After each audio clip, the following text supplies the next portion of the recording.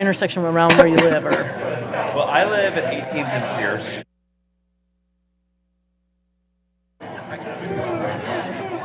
You can't be tired. I am already. You know, I really should have taken a day off. Like, I was thinking about that as I was here in our meeting and I was starting to really drag. I'm like, I really should have taken a day off. We have to all make it. We'll make it. Just gotta wait for the coffee then. You just fly in from somewhere? No, it's just teaching is just freaking exhausting.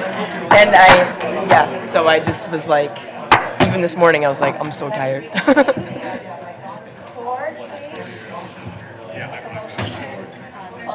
Open the closed session, sorry.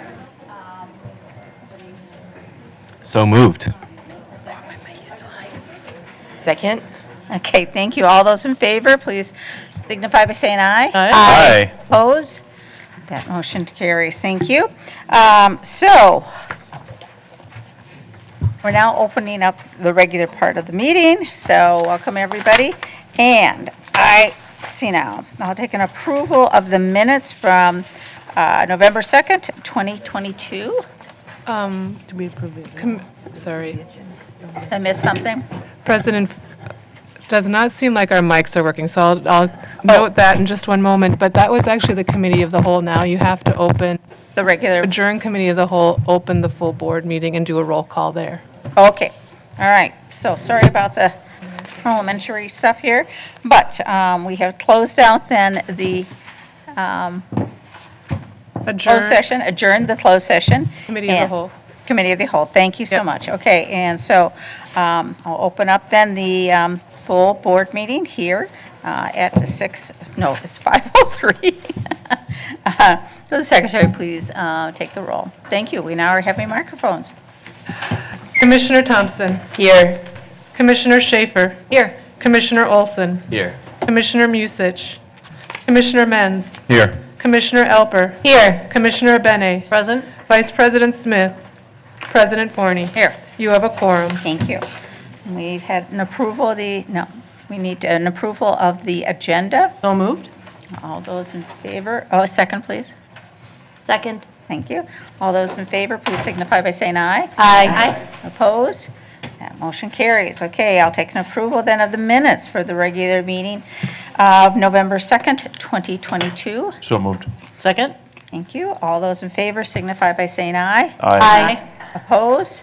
That motion carries. Okay, so we don't have reports of officers today. Okay, do we have any reports? Oh, before that, I guess I should announce, first of all, that Vice President Smith is unable to be with us due to illness. Hope she feels better. And also, just to remind everybody that when we get to admin and finance, I am going to be appointing all members of the board to that committee so that we can, everybody then has the ability to submit amendments. And then also, when we're in admin and finance, if approved, Resolution 2022-339 regarding collective bargaining agreement will be moved to the full board tonight. And then also for you to note is that as far as our study item, 2022, the best hits, will happen actually at next board meeting on the 7th. And that we have a time certain public hearing at 6:30. With that, then, do we have any reports of appointees to outside boards, commissions, and committees? Anybody have anything to report? No song and dance? Okay. Then, moving on to the consent business. Any items that people wish to have discussed, or shall we move the full agenda? Can I take a motion, then, to approve the consent agenda?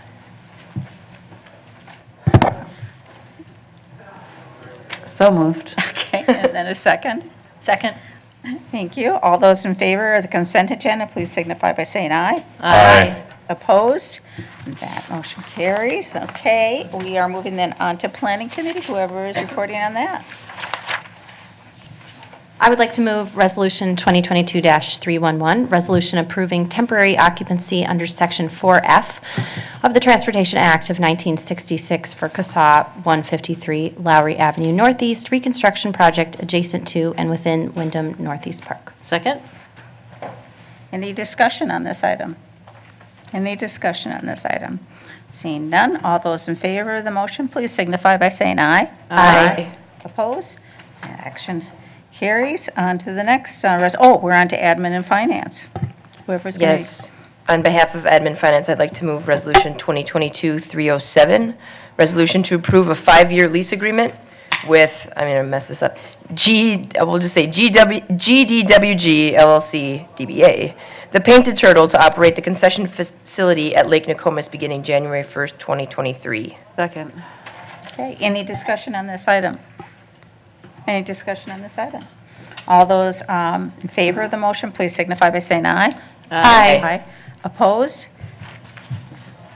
He wasn't quick on the trigger. Did you want to? President Forney, I think this one might need a roll call. Yes. Oh, I'm sorry. It does. Okay. This is Resolution 22-311, 307. 307. Session. The concession agreement with the Painted Turtle.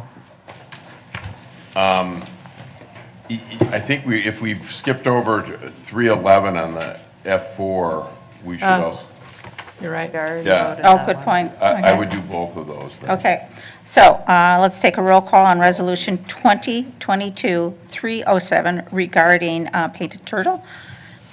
Secretary, take the roll. Commissioner Thompson. Aye. Commissioner Schaefer. Aye. Commissioner Olson. Aye. Commissioner Musich. Aye. Commissioner Menz. Aye. Commissioner Alper. Aye. Commissioner Abene. Aye. Vice President Smith, absent. President Forney. Aye. You have 8 ayes, 1 absent. Thank you. That motion carries. We'll go back then to Resolution 2022-311. The Secretary, please call the roll on that.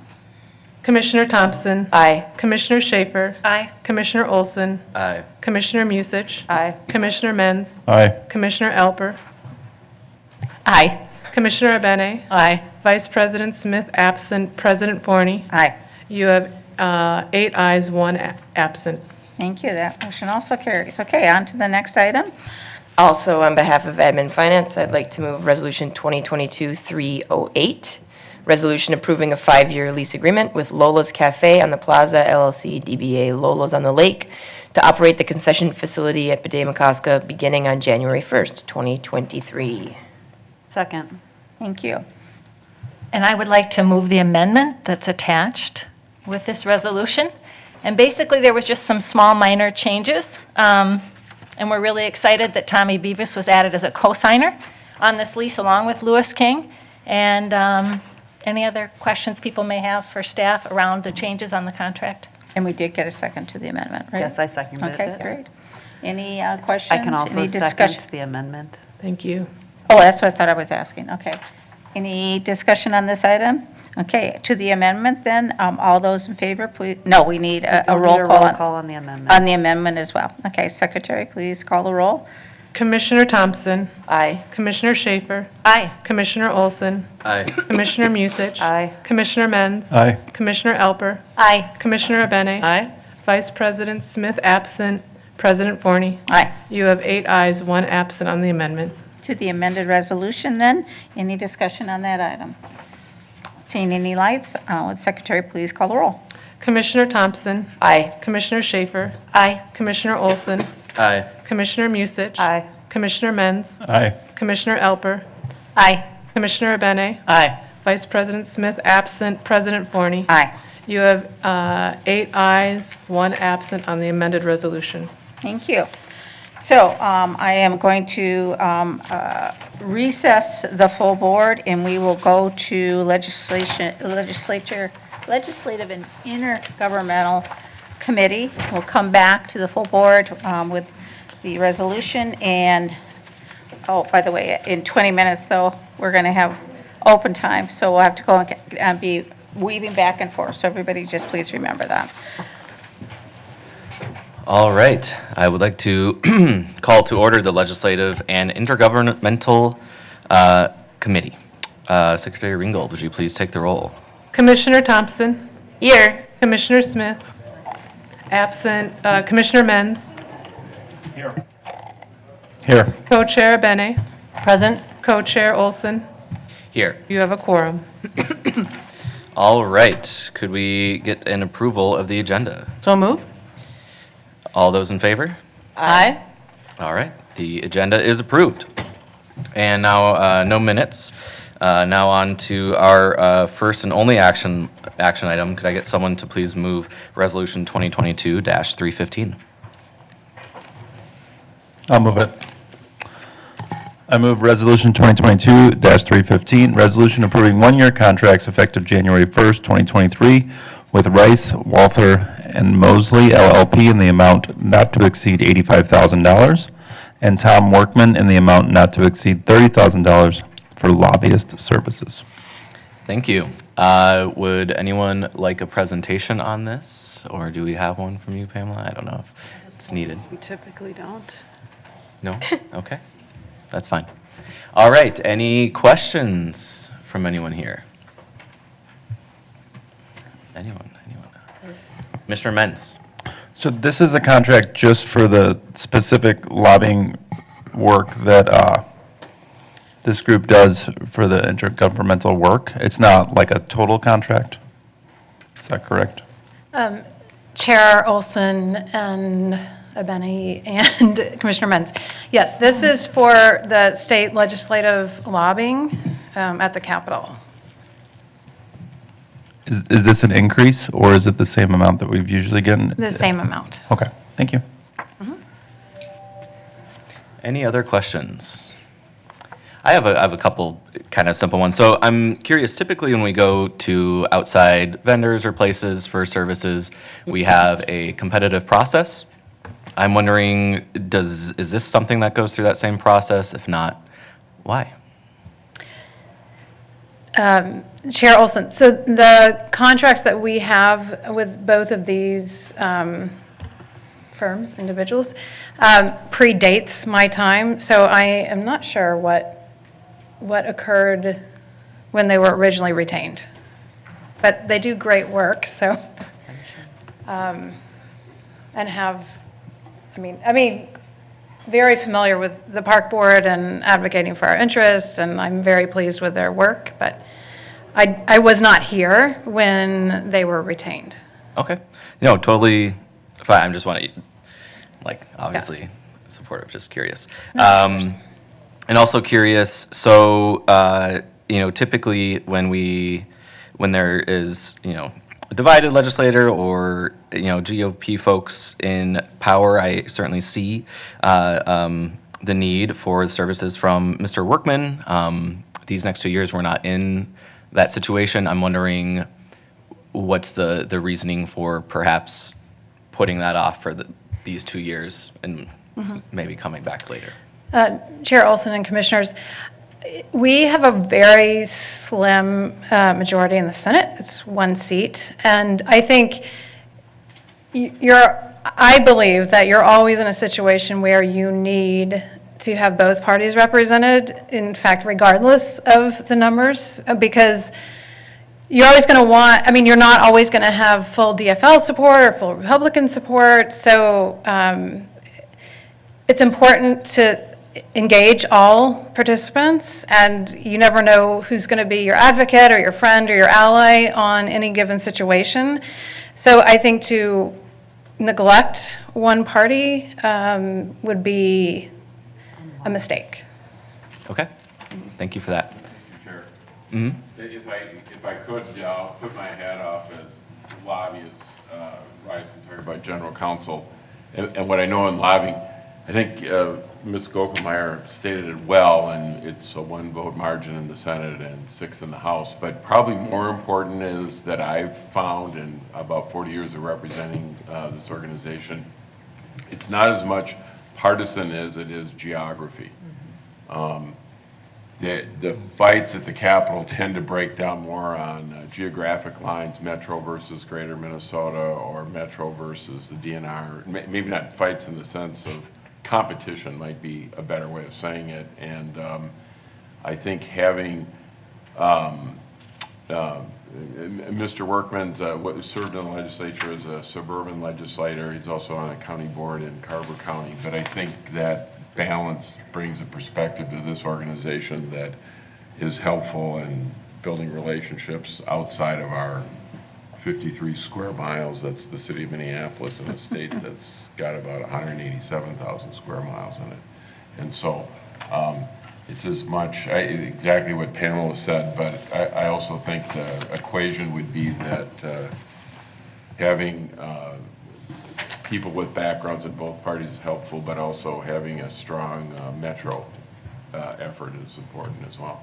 Okay, thank you very much. Oh, President Forney. Yes, I will concur with Councilor Rice and encourage people, if you have an opportunity, to attend the Metro Parks delegation meetings of the Senate and of the House. I think you know very well that we're really lucky that our legislative leadership is from the Metro. And I think we're going to have an incredibly, knock on wood, everything, an incredible year. And it is because that delegation, I mean, not only the leadership, but also of this Metro Parks delegation. And it's really, it is a difference of rural versus Metro. So I would encourage you to pass this contract. Go for it. President Forney and Chair Olson and Fideni, thank you for bringing that up. And we are working on dates for both of those meetings. Hopefully February, March will occur. And you will all get invitations like you did last year. And hopefully this year they'll be in person. And you can have pizza with Senator Pappas. Okay. Any further discussion? All right, seeing none, all those in favor, please say aye. Aye. All those opposed? All right, the resolution is approved. And with that, I adjourn the Legislative and Intergovernmental Committee. So once again, I will state that I would like to appoint all members of the board to the Administration and Finance Committee, and whoever is convening that, take it over. Okay. Just to clarify, a question of clarification, we have to stop in 10 minutes for open time, correct? Thank you, President? yeah. Good point. So the time being, according to my watch, 5:20 PM, I am convening the Administration and Finance Committee to order. Can the Secretary please call the roll? Commissioner Olson, Here. Commissioner Musich, Present. Commissioner Menz, Here. Commissioner Elper, Present. Commissioner Abene, Present? Vice President Smith, President Forney, Present. Co-Chair Schaefer, Here. Co-Chair Thompson. Here. You have a quorum. Would someone like to approve the agenda for me? I would move to approve the agenda. All those in favor, please say aye. Aye. Any opposed? Fantastic. We have two sets of minutes. Would someone like to move the minutes for us? I'd like to move the minutes from October 26th, 2022, and the minutes from November 2nd, 2022. All those in favor signify by saying aye. Aye. Opposed? Those pass. All right, 9 minutes to go. So, first things first on our action items. Resolution 2022-339. Would anyone like to read that for me? I can move Resolution 2022-339. It's a resolution approving the collective bargaining agreement with the Minneapolis Park and Recreation Board and the City Employees Local Number 363 from January 1st, 2022 through December 31st, 2023. Second? Oh, no second. Fantastic. Any comments? Do we have a presentation on this? We had a lot going on. No? Anybody have any questions? Oh, Commissioner Benny. No questions, just a comment. I was able to look through the materials that were given to us in the packet and to the public, and I really appreciated the acknowledgement of via the hazard pay in the agreement, recognizing sometimes the frontline workers that we have here in the public realm really are putting themselves out there, and I think recognizing that their efforts, their risk, their service with some hazard pay is fantastic. So I appreciate that in the contract. Anyone else? Seeing no lights, all those in favor of the resolution, please signify by saying aye. Aye. Any opposed? That passes. Would someone like to move our next resolution? I'll move Resolution 2022-330.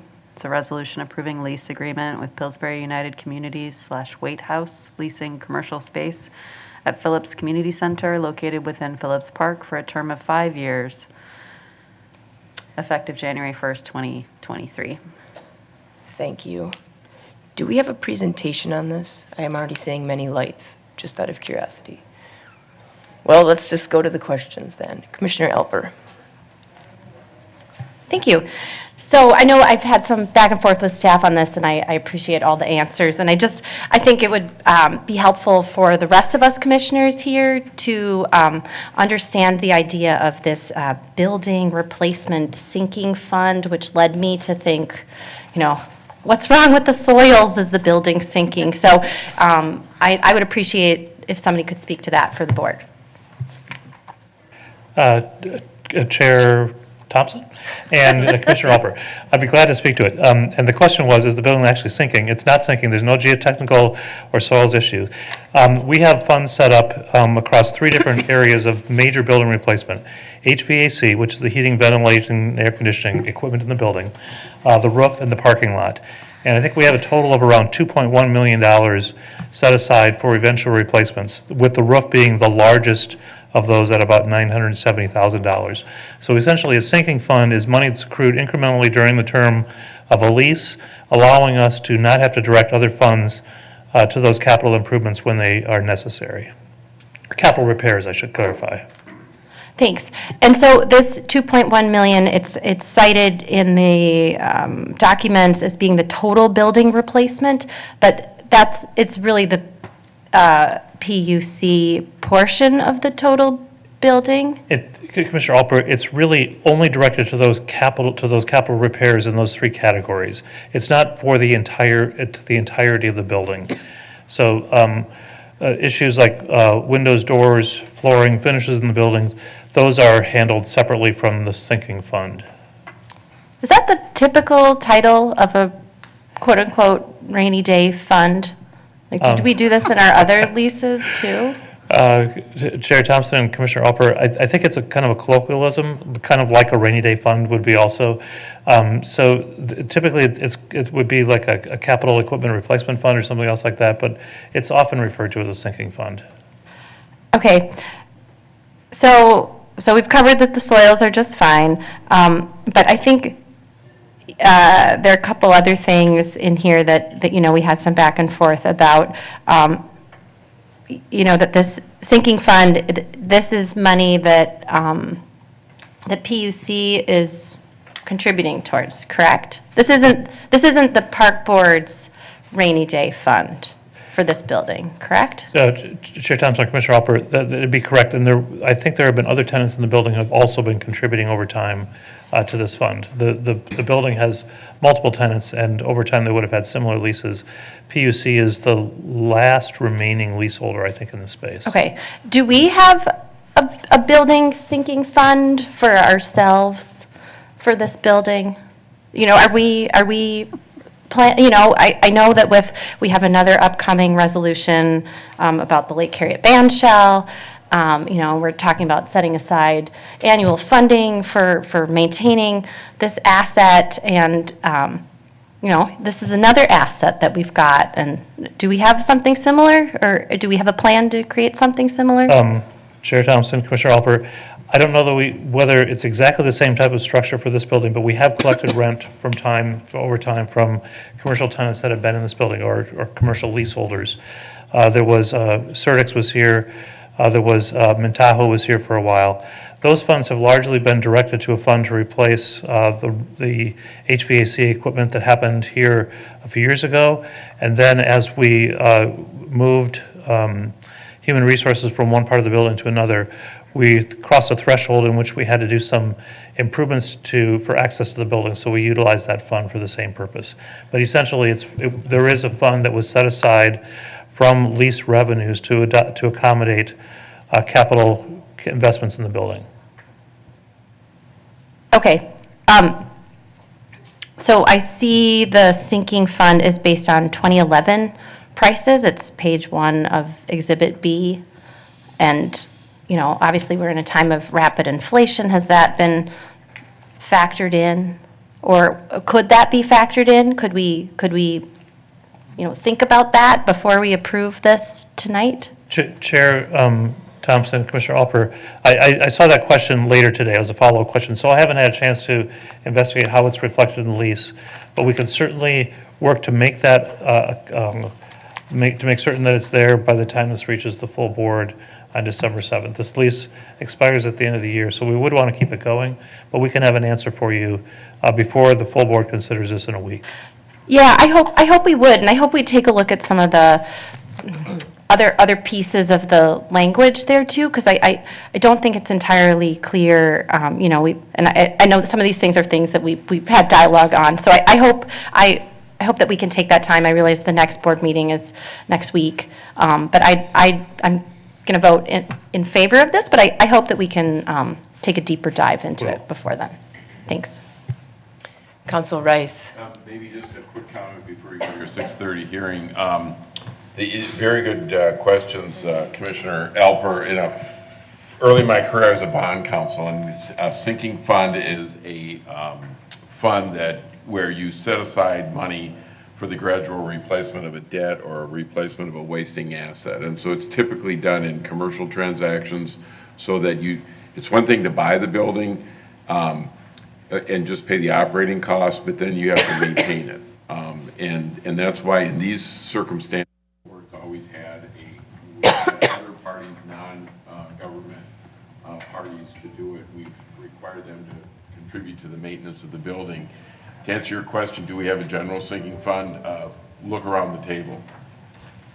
You're the sinking fund for this organization in terms of what you do annually and repair and replacement. There are some other monies that you have, but essentially the board's either saving up money where you can and managing it. But because you have the taxing authority, the private entities that are not government that are using your property, it's prudent to make sure there's money that goes along with that to maintain it.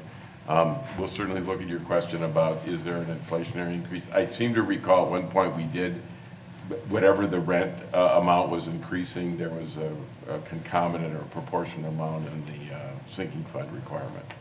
So it's sinking fund probably is maybe not the best word. A replacement fund would be better, just like a rainy day fund isn't like, suggests maybe you want rain, but it's the opposite. This might be a good time to recess admin. Why don't you just quickly Yes. call the vote? Oh, I suggestion. still have my own commentary. And Oh, you I do? noticed Okay, then before no that problem. Commissioner Benny had her light on, I'm not sure. So you need to recess then? We'll recess admin finance to go to our open time.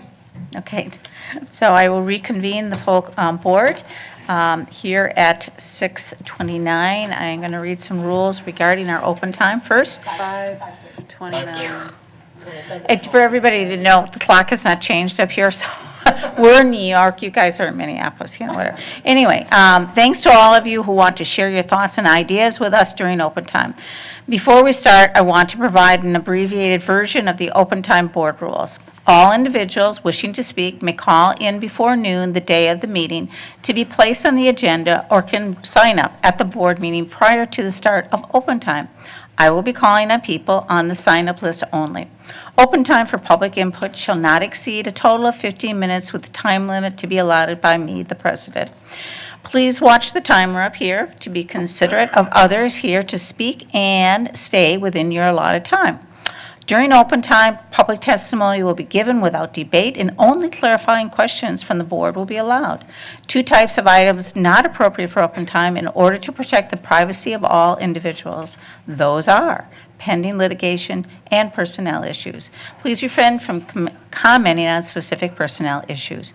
We will not tolerate discriminatory or harassing words directed at anyone, so please ensure that all comments you make tonight comply with the policy.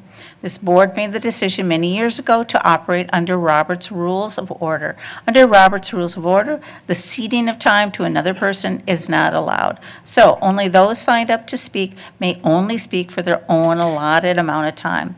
We also request that each speaker provide his or her name and address. And we have 8 people who want to speak tonight, so I'm going to allot each person 2 minutes. So I'm going to call off the names, and I'm sorry, the first name, I'm horribly sorry. Quatorius Maddock, and after that, to queue up would be James Halber. Is Quatorius here? Is James Halburn here? And after that, then, is Roxanne O'Brien. Welcome. Hi, I'm James Halber, President of the Phelps Activities Council. I'm here to share some thoughts or some great things that are happening at Phelps Park. We just completed our 15th year of coordinating activities for the Phelps Park Falcons. We contribute about 10,000 volunteer hours annually, serving about 300 youth K through 18, primarily in baseball, basketball, and football. Just in football alone, we had over 200 kids this past fall of 2022. That brings us to one of our concerns. It's a field. The field is basically weeds and dirt. We recently helped secure a $250,000 matching grant from the NFL, and that the Minneapolis Park and Rec applied the matching funds assigned to Phelps Park from their master plan budget. We have observed other fields that were recently reseeded and would have been practicing on those. If we had been practicing on those fields throughout the football season, they would not have held up. One of those fields is McRae, where we practiced a couple teams there later in the season, and it was noticeable within 2 weeks that the field's not good. We are working with the Minnesota Vikings, Twins, Cal Ripken Foundation, and others to help secure funding to upgrade to artificial turf. We're also asking that the Minneapolis Park and Rec help in this process of securing funding to help upgrade the field to artificial turf in a neighborhood that has been traumatized with the death of George Floyd. Another concern is basketball. We have coordinated gym time in the past with the Southside Village Boys and Girls Club, who has a lease on the building. However, last year, after coordinating gym time with Southside Village, about 30 Phelps K through 3rd grade kids, primarily kids of color, were displaced by some Minneapolis Park and Rec Board agreement. That was not a good look. We are doing an amazing job with kids, and we need to get gym time secured for the Phelps kids. Yesterday, on a positive note, there was an article by Chip Scugans in the Star Trib recognizing the Phelps Falcons and Phelps coach Brian Cupido, former Minnesota Gopher football alumni, and our contributors to Phelps Park. Great things are happening at Phelps Park and with our kids, but we need a few things addressed. Thank you, James. All right. Next is Roxanne, and then after that is Pierce Hastings. That was Pierce, the next person. Okay, hi, my name is Roxanne, and tonight I came with several people who will be speaking to you about the ash tree situation. We were here last park board meeting, as you probably all know, and we've been finding a lot of concerning things about it. It continues. Still haven't gotten much communication from anyone from the board. And we've already sent numerous emails and have came to now 2 public hearings, and I think that we deserve more than that. You guys make a lot of money here, and I think people should start doing their jobs. So I'm not sure what's going on, but we're still waiting for communication around this issue. But just for the matter that we're speaking about the budget today, I noticed that there wasn't any money allocated to help pay for the burden of these exploitative costs to remove trees on Black and low-income homeowners, and that's an issue. I think you guys know that it's a problem and that there is solutions to this, but it would require you guys, again, doing your jobs and making sure that there is money put into this issue. Also, maybe there needs to be some money to create mailings and literature about people's financial options as well, if that's not going to be told to people when people are coming out to people's private properties. And they're being aggressive and they're rude. So you're hiring and contracting people, which we're concerned about as well. I hope there aren't any financial interests going on between the park board and these folks that are being hired to come out here and exploit people in our communities, but we're going to keep coming, and we're going to notify everybody from the bottom to the top of the state until it gets some sort of attention and reparation. Thank you. Thank you. So Pierce, and then after that is Claire Rubeck. Hi, y'all. I'm Pierce Hastings. I use she, her pronouns. I'm a Parks and Power organizer. I'm reading a statement on behalf of Rebecca Walker, who is a PhD candidate in urban planning at the Humphrey School of Public Affairs. I'm writing to express my concern about some of the proposed budget expenditures in the 2023 MPRB budget.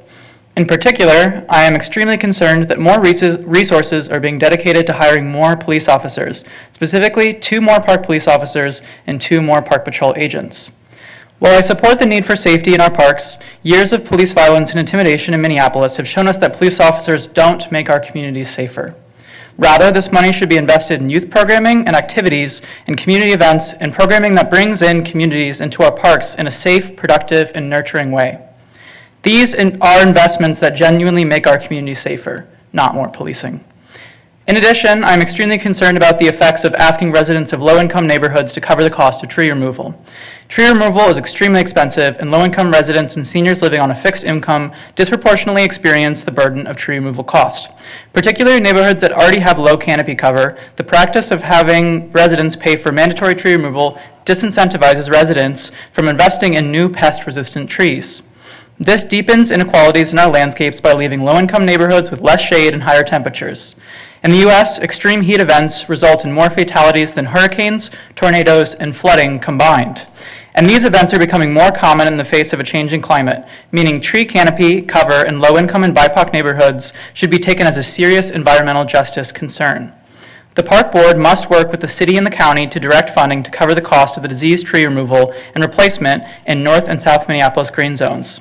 If the Park Board is going to be a leader on advancing climate justice in Minneapolis, such a strategy is essential. Finally, I want to implore the board to increase the funding directed to support the MPRB archives and archivists. These resources are needed to ensure the public can access materials that are essential to understanding how the MPRB has shaped and continues to shape our city. Thank you for your time. Thank you.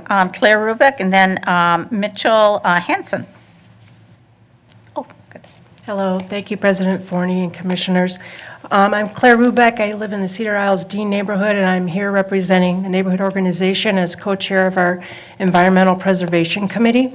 And specifically, Adam Arvidsson, Director Arvidsson, reached out last week regarding the use of park dedication fees in this year's budget to install some new canoe racks at Epidemiagaska. And he reached out to us because the funds would be coming from our pool of monies that have accumulated from new dwellings in our neighborhood area. Specifically, we appreciate the outreach and the opportunity to speak on that. Regarding the canoe racks themselves, upon further inquiry, none of them are identified in existing master plans. And in fact, SIDNA, as an organization, for about 7 years has been pursuing canoe racks and was told that funding and placement and other complications for canoe racks were not a priority, so we were surprised to have this information come to us last week. We're not against canoe racks, but we feel like there needs to be a longer view on how that happens. In our efforts to install canoe racks in the past, environmental stewardship staff told us that there was a concern that paddling capacity may have been reached at the chain of lakes, and we've actually walked the perimeter of the lakes with staff looking for places to place canoe racks, and we're told that there really weren't suitable areas that didn't interfere with swim beaches and that were not level enough. So in that context, we're here, I guess, to ask for further examination and maybe a broader review of the system as a whole as to how and when canoe racks get placed.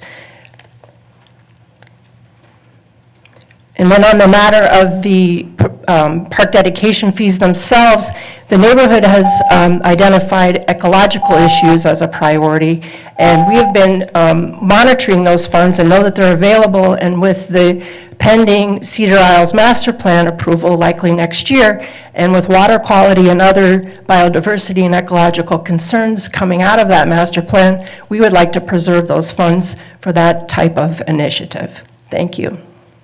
Mitchell, and then after that is Drew Edwards. Hello. Mitchell Hansen, Ward 4, Harrison Neighborhood Association. So yeah, I'm here to talk. Some of you already know me and are probably sick of me.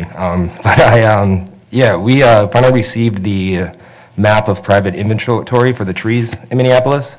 And I was able to use the 2022 assessment parcel title to see the names of individuals when door knocking, door to door in Harrison. I was provided a separate list from Department of Forestry, and then I was provided the actual GIS mapping list. What I found at all these different houses is that something different was almost happening in every case. In one case, they didn't even know.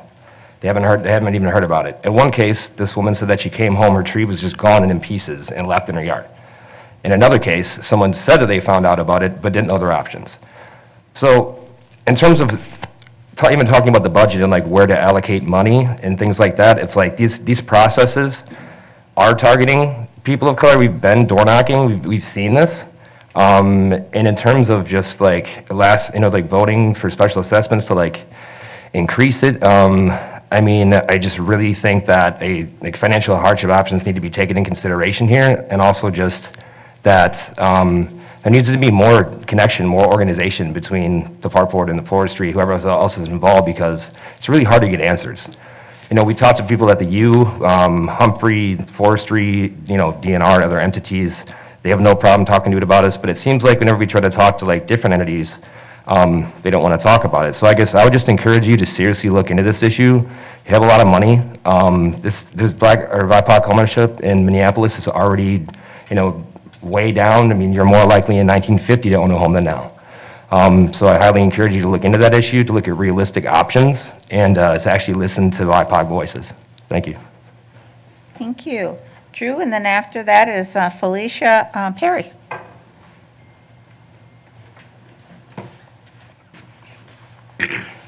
Evening. So I just stay on 37th and Penn. I'm a Northside resident. I'm an educator and a small business owner.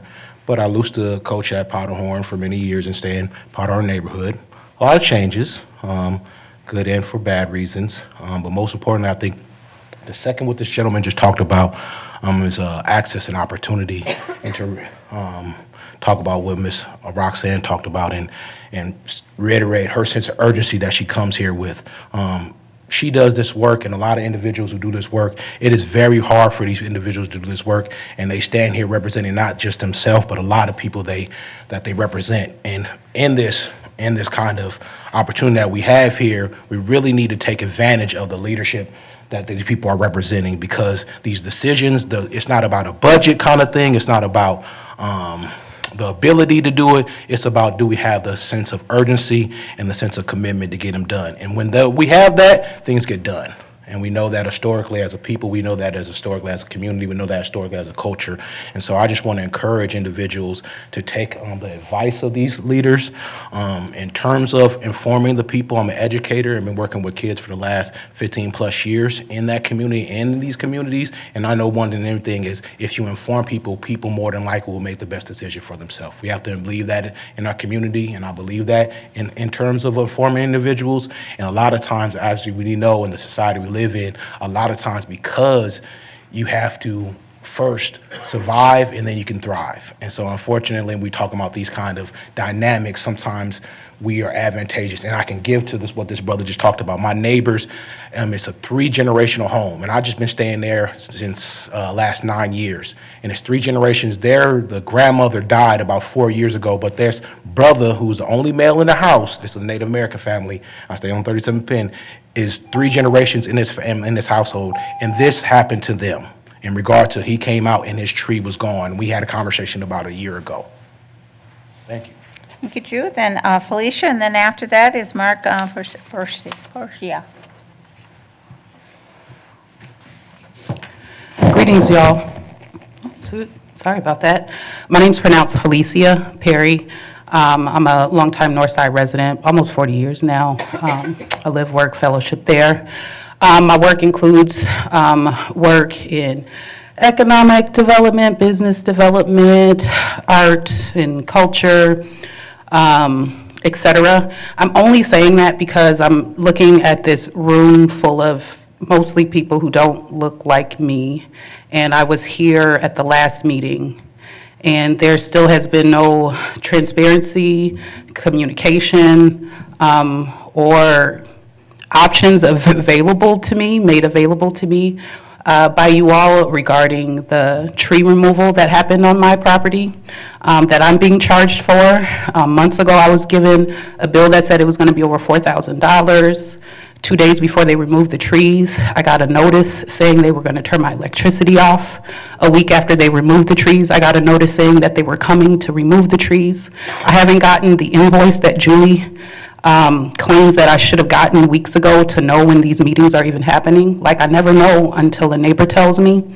Becca Thompson has stood me and neighbors up a couple of times since the last meeting, either canceling at the very last minute or not calling or showing up. So, and at these meetings and other meetings I've gone to with like the Department of Forestry, we're often told that it's not the time to have the discussion or deal with this issue of us being charged thousands of dollars inequitably. And the fact that you're removing the tree canopy, which is counter what your goals are around this stuff. So I ask when? When's a good time? When can our voice not just be heard so that you can check off your box, but actually be responded to? How will you all show us that you're actually honoring the fact that we're taking off work, spending time away from our children and home in order to come here and advocate for ourselves and participate in our civic duties? When? Do you have your calendars out?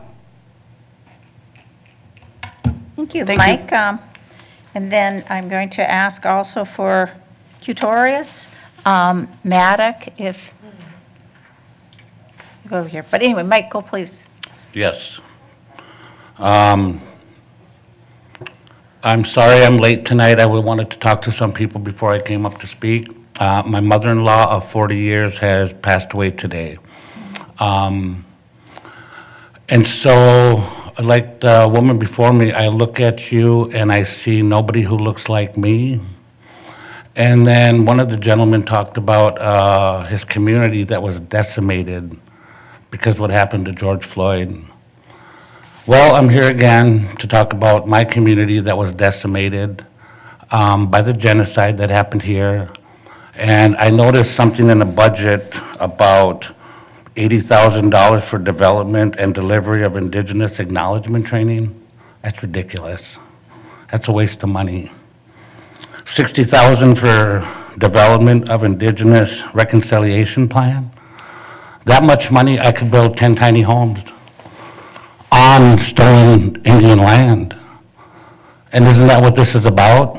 You want to acknowledge that you have in your possession acres and acres of stolen Indian land while the city continues its Indian Removal Act. And tomorrow they'll be removed again from Hiawatha. They're going to be over there, no place to go. We'll be getting tents, sleeping bags. It's not a question of affordable housing. It's mental health and it's addiction because of the historical trauma we've suffered. And I appreciate those board members who are willing to give East Phillips Park back. And I reached out to the superintendent, heard nothing. It seems that you have all this land and you want to acknowledge it, but you won't give any of it back. And we had East Phillips Park at one time. Look into it. You guys have the answer to our problem right now in your hands. Thank you. Thank you. Once again, Quatorius, Maddock, are you here? Are you here? Not seeing any sign of that. I will close our open time and I will recess the full board and go back to administration and finance. I had to find the word. Sorry about that. Okay. President Forney, you could do the last action because the 3631 was the one coming up. Oh, wait. Okay. Okay, I will reconvene the Administration and Finance Committee. And we were in the middle of Resolution 2022-330. Does anyone else have any questions about this resolution? I have a few myself. about the Pillsbury United Communities Wait House. Are they separate entities, or are they the same?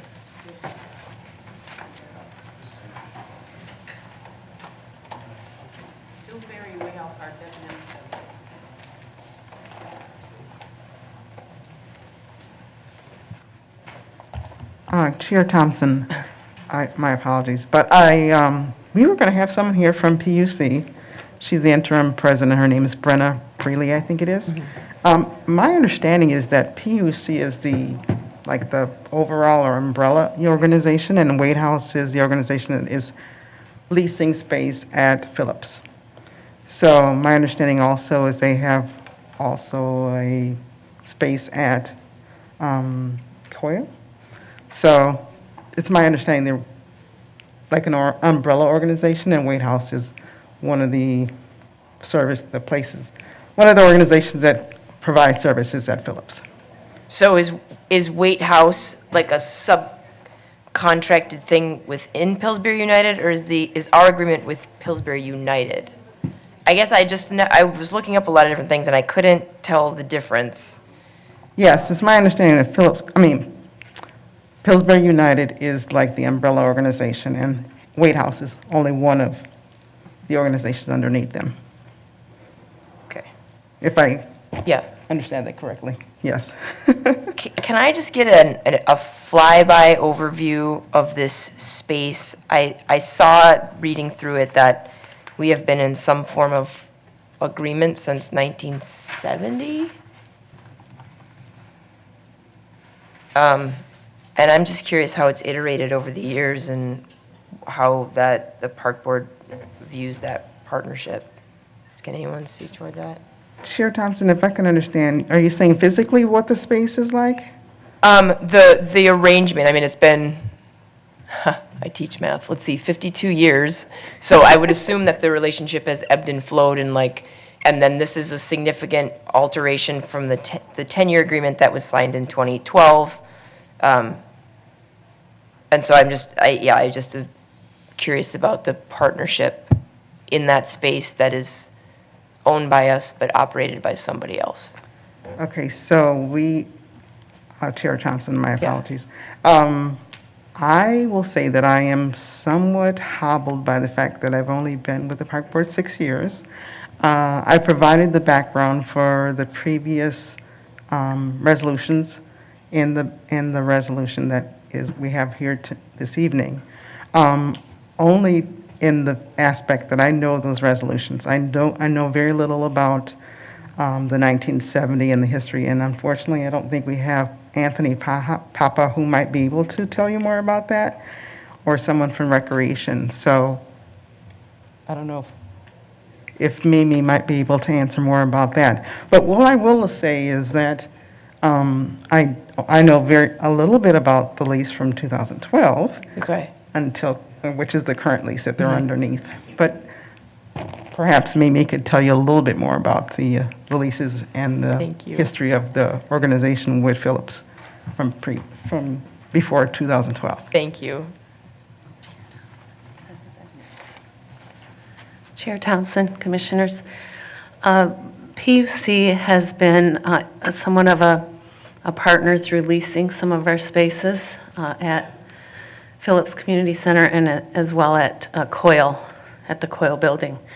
At Phillips Community Center, there's been other renters before in the history of the building. There was a fitness group, and Ventura Village had been there. So there's other leases, if you will. What Wade House uses the building for, they have exclusive space that in a storage area. They have offices they use for administration, the kitchen where they prepare food. They also rent space upstairs in the dining hall. So they provide food, free meals to the community using the dining hall. Right now they're doing that off-site or box lunches since the COVID pandemic. Downstairs, they have an exclusive space and some offices. They have a food pantry where they distribute food to the community. They have a radio station, 4 classrooms that they use for youth programming, and employment services they provide to the community. Does that answer your question a little? It does. more? I'm curious, this space, someone please correct me if I'm wrong, there's also a pool in this facility, is there not? Yes. Who runs that? So there also in this facility is a recreation center presence that the park board. Okay. So we have full-time staff, a fitness center, a youth component, youth programming component of our own, and we have the Phillips Aquatic Center, which is run by the aquatics area within recreation. So there's split areas in the building that are programmed and run by either Waite House or the park board. Okay.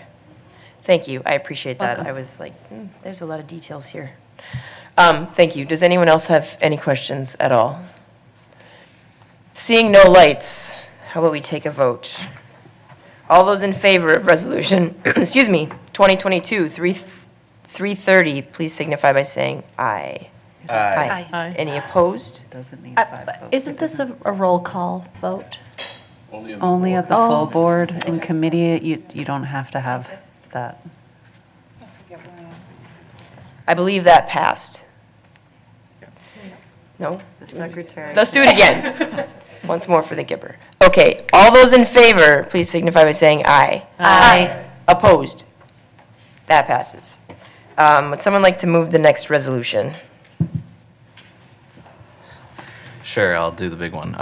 Resolution 2022-331, resolution awarding a construction contract to Ebert Inc.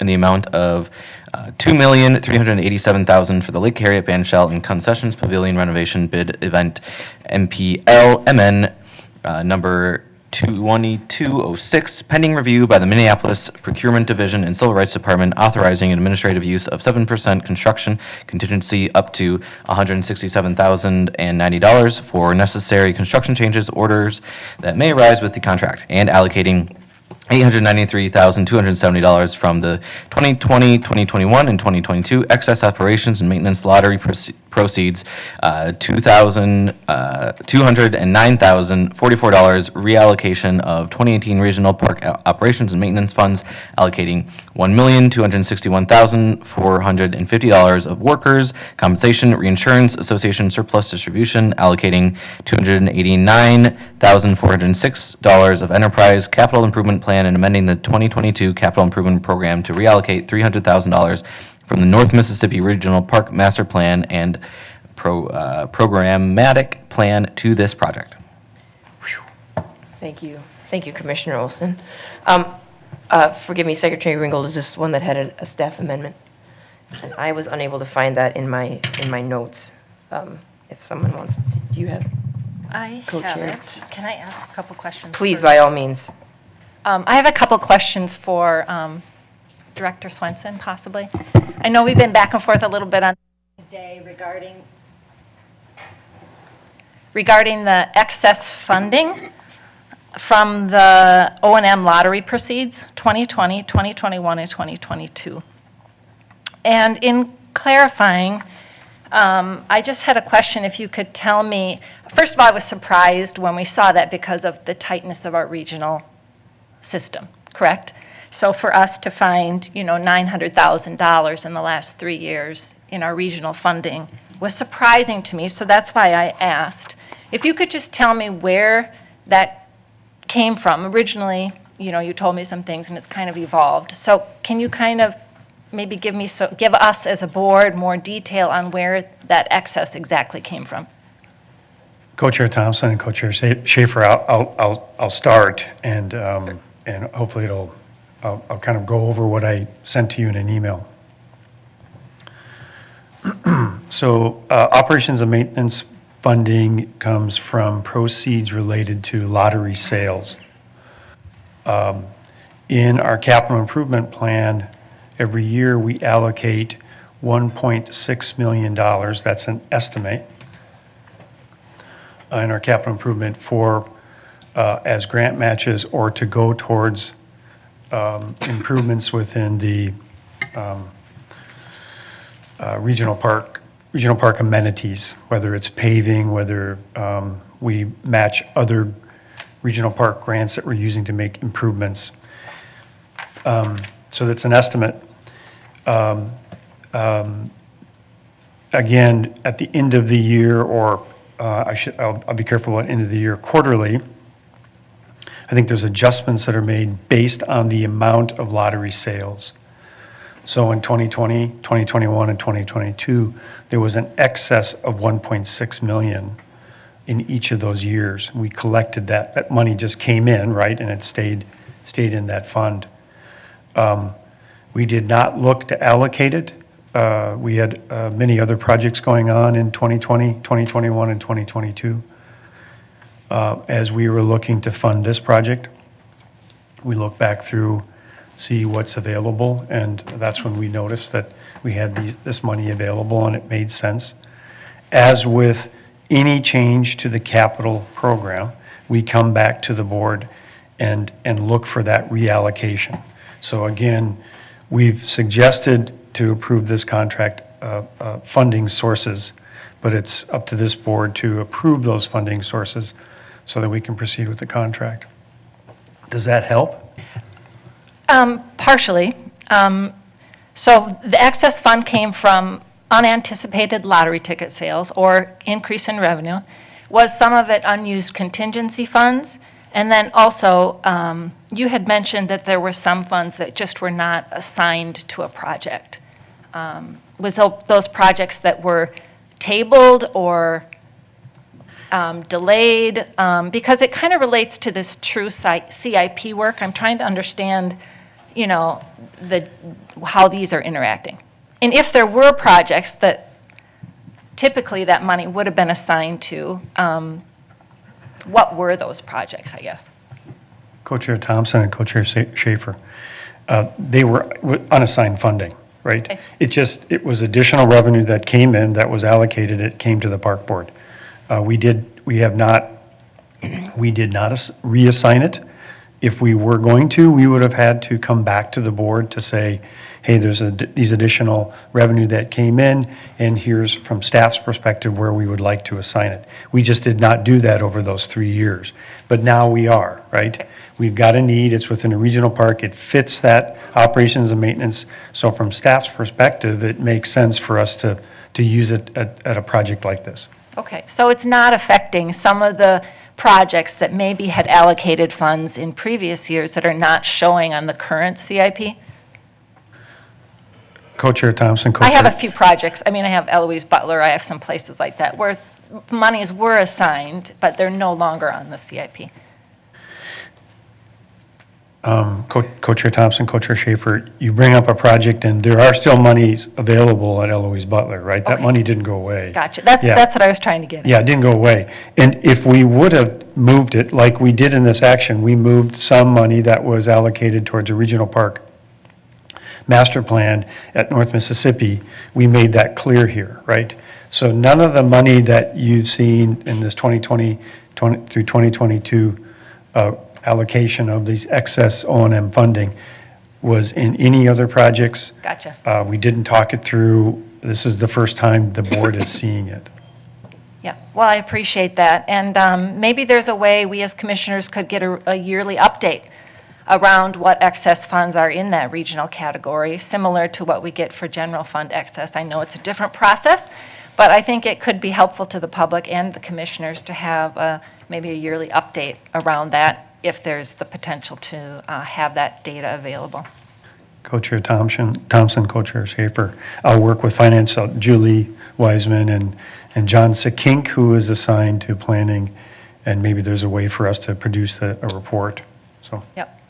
No, I appreciate that, and of course, we all know Lake Harriet Bandshell needs to be done. But I know that there are other projects in all of our districts, right, that are regional in nature, that if we had known there was some funding available, we might have tried to rally the troops and other funding sources to bring to the table.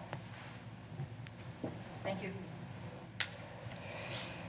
Do you mind reading the resolution, Co-Chair Schaefer? or the amendment. There's a rather banal amendment based on a dollar amount that was incorrect, and I don't have it in front of me. I will move the staff amendment to this Lake Harriet resolution. And it was it was just an accounting error that Director Wiseman negated. And so it's very similar to what the original resolution is. And so I don't think there's any need to read this whole thing. But there was a double entry on the enterprise line item, and it was eliminated. So I would like to make a motion to bring forward the staff amendment for the Lake Harriet band shell. Second? Don't need to. No, second. Any discussion about the amendment? All those in favor of making sure the numbers are right, please signify by saying aye. Aye. Aye. Any opposed? Thank you. Any discussion on that passes. Any discussion on the resolution about the Lake Harriet band shell? 2022-331. President Forney. Thank you. I know that this motion isn't declaring what the color of the bandstand is and everything, but I just at least wanted to ask if anybody has talked to the original architect, Milo Thompson, if he has an opinion. And the reason why I want to bring this up is that I was the co-chair for the fundraising for the bandstand originally. And the bandstand originally was meant to be just natural. It's never, ever to be a color. It was 2 years later that it was colored. Yes, I'm not sure if that's the right way to say it, painted. I guess. Anyway, it was just to naturally evolve, whatever, as far as its coloration and everything. And so, being that it did change 2 years later, and I don't remember how that decision was made, I was just curious whether or not Milo has been consulted on this. Co-Chair Thompson, Co-Chair Schaefer, President Forney. Let's see, affectionately, how does Ben Thompson-Rito say this? Milo has many opinions. So they did talk to him about the color, and I don't think we really know for sure if he was consulted when that color went to, this, the blue color that people refer to. But again, it had to do with this uneven weathering. And the colors that we are selecting are trying to incorporate trying to make, we know that the roof system, the shingles going back on are going to weather. So we're trying to protect them, keep more of a uniform color, and then have a sidewall color that is in relationship to the roof color. So we've really relied on the consultant, Ben Thompson-Rito, and their team, led by Ann Boda and Jonathan Strand, to work through the color selection. We've gone through a pretty exhaustive process, and then we brought in a stakeholder group after selecting the color to have them review it. There is a mock-up of that color at the base of the stairway in the headquarters building here. So if you care to look at it, but that's the color that's been selected and that we're moving forward with. Thank you. And I'm not meaning to question the firm's, decision and everything, but I just wanted to clarify to people that the blue was not original. And what I think is really amazing is this exhaustive effort to make sure that we can get as much life out of this landmark, this iconic building. And thank you, consultants. Thank you, Cliff, for that exhaustive effort that's going to be put into it. I'm looking forward to it. So, Commissioner Menz.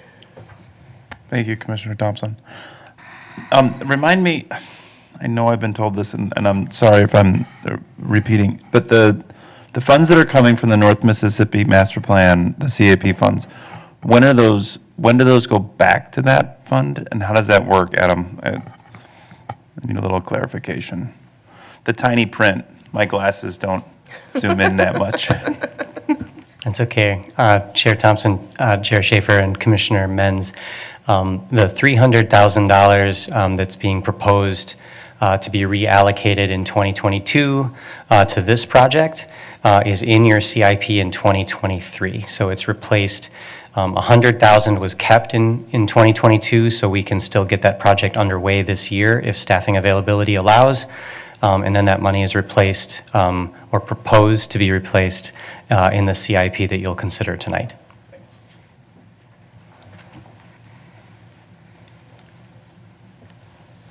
I'm not seeing any other lights. Shall we vote on this resolution? 2022-331. All those in favor, please signify by saying aye. Aye. Opposed? That passes. On to the next resolution. Someone like to move that forward? I'll move Resolution 2022-328, resolution requesting the Board of Estimate and Taxation to incur indebtedness and issue and sell City of Minneapolis bonds in the amount of $800,000, the proceeds of which are to be used for the disease tree removal program. Is there any sort of presentation on this one, or is it more just procedural? Commissioner Menz. So yes, I do have some questions about this, and I don't know if President Forney, so is this a new program, or is this going to be voted on in the BET then for a specific separate fund? Co-Chair Thompson and Commissioner Menz. This is the bonding for 2023, so it authorized, we will be bringing it forward to the BET, but not until the bond sale happens next year. And this is for the disease tree removal program that we've been hearing about that we do on private property? Co-Chair Thompson and Commissioner Menz, that is correct. And I didn't see in the specifics where all this funding goes to specifically, this $800,000. How is it supporting, I mean, it's not supporting homeowners because we're figuring out the financial hardships, or we're not. Where is the money going for the disease tree removal program? Co-Chair Thompson and Commissioner Menz, this funds the actual tree removal for the private property trees. So it is the funding that ultimately pays for the contractors who remove the trees on private property. Then I'm confused about why we're charging the public. I'm confused about and maybe it's just my ignorance, but it seems like there's a lot of confusion around how the disease trees are removed from private property. I know how they're identified, that we're responsible for identifying them, but I'm confused about like how the $800,000 supports removal, but then we're charging the homeowners, or the private companies are charging the homeowners. Co-Chair Thompson and Commissioner Menz, net debt bonding, like the 20-year neighborhood capital program, is paid back through property tax levies, through the bond property tax levy that the city allocates or levies annually. Special assessment bonds are paid back by the private property owners who incur the special assessments. And that's true whether it's a sidewalk assessment, a paving assessment, or a tree assessment, either through the city of Minneapolis or through the park board. And this is for 2022 or 2023? This will be for 2023. So it's basically like a loan that we're asking for, and then the citizens are expected to pay it back? Co-Chair Thompson and Commissioner Menz. So we sell special assessment bonds that are paid back over a 5-year period. And then when the tree levies are assessed, they're levied over a 5-year period. And as those payments come in, they pay off the special assessment bonds. And then, I guess, and what's the penalty if we don't pay that back? Like if we don't get enough money that comes through from if we don't collect enough from the homeowners, what happens? Co-Chair Thompson and Commissioner Menz, we would only sell enough assessment bonds that we needed for the program. Last year and the last 2 years, we've actually had incurred more expenses than the full 800,000. I mean, more than the 800,000. So we would only sell the amount of bonds that we needed to cover the cost of the tree assessment. So the 800,000 gives us our authorization, but what we would sell would only be the amount that we need. I don't think he gets it. Okay. Commissioner Vene. Director Wiseman, because we pay the contractors. So we have costs, whether or not the tax is successfully levied or the assessment is successfully paid by the property owners over the period of time that they're allotted. We pay the contractors with real money, right? Co-Chair Thompson and Commissioner Benning, correct. So.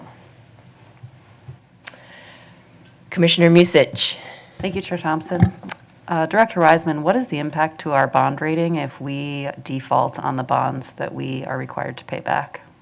So Co-Chair Thompson and Commissioner Musich, we sell bonds under the full faith and credit of the City of Minneapolis.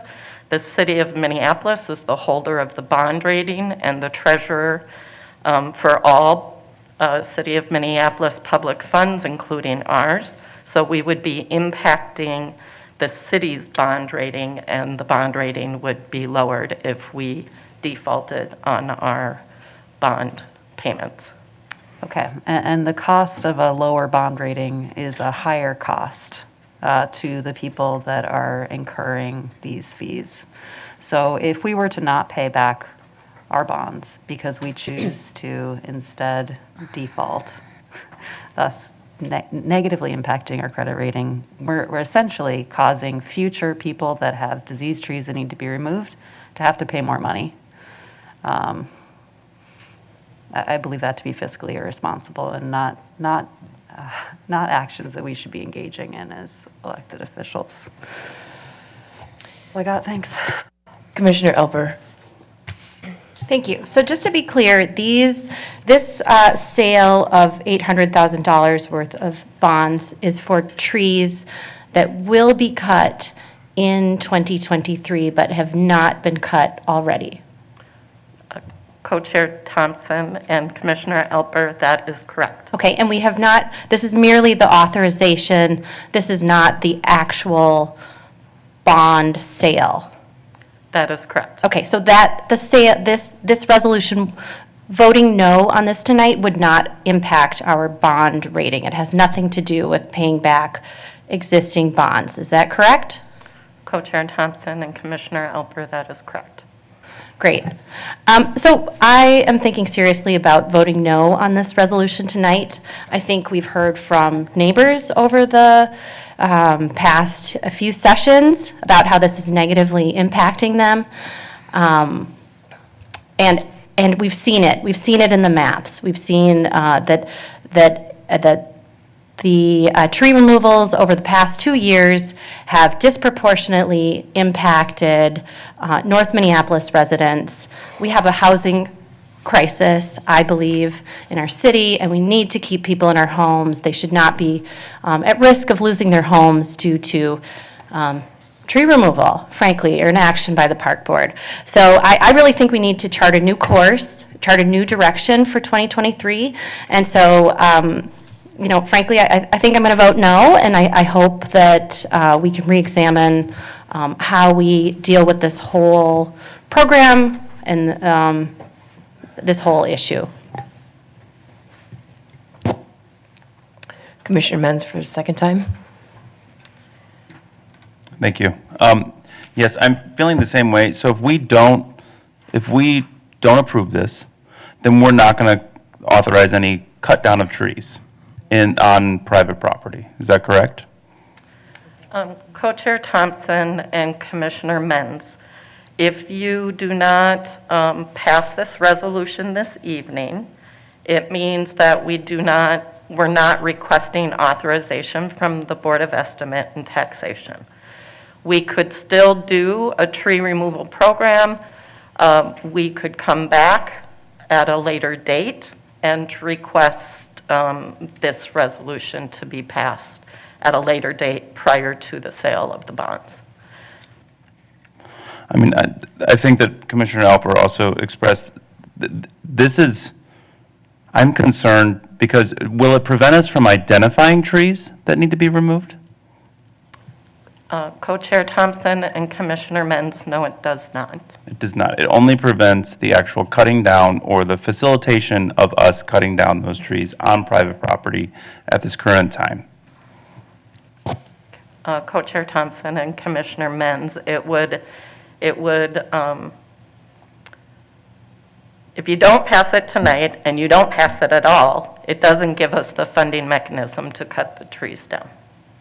So although, and I know that probably some of my colleagues are, I am very concerned, I don't want the infestation to go any farther, but I know that, but I think that the state has some responsibility here too, and I think that there is a crisis statewide, and if we are the bad actor in this instance, it feels like, that the process that's happening for this program, which is positive because we're trying to remove disease, is not being received very well because there's a lot of breakdown in the process. So I think that I'm going to vote no on this too, because I think that although I think that it is our responsibility to identify trees and help that need to be removed, it might not be our responsibility to facilitate the cutting down of those trees. That is the homeowner's responsibility, and I think that there's other entities that might be involved here. And I'm going to vote no. Before we get to a full second round of people, I would like to ask, I know from the last conversation we had about this, we've been granted authority, and I know this isn't necessarily about the bonding, but we're talking about the trees. Do we have an obligation to cut them down? Like obviously community-wide, we don't want this to continue, but do we have some sort of legal obligation to identify and remove these trees? Is that a question, I suppose, for Council Rice or anyone else who knows? Yeah, I think I can handle that. I did provide the board a memo this afternoon in anticipation that this question would be asked.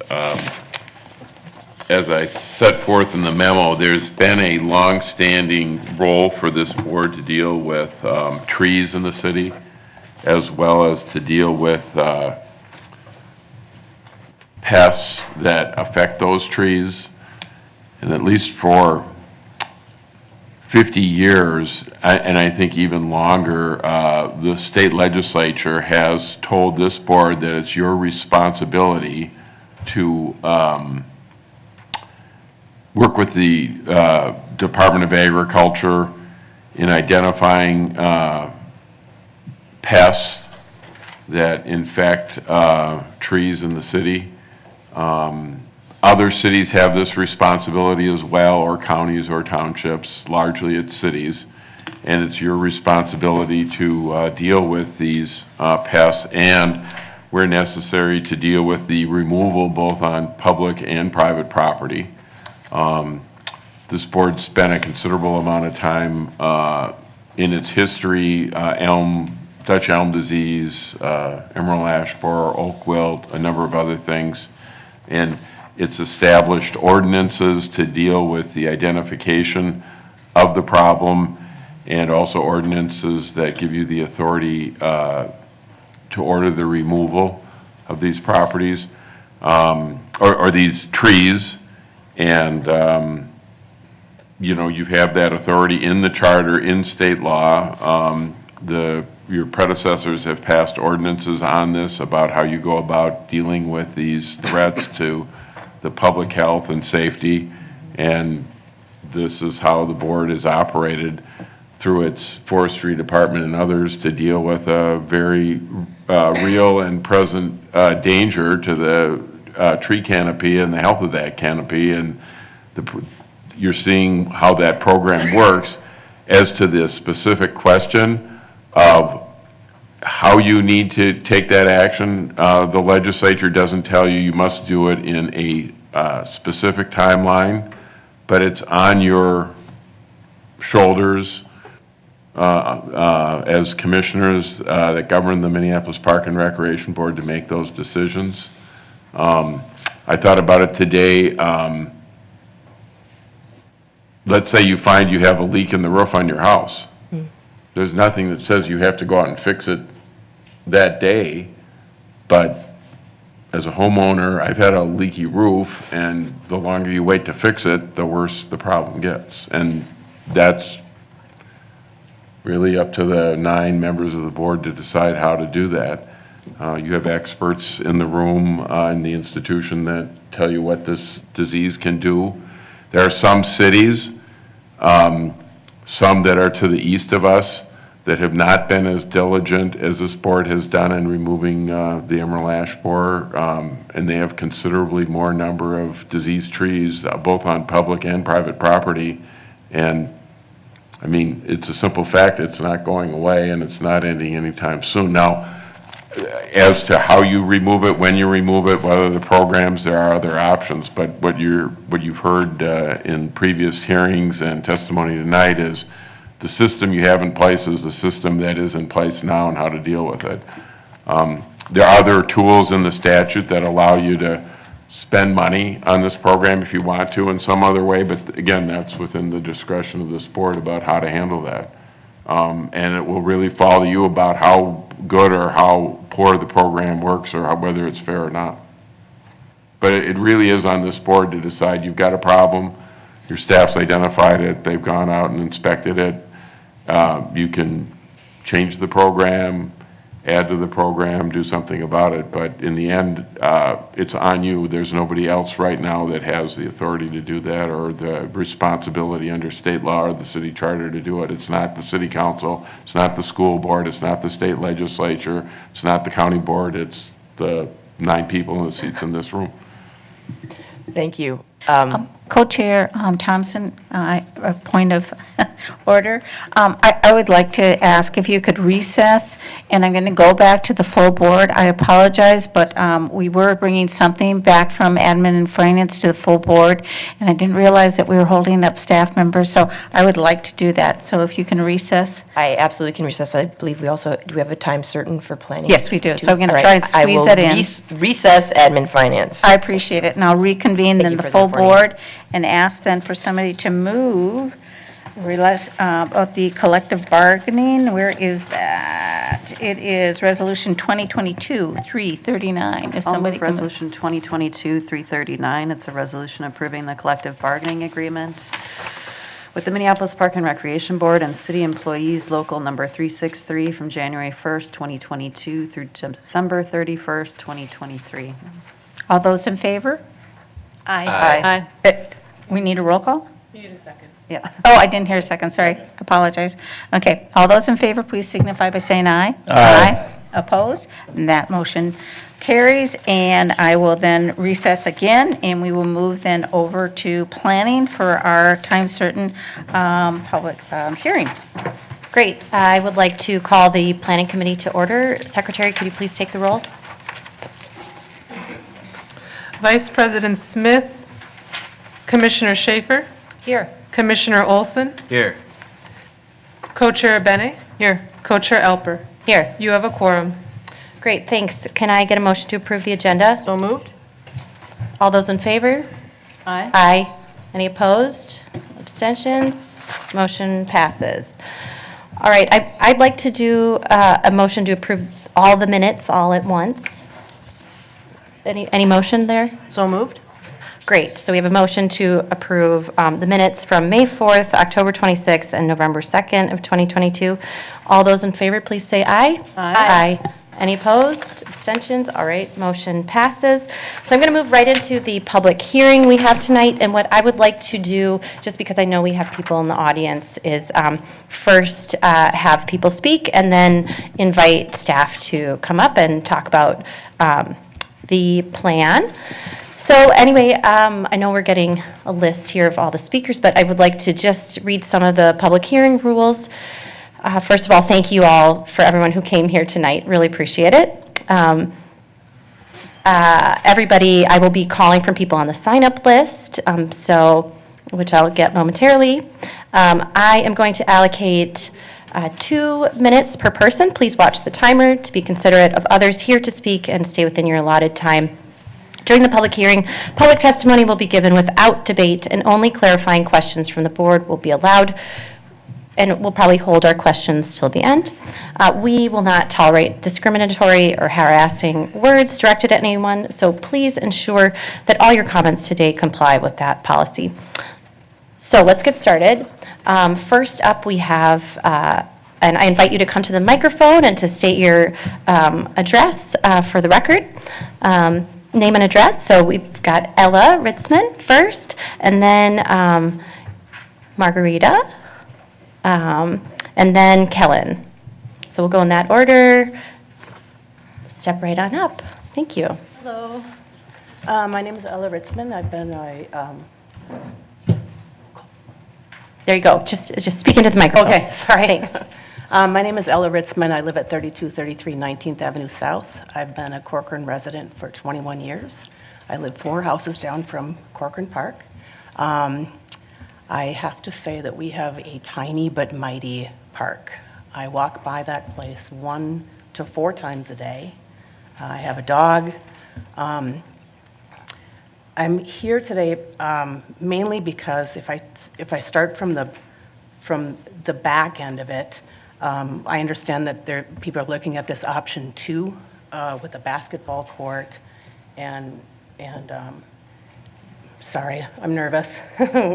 So I got this notification in the mail a couple weeks ago, and it said that the final concept is a result of community feedback and recommendations received during community engagement.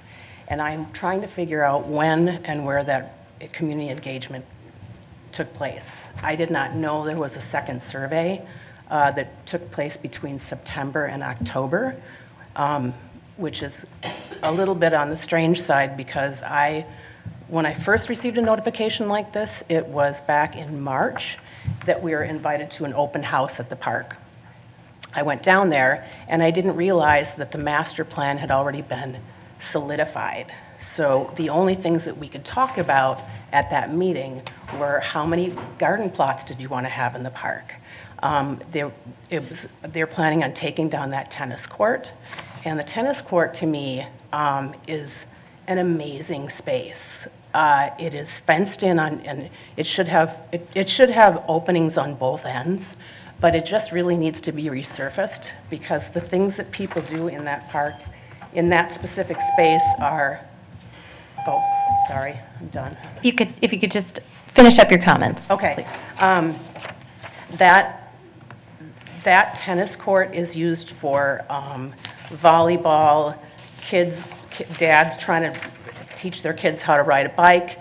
They play games in there. Quinceañeras have been, like dance parties have been taking place. There's Zumba classes, and it's an area that people can just be in.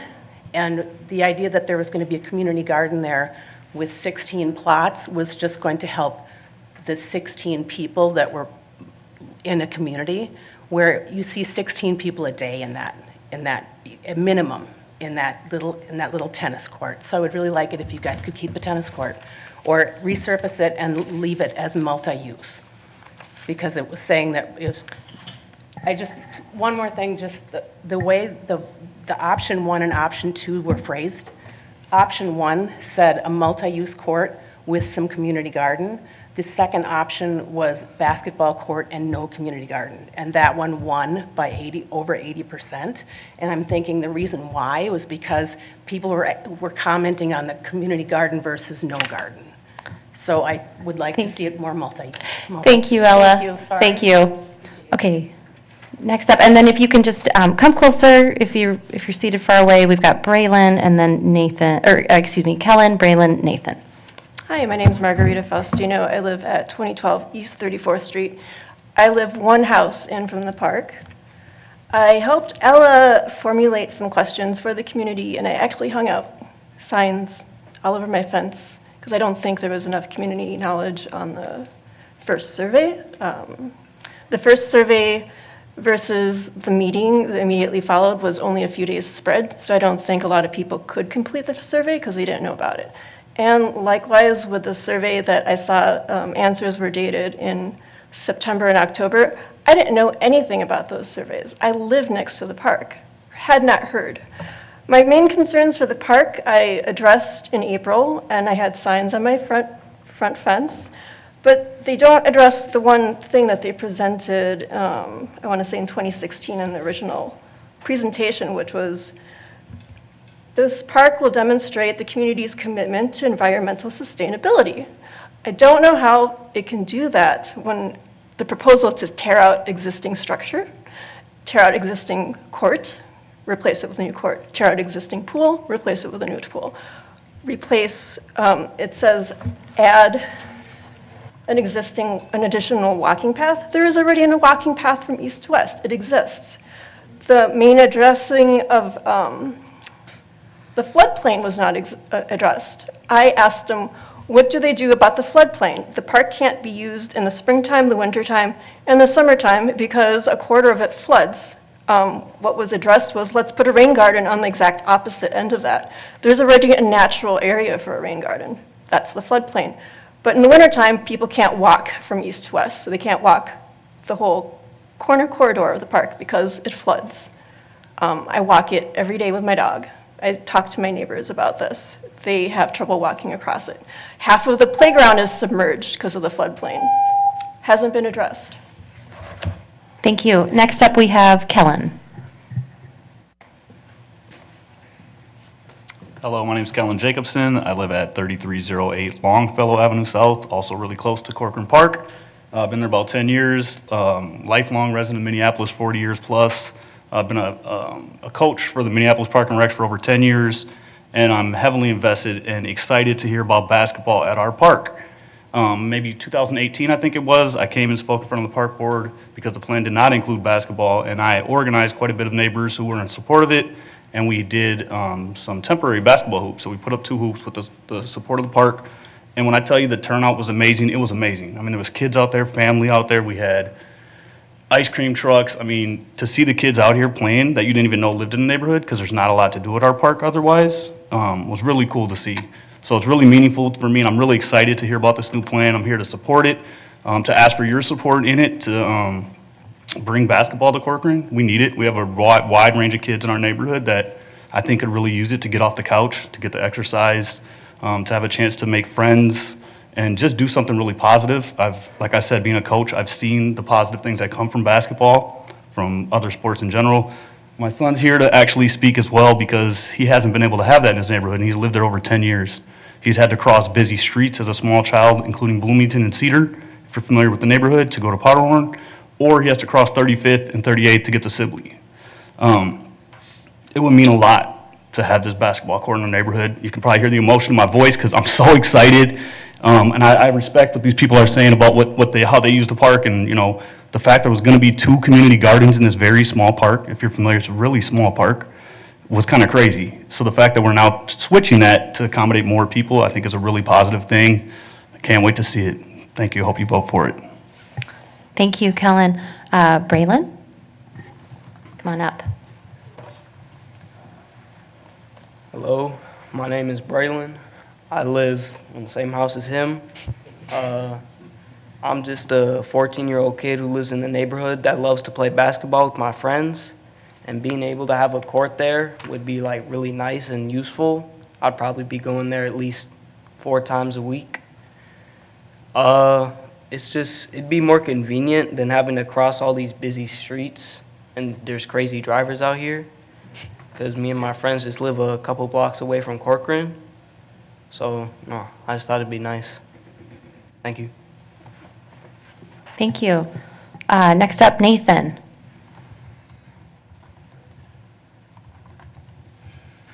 Okay, this is my baby's first attempt at democracy, so everybody go easy. And also, you have to pay attention to me, even though it's hard when I'm holding the baby. So I want to just say that I really appreciate everyone taking the time to do this. I organized a door knocking campaign where we knocked, I think, 400 doors. I'm sorry that we didn't get to your house, but we did knock 400 doors with volunteers to make sure everybody had a chance to hear about this new campaign. I did this while my wife was super pregnant because I really believe in this. I have a 6-month-old, and I'm here. And I took time to survey South High teachers. I interviewed many South High teachers. I was a South High educator myself, and they overwhelmingly said that they would like to have a basketball court, and that there was not a place for teens to show up. And when we went door to door, we routinely talked to teenagers who said they don't go to that park because there's nothing for teenagers, and it's a little park for babies.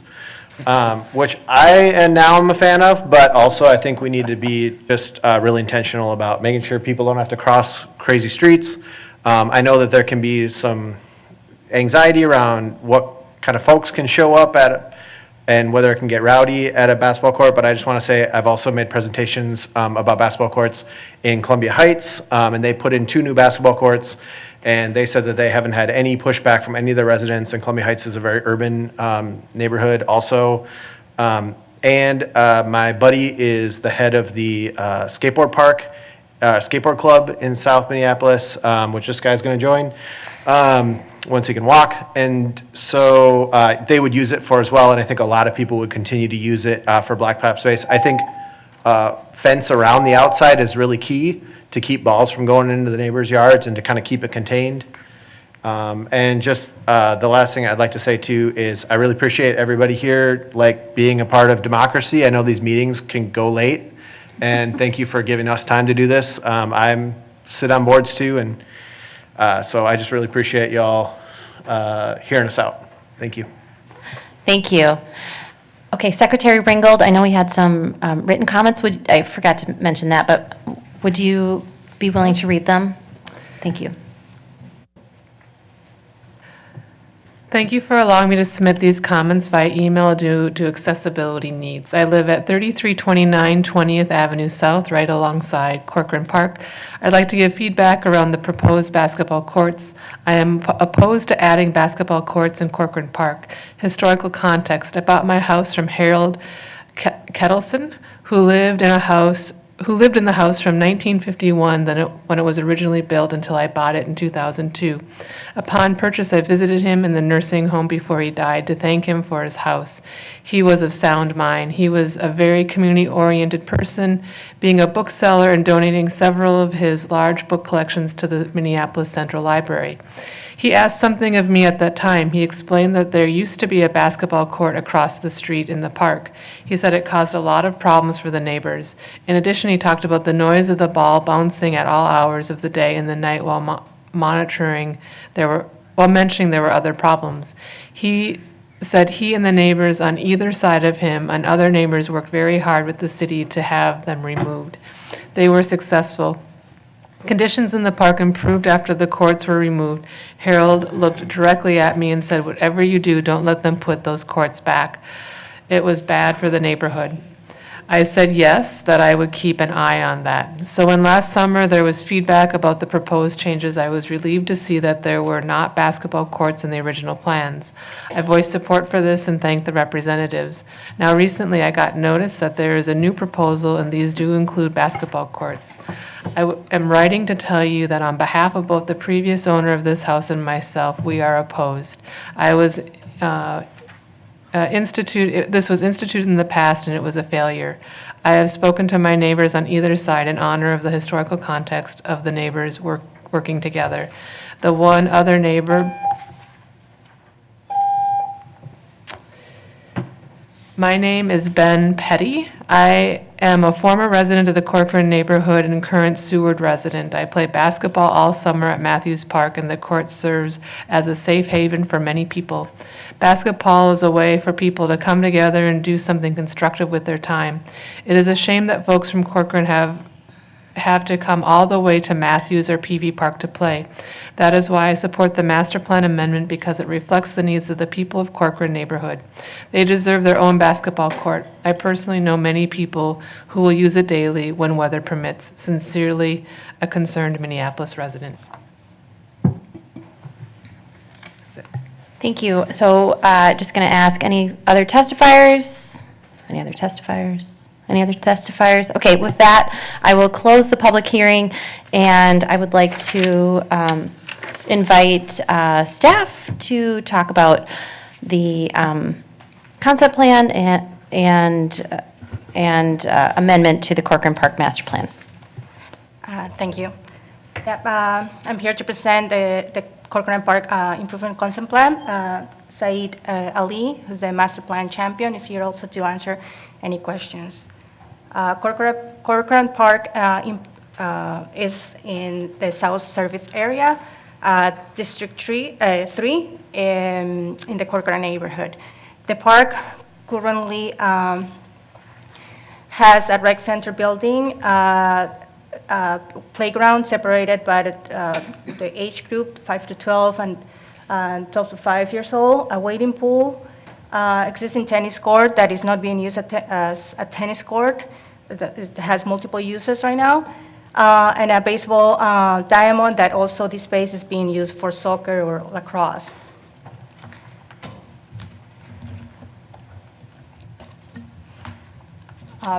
The master plan approved in 2016 recommends keeping most of the existing features. It proposes removing the parking lot for more green space and urban agriculture, and removing the tennis court for also green space and urban agriculture.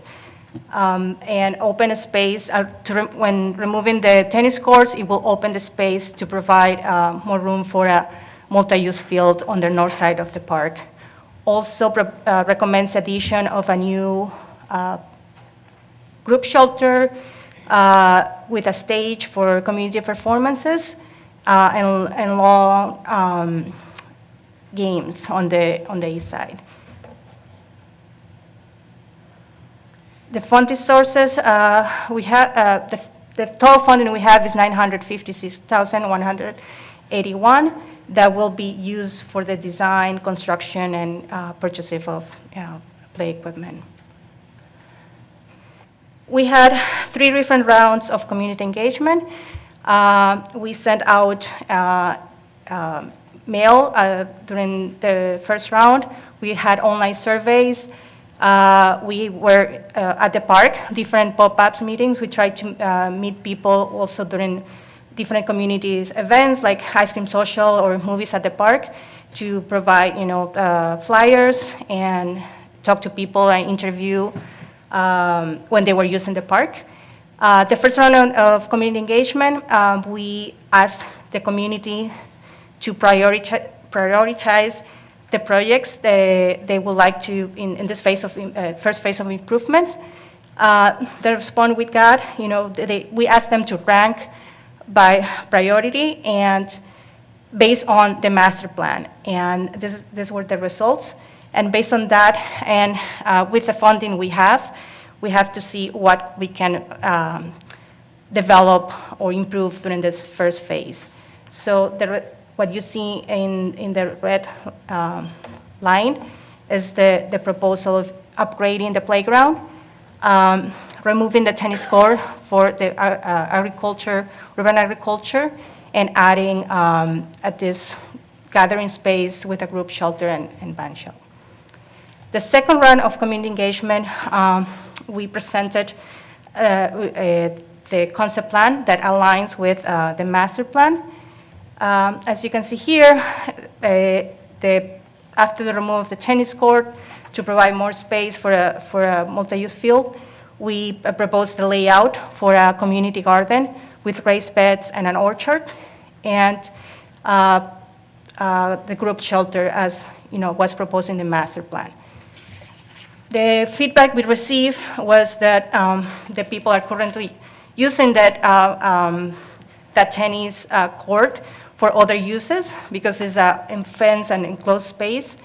and people wanted to keep it as it is or repurpose it as a multi-use space or a basketball court. We also heard that there's no need for a community garden in this neighborhood because there's already a few blocks from the neighborhood, from the park, there's another community garden. And the master plan proposes also a second community garden that we could do it in a later phase. So based on that feedback, we came back, we tried to meet, because also we heard also for support for the community garden as well. So we tried to meet to provide different alternative for the community garden, also for that multi-space or this hard surface space that could be used for multi-use. So we brought two options. The first option is kind of like a hybrid that has a smaller community garden with an orchard, but also proposes multi-use space, kind of a court where people can sit around. It would have 2 basketball hoops with different heights, and with additional, picnic tables and drinking fountain as well. And the other option was a full-size basketball court. In this case, would be a high school size, so we can still have space for a multi-use field and provide also stormwater basins with rain gardens and to collect the water from the basketball court. This one will also have, picnic tables and gathering space around. So we put this out as on a survey. We were at the park also having pop-up. We were at neighborhood meetings with boards and talking to the people. And in generally, we received responses and full support for the full-size basketball court. We collected a lot of feedback, and I mean, this is kind of like a summary. We are doing other improvements. There we have site analysis that we identified other improvements on the sidewalk, the water. There's a part in the by the 2 to 5 playground behind the rec center building that floods and it gets icy, especially during this time. We will address those issues as well, and and other issues if there's a crack on the pavement, and so that will be part of the improvements as well, and addition of picnic tables and a water fountain as well. So the concept plan, the final concept plan that we are proposing tonight for approval is the one with a youth side basketball court. It will partially be fenced to prevent the ball also going to the street on the north side, on the west side. And this part, since there are trees that provide shade, and we will remove the fence on that side and provide seating area to take advantage of the shade of the trees, but also allows that flow of people accessing on that side of the park. And then, yes, the playground, the 5 to 12 years old and the 2 to 5 will be upgraded. We will stay in the same, and we'll do some improvements around the sidewalk in that area. And the band stage, picnic shelter as well. And if there's enough money during that phase, we might remove the existing diamond and maybe do some seating to allow kids to use that multi-use field for now, but we'll come in a later phase to improve and do a full multi-use field.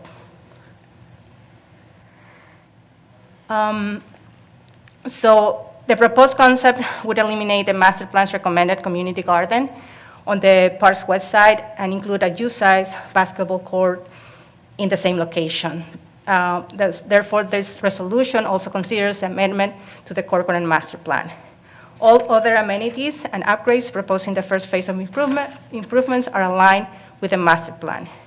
Also, it's important to note that the master plan includes another community garden on the east side of the park after the partial removal of the parking lot.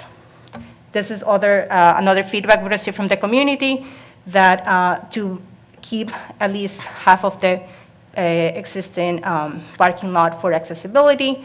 But that will happen, not in this phase, but in a later phase.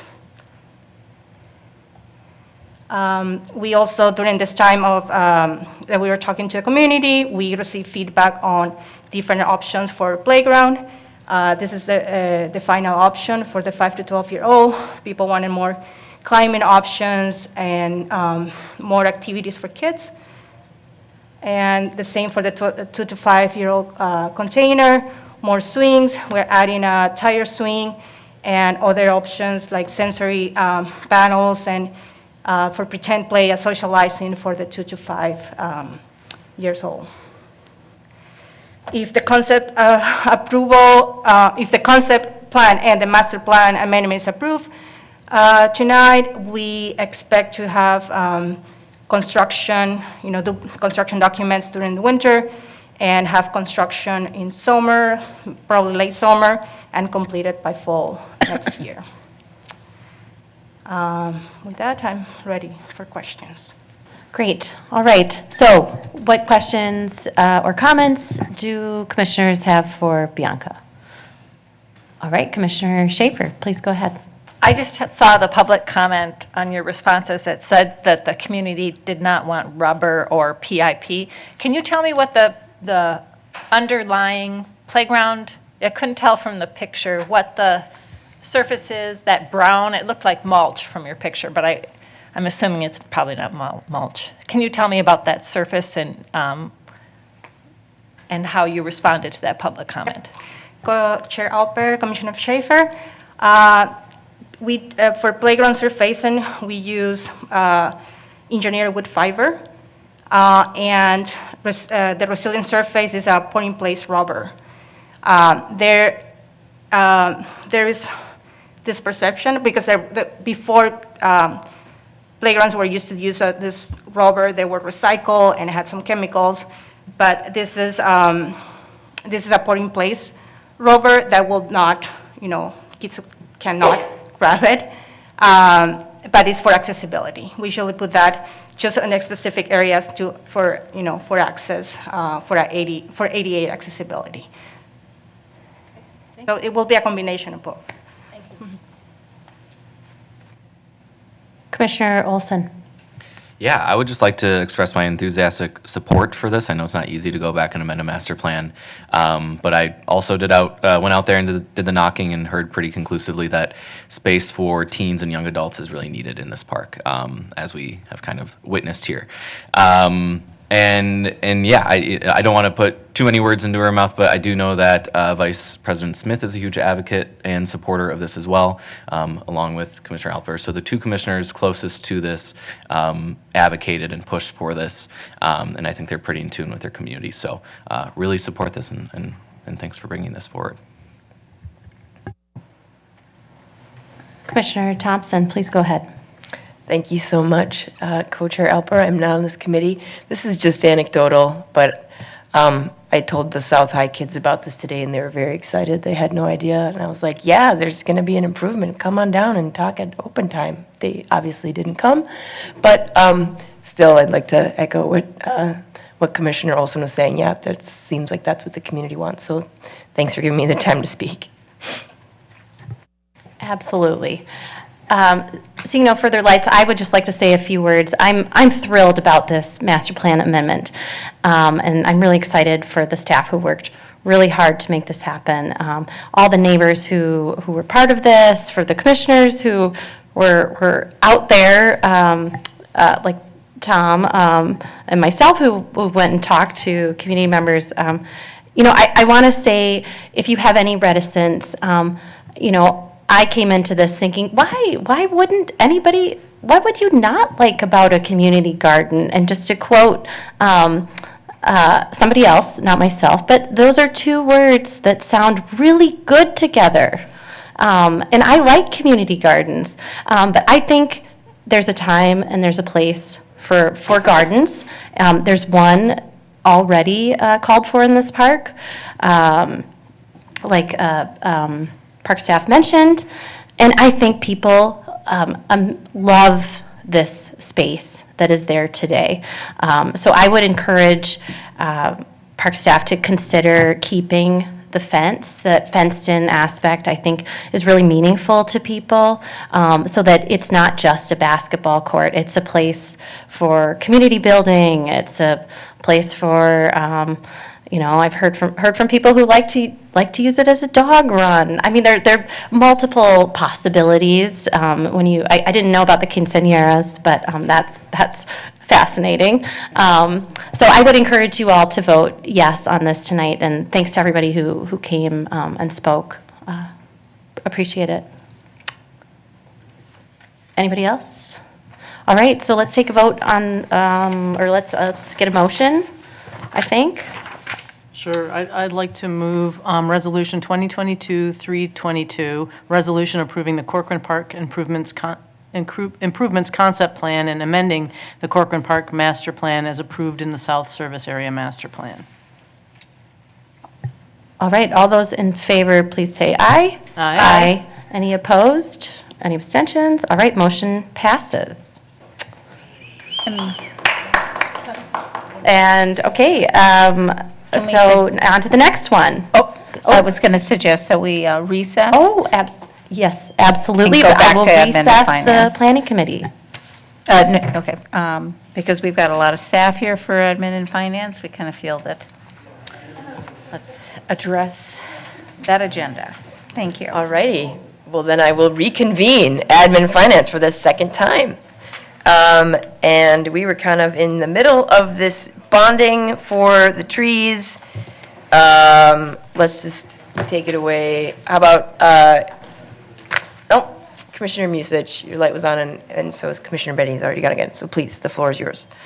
Thank you so much, Co-Chair Thompson. So I'd like to share a little bit with my colleagues about why diseased tree removal is a timely thing and necessary to do once you've identified a tree as diseased. Ash trees in particular become incredibly brittle very fast after they die. And the longer that you leave them there, the more you're allowing for that habitat to continue to spread emerald ash borer more quickly to the surrounding area. You're also increasing the removal cost for that homeowner. That cost becomes exponentially more expensive the more brittle the tree becomes, because it becomes more dangerous for them to remove it themselves. You're also then raising the risk for that homeowner because that tree is more likely to fail. And if it's close to the home or to a place where they play or to their garage, it's more likely to fall on those things. So I would just ask that people understand a delay undoes some of the benefits that removing a diseased tree, once it's been identified, provides. That's all I got. Thanks. President Forney. No, go ahead. Oh, okay. Commissioner Benny for the second time. Yeah, actually, that's some of what I was going to say. I believe that a dead limb or a dead tree can be known as a widowmaker for a reason. They're actually really dangerous. And so I think, pulling back, thinking about what we heard tonight, knowing what I've been through with my own experience getting my tree tagged in this year as well, this body is responsible for governing. And so I think it would be irresponsible to jam up the conveyor belt, for lack of a better term, and stop the program before we have something to put in its place. So if my colleagues are going to vote against it, then I would expect next year at this time we're going to see a proposal in hand, possibly already enacted, to replace this way of doing diseased tree removal in the city of Minneapolis. But for now, I mean, I would hope that we would pass this tonight and keep the process going, and then we've got time, those who are interested, to work on this going forward. President Forney. Yeah, I feel like I'm a parrot. I totally agree. If I'm listening to what Commissioner Alper and Commissioner Menz are saying, there seems to be flaws potentially in the system of how it's impacting homeowners. But the resolution before you isn't about the program, it's about funding for something that you both, Commissioner Musich and Commissioner Venny has spoken to. It's so critical. I mean, it's like saying whether or not you want to have homeowners insurance or not. That's really what it's about. And to vote against funding for this, to me, is irresponsible, particularly after hearing what Council Rice is saying, is that it is our obligation. And how, though, that program can better be aligned to meet the adverse effects on the homeowners, I think is really critical, and we need to continue to evolve on this. We have, in so many ways, created ways that we thought would help assist in this burden. But I just would really encourage you to support the resolution and let us come forward with a more robust program on how we can address the adverse effects on those who are being impacted. Commissioner Olson. Yeah. Couple thoughts. First, Council Rice, so Commissioner Menz did mention, so this doesn't stop at our borders. Other cities obviously have their own way. Has there ever been discussion for state level aid for folks who are at a really low income who would be at risk of losing their homes over something like this? We are in the committee hearing, right? So this is Chair Thompson, Commissioner Olson. I believe so. I believe in the 70s when the Dutch elm disease was proliferating, there was some state assistance that aided homeowners in their removal. But we'd have to do some research on that. But I talked to Director Wiseman, and we seem to, I wasn't there then. I'm not that old. Okay. But I believe, I was a resident of the city, and I seem to remember something about helping residents get rid of trees, but exactly what it was, I don't know. It might take, I think President Forney said, maybe it is time to come up with a new approach or a program or modify, evolve how to deal with this, and that could be one of the options. But right now there isn't, and it could even come in the form of like a tax credit or something. You took down a tree and you were required to take it down, and so, but that, and then that might not help, people with on an income that doesn't have it, but it's possible to answer, yes. And Director Wiseman, so if somehow this doesn't go forward, we can't ask for the debt and the bonding until the next fiscal year or next meeting? Like, what's the? Co-Chair Thompson and Commissioner Olson, you can do this resolution requesting the Board of Estimate and Taxation to incur the indebtedness. You can do this in 2023 for 2023. You would just need to do it prior to us starting the tree removal program in 2023. Do we remove trees during the winter? Mm-hmm. Yeah, so it's a year, so it doesn't stop. Okay. Yeah, so I just some thought, I'm very conflicted because, I'm hearing the pleas of folks who are, finally being hit by this burden and what we have isn't inadequate.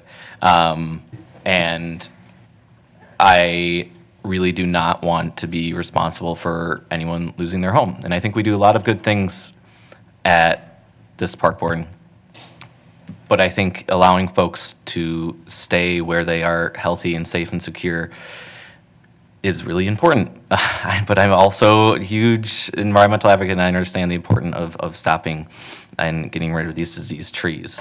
And I also, to some other points, while maybe this is not the best resolution to, stop, I think it kind of sends a signal of urgency that, personally as a commissioner, I would be, I think, willing to take on the cost and the burden if folks are unable to pay, or if they can show I'm going to lose my home with this. I think that would be some space in the budget that I would be fine with. I just want to find an alternative because I know I really don't want to cause pain, and I know that we can maybe cause more pain with the trees, but I'm just seeing some very real, danger coming on to folks. So, so for that, I think I'll vote against it. If it passes, fine. But let's really find a good solution for these folks. Thanks. Commissioner Alba for the second time. Thank you. So I'm hearing from Council Rice that it's our prerogative. I'm hearing from Council Rice that there are other options potentially, and that it's up to us. You know, when I feel very lucky to say that I live in a house that I own, and when my husband and I were, when we bought it, we knew that it had an old roof. And we thought, okay, when are we going to replace it? And we decided, well, let's wait a year. Okay, let's wait another year. We did it this year after 7 years. So I think there is value in stepping off of the assembly line that we are on right now and re-examining our processes. I'm not saying to wait 7 years like with my roof. I'm just saying we could wait a month, 2 months. We could look at what are other cities doing with Emerald Ash Borer, and how are they paying for programs on private property. We could look at how we notify homeowners. Lots of options. I don't think it's irresponsible. I think we are doing undue harm with how we are pursuing this at the moment.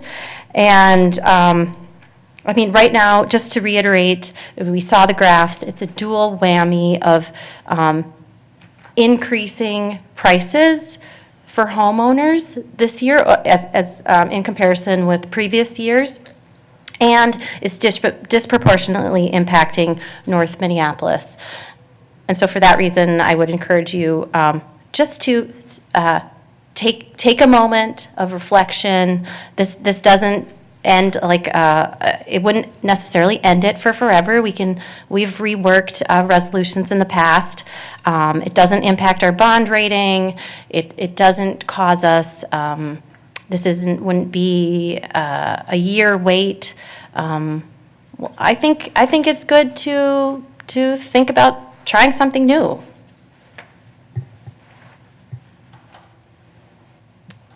Co-Chair Schaefer.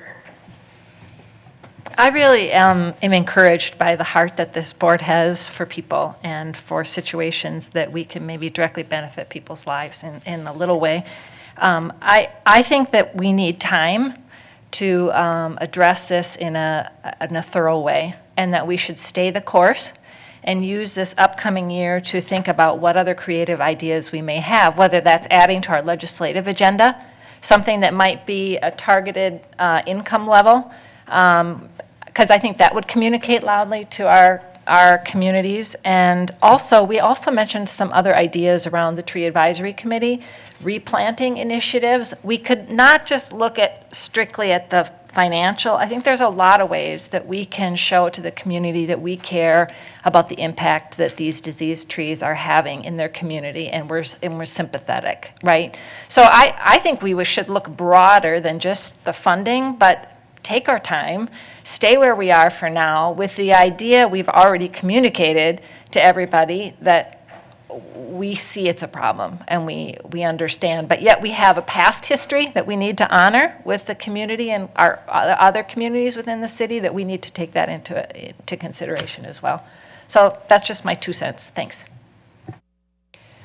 I apologize, Commissioner Menz. I do see your light over there, but I noticed you've already spoken twice.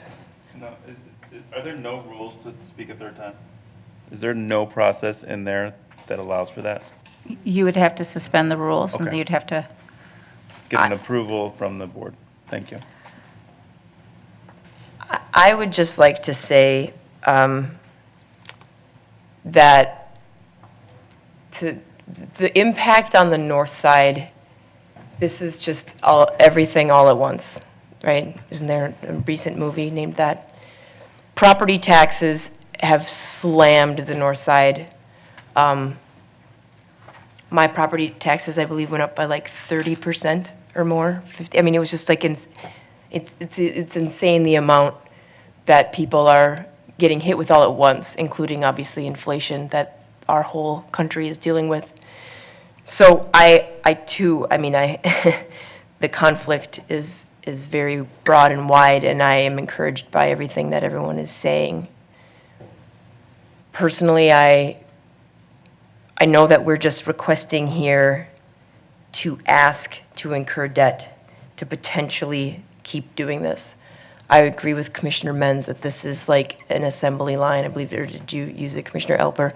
I agree that that is sort of what we're doing if we aren't mindful to take this moment and say we're going to change it. I personally am concerned to just stopping it right now. It's like your heating bill. You know, like I don't like my forced air heat because it dries everything out in the winter, you know. But I certainly prefer that to no heat. So that's my take on this in this moment. Again, I apologize, Commissioner Menz, if anyone else has anything else they'd like to say. Otherwise, I will call this for a vote. Oh, and remind us all that this is technically in committee, so we will talk about it again with Vice President Smith here. Yes, Commissioner Olson. I would just like to request a roll call vote. That's fine with me. Secretary, can you please call the roll? Commissioner Olson. No. Commissioner Musich. Aye. Commissioner Menz. No. Commissioner Elper. No. Commissioner Abene. Aye. Vice President Smith, absent. President Forney. Aye. Commissioner Schaefer, or sorry, Co-Chair Schaefer. Aye. Co-Chair Thompson. Aye. There are 5 ayes, 3 nays, 1 absent. Okay, that passes.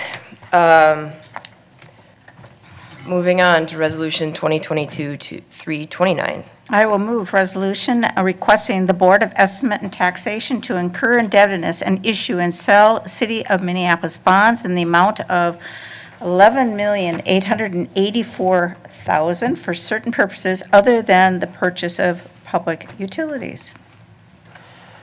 Any questions, comments, presentations on this?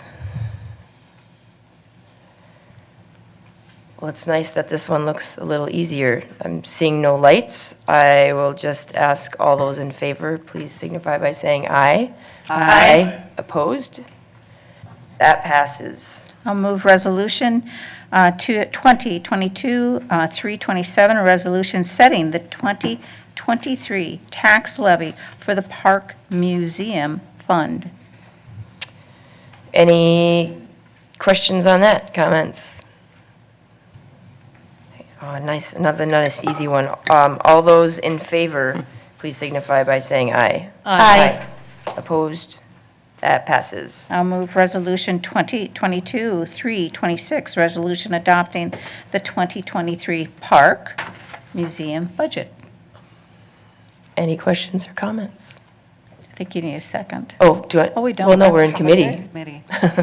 Forgetting, sorry. Seeing no lights, I will say, all those in favor of this resolution, please signify by saying aye. Aye. Opposed? That passes. Okay, on to resolution 2022-325, resolution setting the 2023 tax levy for the Minneapolis Park and Recreation Board. Any comments, questions? Seeing no lights, I will say, all those in favor, please signify by saying aye. Aye. Opposed? That passes. I'll move resolution 2022-324, resolution adopting the 2023 Minneapolis Park and Recreation Board budget. Okay. I will start with Commissioner Musich. Thank you, Co-Chair Thompson. I would like to make a motion to amend the budget The amendment being proposed is an action to amend the park enterprise operations budget to increase the appropriation by $249,878 to a new total of $14,754,622.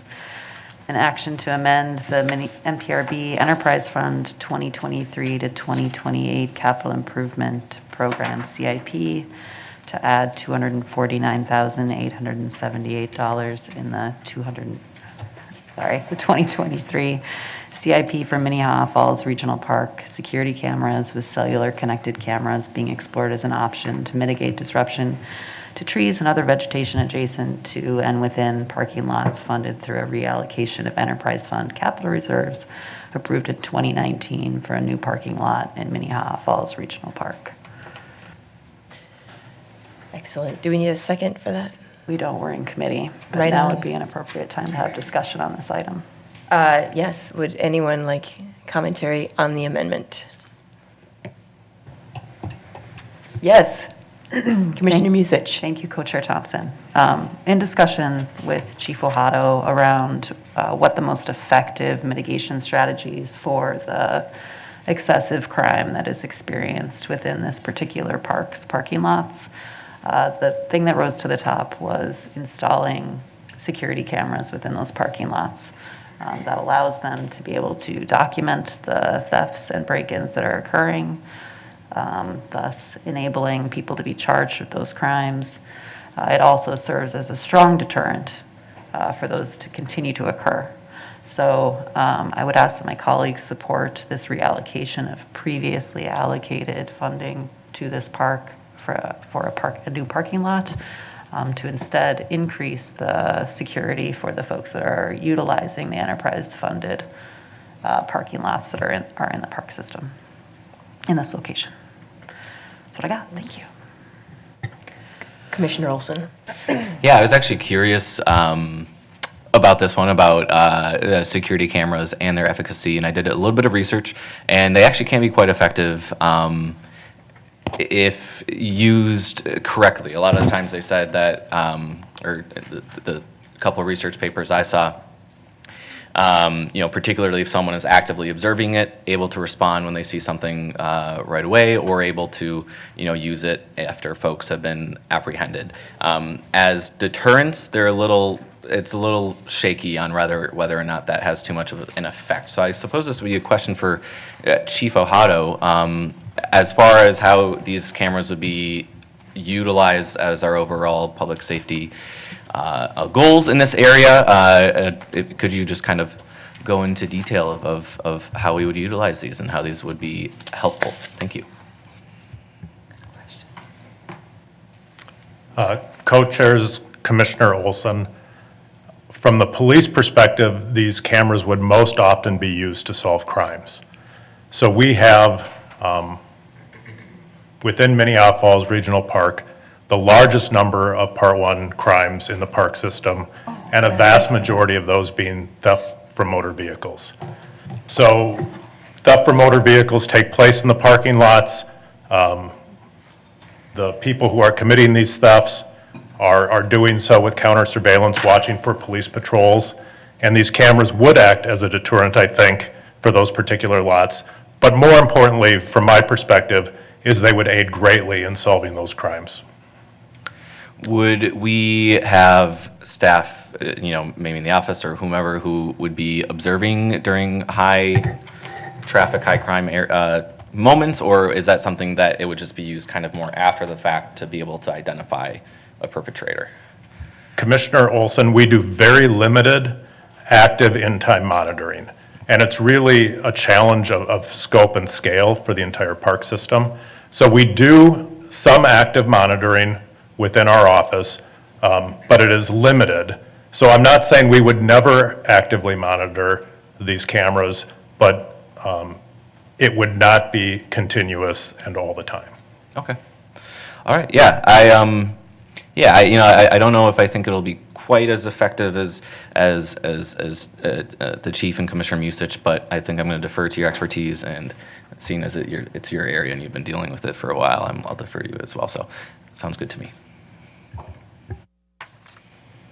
Any other questions per the amendment?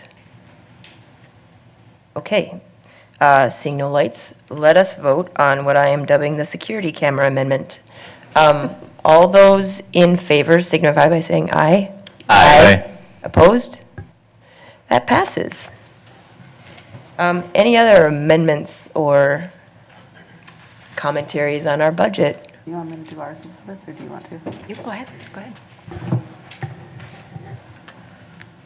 Commissioner Musich. Thank you, Commissioner Thompson. On behalf of Commissioner Schaefer and myself, I'd like to move an amendment to the budget. The action is to allocate $91,394 for the hiring of one full-time natural resources technician, supplementing the 2 current MPRB natural resource positions overseeing 400 of our 1,200 natural area acres. The position budget, which is staff supplied, the salary is $84,894. The computer/phone expenses are $4,500. And equipment and supplies are listed at $2,000. Another action is to decrease the allocation from the general fund to the land acquisition fund by $39,394 and eliminate one Teen Teamworks crew at $52,000. Are there any questions about this amendment? Yes, Commissioner Musich. I would just like to provide additional context for my colleagues around how we got to these funding items. The land acquisition fund and Team Teamworks line items were suggested by staff to be pursued for the funding for this position. The land acquisition fund, we could choose to replenish should there be any 2023 excess fund balance dollars. And the Team Teamworks crew would be an add for this year, so it's not, we're not eliminating a position that in past years has existed. This would have been an increase into that program this year. By creating this position, we're essentially putting in place the staffing required to create the work plans for the Team Teamworks teams so that they're doing things that are advancing our land management plans and strategies that we've spent a lot of money putting in place to do, so that we can give them real meaningful work to advance our environmental goals. So I would ask that my colleagues support us moving forward with expanding our ability to care for our natural spaces in the system. I'll just add one thing to what Commissioner Musich said, is just another detail. But the total Teen Teamworks budget that we're taking, this is not an ad, was about $1,090,000. So it would be taking $52,000 from that million plus number. That's it. Thank you. Any questions? Yeah, Commissioner Olson. Yeah, I do really like Team Teamworks, and perhaps Mr. Berkey could explain. So in some ways, this would maybe our overall capacity for having new folks on would be lowered, but the actual quality and the effectiveness of the program might be increased with this change. Could that be an accurate statement?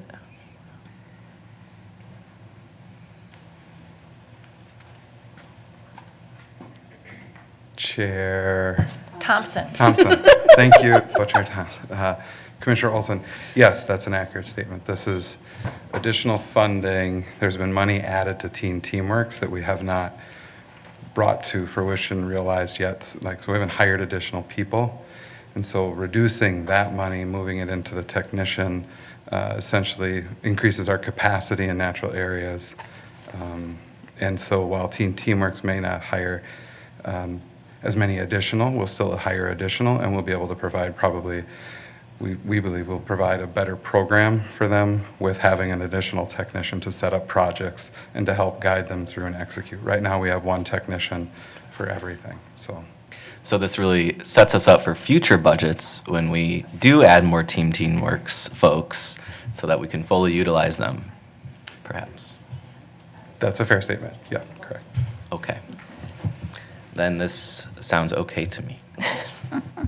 Are you going to, no? Oh, Commissioner Benny. Just briefly, I appreciate Commissioner Schaefer and Commissioner Musich working on this, a very creative solution that the staff also has brought forward to figuring out how to get this done quicker.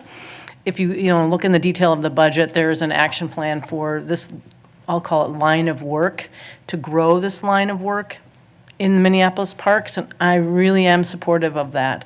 So this gets us a little even further ahead and possibly bringing in the right type of skill set to help inform that effort next calendar year. So thank you so much for doing this. I know this was a lot of work. I appreciate it, and I'll be supporting it. Anyone else? Okay, seeing no more lights, why don't we vote on this natural resource technician amendment? All those in favor, please signify by saying aye. Aye. Any opposed? That passes as well. Anyone else like to speak toward our budget? Any other amendments? Commissioner Alper.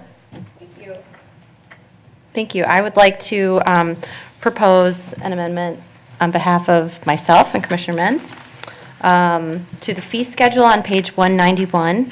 The change, in essence, would increase the permit parking rates at Parade and Nicollet by $50 for each of the 4 that are listed here. So Parade semester, Parade school year, Nicollet semester, Nicollet school year. I just want to read, yes, so that would just what it would do, and also to better call out who these passes are for. So that is the underlined text that you see in your amendment packet. Any questions about this amendment? Co-Chair Schaefer?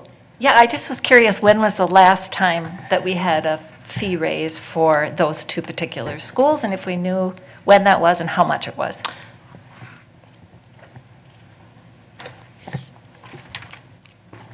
Good evening, Commissioners. Co-Chair Schaefer, Commissioner Alper, to your amendment. The Nicollet Island fee is new, actually, only in the past few years. I believe it was 2019 when we first offered school year and semester passes for students at DLSL High School. The Parade lot I inherited, and I actually could not find the history on the last increase. However, I believe it was more than, the past 3 to 4 years, for sure. Thank you. Commissioner Benny. Yes, thank you. Just a couple of quick questions. I think, how much additional revenue would this generate for the 50-50-50-50, if we know, roughly?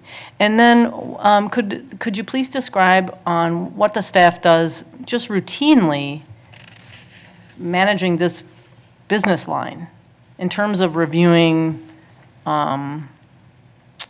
operating costs, recovery, market rates, and what's your professional approach to setting fees?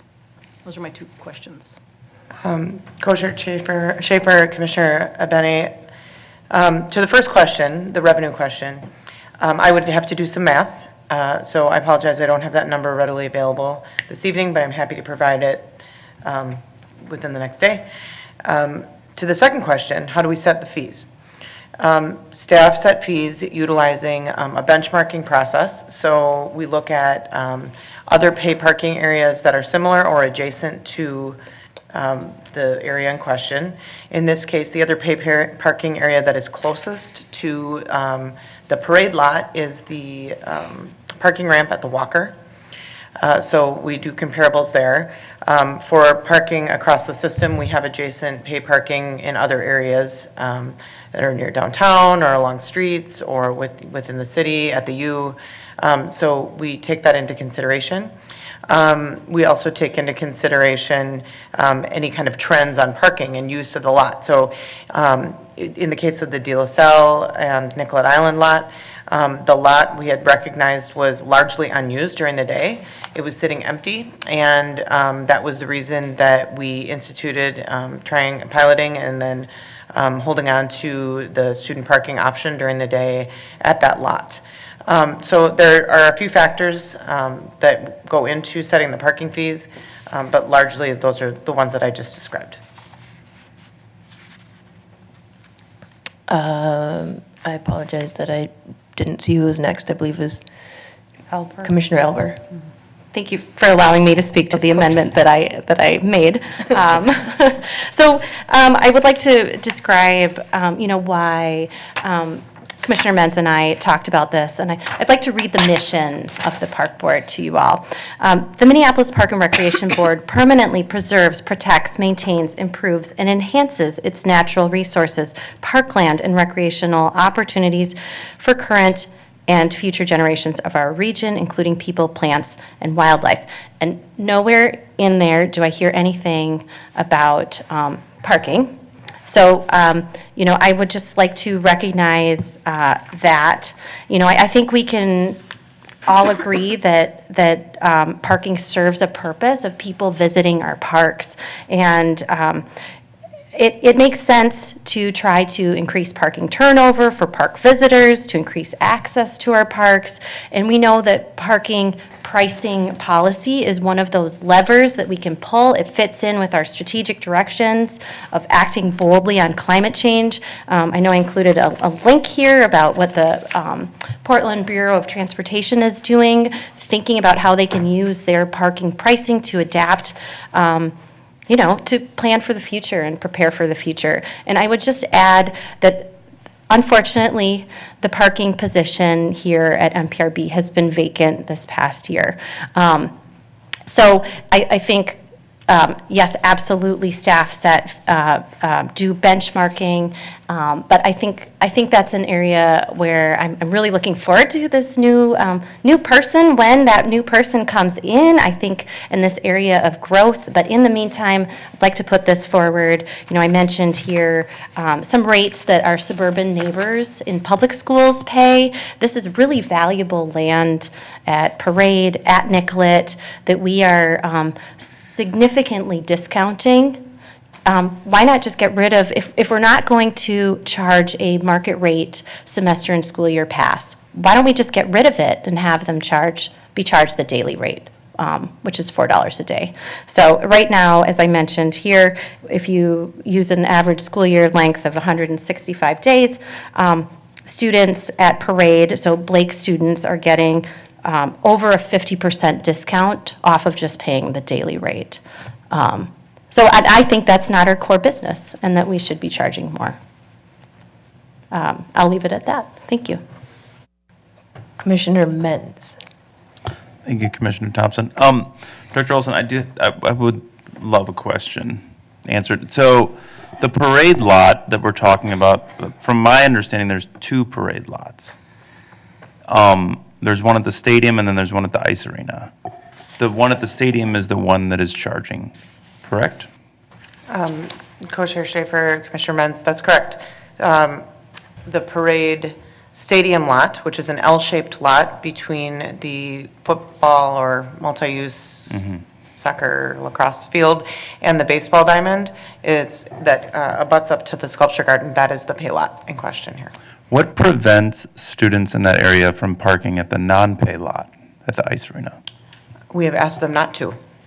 So there is no punishment or enforcement of parking in that other lot, which is almost as big? The Parade Ice Garden lot serves the ice arena. There we entered into an agreement with Blake School allowing students to park at the Parade Stadium lot using this parking pass system. I can't speak to the enforcement of parking there. However, as good neighbors, the Blake School and students have actually done a very good job of parking in an area that we identified that could serve them during the school day when it is largely unused during the school year and school day. And they are typically not in that lot after hours when we are more often using the lot for the, serving the fields, the athletic facility that is there. Occasionally, like when we were doing construction at the parade lot, when we redid the entire surface, it was a large construction project. We did disperse those students, and we provided them with agreed upon alternative locations. Sometimes that was at the Parade Ice Garden lot, but we worked around programming schedules in order to do so. Have we ever considered finding income from the Parade Ice Garden lot? That is actually not my area of Okay. expertise, so I wouldn't want to speak to that specifically. The Parade Ice Garden lot serves the ice garden, and it is not one of our pay lots in the regional system.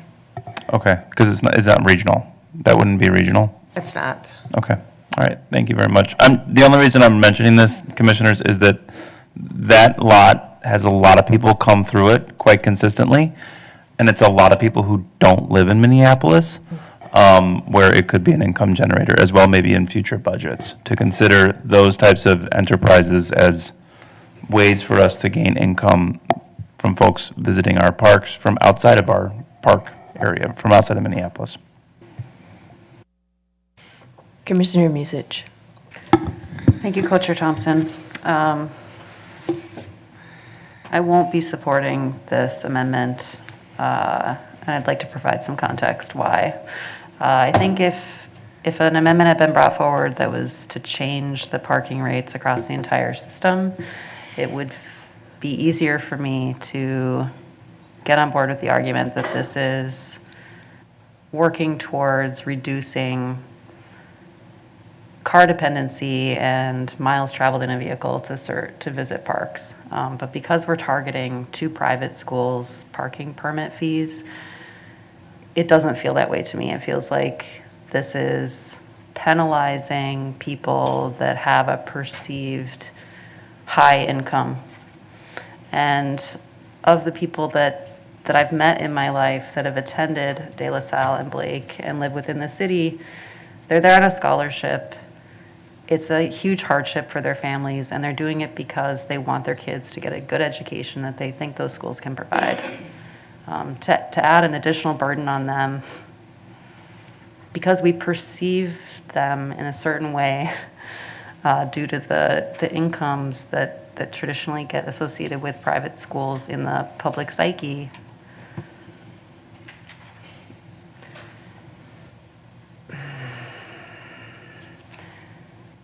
I just can't get on board with something that feels that way. So I won't be supporting this amendment. Commissioner Olson. Yeah, just in a little bit of response to that, I really don't think it's a few things. I don't think it's targeted because we're trying to, go after rich kids. I think when previously a larger, more system-wide amendment was kind of being thought of, questions around this were being thought of, people kind of balked at going to the whole 9 yards. And so this is a good way of us kind of testing some theories around pricing and parking and changes and how it could affect our system. I mean, we're all the time advocating for kind of, smaller steps so we can find out if it works for the wider system. And so I think this is a great way to do that, because I do want to do this system-wide, because I do want to make those climate impacts, and I do want to raise that revenue. And I will also say, if we're talking about burdens on families, vehicle ownership is a massive burden that we have in our society that we just kind of say is fine, but it is incredibly detrimental to a ton of folks. I mean, so many folks, they lose their jobs because their car breaks down and they can't afford it, whatever. I'm not going to get into all of that. But the point is, at the end of the day, tens of dollars for an individual in a year's time to park a vehicle, I don't see it as that great of a burden, truly. And this is a good step for us to look at a greater system impact. So I'd really, really, ask folks to support this. This is something that I'm passionate about and I'm curious about, and I want to see our board pursue this further. So, thank you. I have some questions. Do we have Do we have yearly permits with any other sort of organizations around our city, our parks? Co-Chair Schaefer, Co-Chair Thompson. We have contract parking. So this is a form of contract parking. The types of parking permits that we issue are an annual parking permit, which is more of kind of a general park user option for folks who frequent the parks. We have contract parking. We had it more so widespread, but it's getting smaller and smaller as things change across the city. Currently, we have contract parking at the Lock and Dam, so below the Stone Arch Bridge for commuters. And this is another version of contract parking. We have actually had contract parking in addition to the school parking at the parade lot in the past, but the demand for that has since kind of dissolved, so did the program. Additionally, when there are particular projects or things of that nature, we issue short-term contract parking to folks who are maybe working in a particular area near a park where there may be parking available during particular hours. So we take that opportunity to issue those parking options for folks. But yeah, this is just another option, a contract parking option. And you had said that the De La Salle, that kind of parking has only been a couple of years. How long have we been in a relationship with Blake? If you know, and you said it predated you, I think, if I recall. It did. Co-Chair Thompson and Schaefer, it actually did predate me. There was a time when the enterprise parking function was kind of owned by Gulf, which seems strange, but we were organized differently then. And it was an enterprise operation. At that time, I believe that's when the relationship started with the Blake School at the parade stadium lot. There was even a link to ICE at that time. So and sadly, none of the staff who were involved in those particular relationships are still with the park board. So I only have the information on that particular relationship since I've had it in my house. Thank you. I'll Co-Chair Commissioner Benny. I have a question for Commissioner Elper.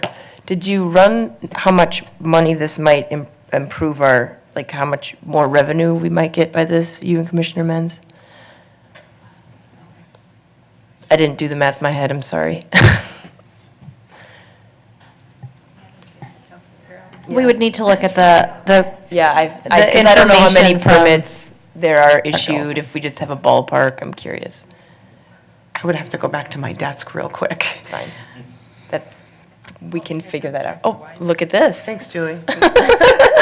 Co-Chair Thompson and Commissioners, what I would say is that the school year goes through June, and then the next school year starts in September. So if you do this increase is not going to go into effect until September of 2023, which, doesn't leave very much time to generate revenue in 2023. You also don't know, if you increase these rates, if you're going to sell less permits. And so at this point, I would not recommend any adjustment to the enterprise fund revenues. And I would say that we need to let this process happen and to determine how much revenue, a revenue increase or a revenue decrease is generated from this change. Yeah, I am curious, thank you for that. Do we already have sort of embedded rate increases sort of in the system that we have scheduled? No. Okay. Yeah, I see the nod. I'm going to accept it as a yes. Commissioner Benny. Yes, thank you for calling on me again. I'll say this, and I appreciate again the work that's gone into this, but I would support a thoughtful rate increase that was driven from the staff based on kind of managing this as an enterprise fund and understanding what it is. I really am uncomfortable saying that this is a win for climate change. I think that's kind of silly. Like I mean that respectfully, but if you look at the whole transportation slice of the carbon footprint pie, this is not even, it wouldn't even show up as anything. And to treat it as a social engineering experiment, I think, is a mistake when we have things like frivolous air travel. We have every aspect of our shipping sector in that transportation piece of the pie. This is so minor, it's not even on the radar. And I think that if Minneapolis, and the Minneapolis parks particularly, is focusing on people's car use as a win, I think we're missing the forest for the trees. I think we're missing a real opportunity to affect a positive climate adaptation approach here with our parkland in this city. So as a reason to do something like this, that makes me almost not want to vote for this, and I won't be supporting this. Sorry. Commissioner Elper. Thanks. I beg to differ about the stats. Appreciate your comments, but I would like to say that based on 2020, the largest sector contributor to human-caused U.S. greenhouse gases was the transportation sector at 27%. And of the transportation sector, light-duty vehicles and medium and heavy-duty trucks, well, okay, now I need the math expert here, but 57% is light-duty vehicles, and I would beg to argue that that is us. That is all of us with our passenger, our cars. So, I think this is a way to pilot something. Like I said, the position has been vacant for the last year. So, this is what I do in my day job. I think it would be great to see something that's system-wide, but I think this is a baby step towards that. I think there was reticence towards a larger, some sort of amendment. System-wide, I would like to say that the MAC, they raise their parking prices, I think it's every 2 years. They just had an increase. So, we would not be alone in that. So anyway, just a few thoughts. Thanks. Commissioner Olson.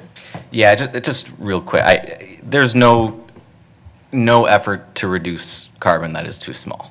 There's no climate action that is too small. It is that kind of, I'm sorry, but it's that kind of, we could look at any individual action that we're doing within our park system and say, well, that's too, if you look at the global percentage of carbon, really, if you look at China, really, we got to be, it's that kind of mentality that I think has gotten us as a society into that place in the first place, is that we're always trying to point at the bigger guy when we can take actual action that can maybe lead to greater change in this little sliver, adds to this sliver that adds to a society that can actually have a sustainable future. And so it's just,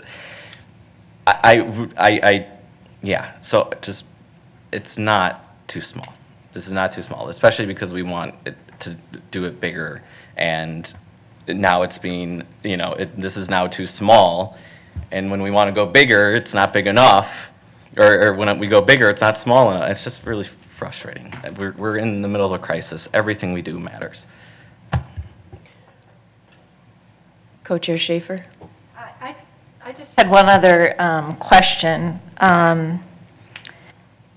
It would be nice to know at the points we've done our rate increases, if we've seen decreases in permit buying, and how, if you pull a string here, it's really helpful to know what's going to happen out here, especially when it's dealing with our budget. And so I am for thinking about rate increases. I'm not against that at all, but I feel like maybe we need a study item and really think about putting this in the pot and making a bigger impact in some of these areas with staff input that can tell us, no, we don't really have a lot of data, when we did this last increase, but we can tell you the last 5 years it's been trending down, or we can tell you at this location it's been trending up. And I think that would put us in a position to feel like we're on a little firmer ground in making a decision, from my opinion. Co-chairs Thompson and Schaefer, if I may. I was able to look quickly and see, I don't have the revenue numbers, but I do have the pass sales. There are 55 passes at Nicollet Island for the De La Salle students, and there are 200 passes at the parade stadium for the Blake students. So in all, this discussion is about 250 passes. So just want to give that perspective. I do not have the dollar figure, though, off the top of my head. As, you know, we sell the passes at the beginning of the year, and those are considered school year passes. Any pass that is sold after the first of the year then is a semester pass. It's prorated down to that half-year rate for the students who maybe got their driver's license over that first period. So. And you don't know if they've been trending down or trending up? At this time, I don't have that information Yeah. available, but that I can certainly pull. Yep. Okay, thank you. Commissioner Menz. Thank you for letting me speak again. So it seems to me like I think we're splitting hairs over increasing parking rates for a couple of lots where we have passes. Like, I think we should just do it. If we lose 50 passes, then we're still going to be about the same amount in budget. I don't think, like, the students and the families are going to still pay the extra $50, and I don't think it's that unreasonable. It's a very big convenience, and it's a way to sort of pilot it as we go, because it's not even going to take effect until September. So we would know more information for our next budget if we do this. If we don't do it, we're still going to be stuck in the same place. And we can do all kinds of study items and figure out, like, trending up or trending down, but really, if we offer it at a higher rate and they only buy 200 of them, well, we're breaking even still, and we know that maybe that's too high. So I would advise that we support this, because we're saying that we want to increase our parking rates because we think that it's valuable to park. We're underpriced as it is. So, and we're not even charging them the rate that the daily rate would be in those lots. President Forney. Thank you, Co-Chair Thompson. Any of you, am I correct, you said that the year passes, let's say by myself, is trending down? Co-Chair Schaefer, President Forney, which pass? I'm sorry, can you repeat that? A yearly pass that, let's say, I would purchase. The annual parking pass? I actually didn't say that, but it's true. The annual parking pass is trending down. Just over my, 12 years, 15 years selling the annual parking passes, yes, we hit a peak somewhere in the middle there, but I believe it was associated with an administrative ticket program that we had an option to purchase a permit as a payment option in lieu of paying the fine. We no longer issue administrative tickets for a number of reasons, and since we eliminated the administrative ticket option, we have seen a decline in parking pass permit sales. The trend went down, but now it has stayed relatively solid after we eliminated that administrative ticket program. So we are certainly not at our peak, but it is not a continual trend down. It brought down, and now I feel like it's plateaued. And the pricing of that that's changed a little, but not much. The pricing has changed incrementally over the years, but yes, that is a true statement, a little, not much. Thank you. Well, I really appreciate the conversation, and I was surprised to hear Commissioner Musage's comment, and it was like, hit me that is what I feel is happening, an inequitable approach to this. And so I would strongly encourage people to not vote in favor of this, but instead to direct staff to look at what are the trends, what are the, across, the metro area, the costs that people are paying, and that we do it in an equitable way. And I hear, the climate, concern, most definitely, but I feel we're going in the wrong approach to this, and would prefer that we really look at it equitably and in a robust way. So I will not be supporting it. Thank you. I will just say that I support the idea of paying for parking. When I hear things like pilot program, I don't know what that means, because if we were piloting in the thing we're not even charging anything for now, I would be interested to see what happens at the ice arenas and whatnot. And the reality is, this fee does and should have nothing to do with climate change, because this is not about daily commuters and trying to get them to bike. This is about students. This is about children who have no choice where they live, and we don't know their socioeconomic status, and nor should we be asking that. So I have no problem with paying for parking, although I do think that as a city park, that is something that maybe we offer to people. I'll be honest, when I went to the Bohemian Flats, nobody knew about that parking lot, and I parked there for free, and then I'd walk up the hill, and it was like my secret spot, and then when people found out about it, I was like, oh my gosh, go away. So that, we have this. I don't see any other lights, and I'm doing my counting over here, and there's really only one or two others who even have space to speak. So unless those people want to speak, I will say let's take a vote. I would like to request a roll call, please. Sure. Can I say one more thing? Yeah, Or am I not on the list? You are on the list of no. Well, me and the Sorry. math oh, sorry. I checked your name. And yes, and it's 12,750 that we would, if everybody stayed in and we did this. So it's really an inconsequential amount that we would be getting. So it really does feel like this is more of a statement than it is about a budget. And so that's why I will not support it. Go ahead, and the secretary can please call the roll. Commissioner Olson? Aye. Commissioner Musich? No. Commissioner Menz? Aye. Commissioner Alper? Aye. Commissioner Abene? No. Vice President Smith absent. President Forney? No. Co-Chair Schaefer? Nay. Co-Chair Thompson? No. You have 3 ayes, 5 nays, 1 absent. That amendment does not pass. Are there other amendments that people would like to? Commissioner Menz?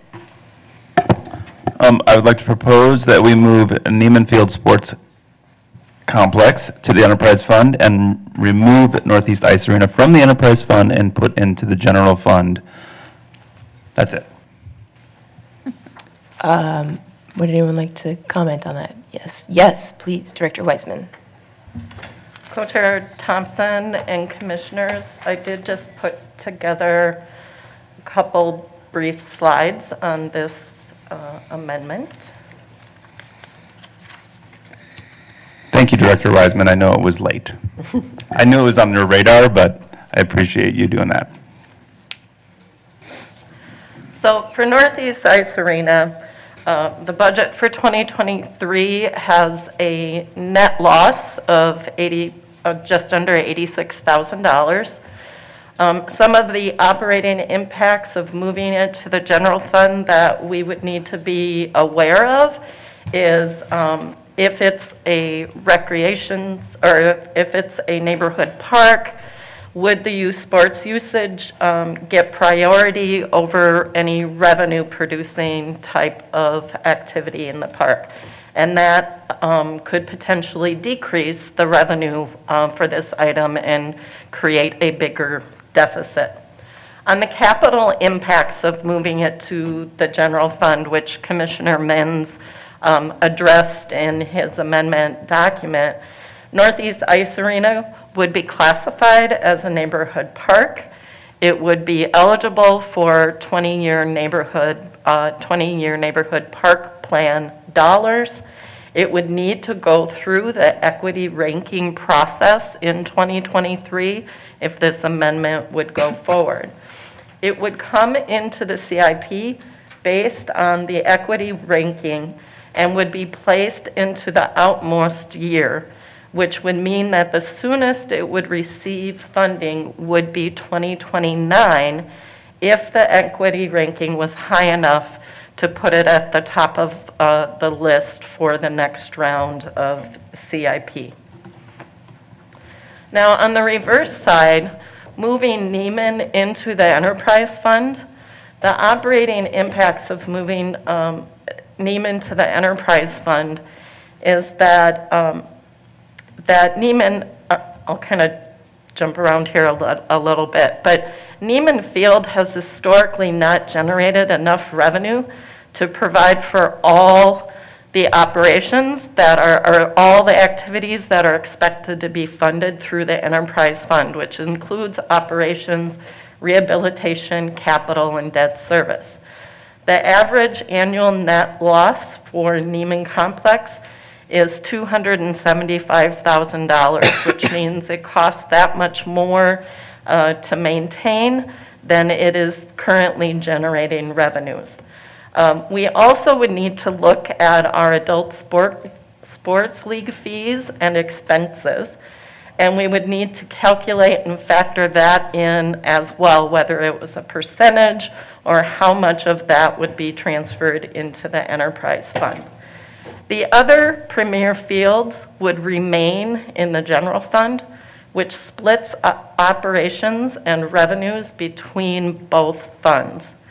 So moving on the capital impacts of moving Neiman to the enterprise fund is, again, it's moving an asset into the enterprise fund that is really reaching the end of its life cycle without a source of funding for its capital needs. So in the enterprise fund, we are adding to our capital reserves, parking, golf, all of those activities have been added into the reserves. If we move Neiman into the enterprise fund, potentially those reserves that have been added and maintained over that time would need to be reallocated to Neiman if it was not, because it hasn't been in there for the last 15 years. So that's the end of my presentation. Thank you, Director Wiseman. Commentary, yes, Commissioner Menz. Thank you, Director Wiseman. That was really helpful. So maybe we can clarify the way that I'm thinking of this, and I think that this is something that may be for the future, but how are we identifying, how do we know that Neiman is losing $275,000? I mean, is that an estimate? Because we're not really documenting like what's happening there because it's not in the enterprise fund, correct? It has fees. Co-Chair Thompson and Commissioner Menz, we do track maintenance costs by location, by department, and there is a Neiman Field maintenance department. And then the revenue that is brought in from the adult sports leagues, a portion of that revenue goes to asset management to help support the maintenance of those fields. But it doesn't fully support the maintenance of those fields. The funding from all the adult sports leagues? Like, or just from, because I don't think that there are many adult sports out there. So I'm really trying to wrap my head around this so that we can figure this out, because I do actually support the Northeast Ice Arena becoming a community asset. I think that we really need to think about how these fields are utilized and where we can push the revenue generation in the correct realm. And the maintenance out at Neiman Fields, is it year-round? Because I know that there's staff out there daily. Commissioner Mentz, the maintenance is typically billed, Paula can probably confirm this, but it's billed seasonally, it's not billed year-round. And as far as the revenue, a percentage of adult sports leagues play out there, the bulk of the revenue that comes in at Neiman Complex is through field permits, and that's where the revenue shows through in the budget, which would be counted against, the maintenance costs to maintain the facility. Okay, and then what happens to those seasonal workers when they're not out at the fields? They go to a different... Commissioner Mentz, I'm not the expert on seasonal, a lot of them I believe are seasonal maintenance workers that are getting billed, and there may be some other ones that are reallocated into districts, but I defer to Director Evenson or Assistant Superintendent Barrick on what they do with those employees.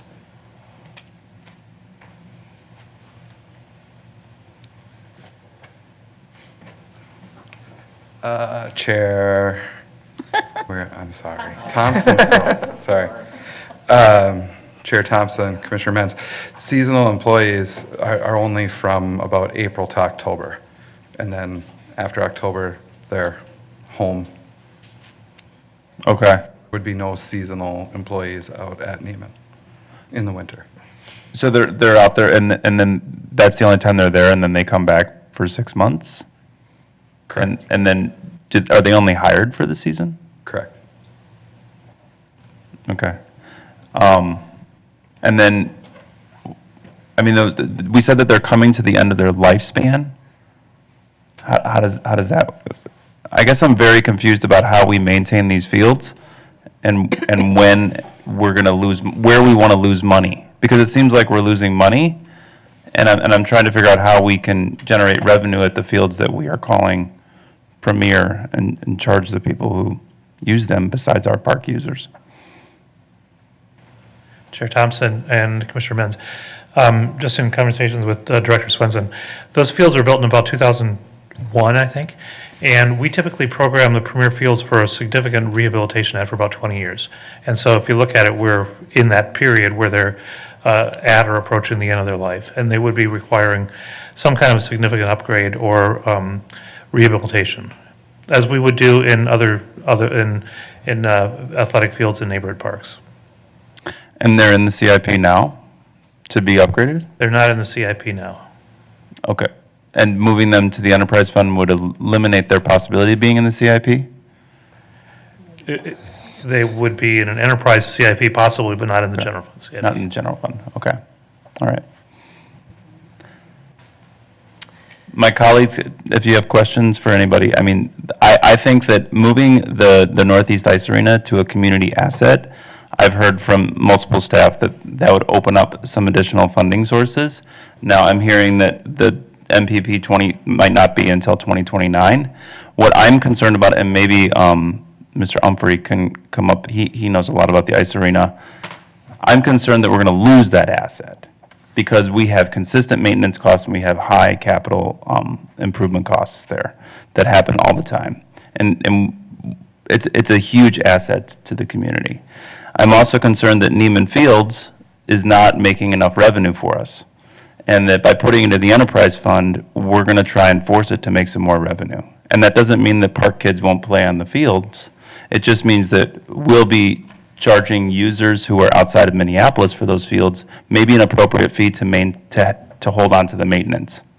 And so I just think that we might not be allocating our resources in the best way for those premier fields. And then also thinking about those two items, Neiman Fields is different than community parks. As much as we want to think that our park users want to use Neiman Fields, they really don't always want to go there. It is utilized a lot more, and I'd love a study item maybe later in the year about how they're used and who uses those fields, because it's not always our park programmed users. It's a special treat to go out there because it's really hard to get there. So thinking about using our assets in a more effective way where they're not losing $275,000 a year or 85. Thanks. Commissioner Musich. Thank you, Co-Chair Thompson.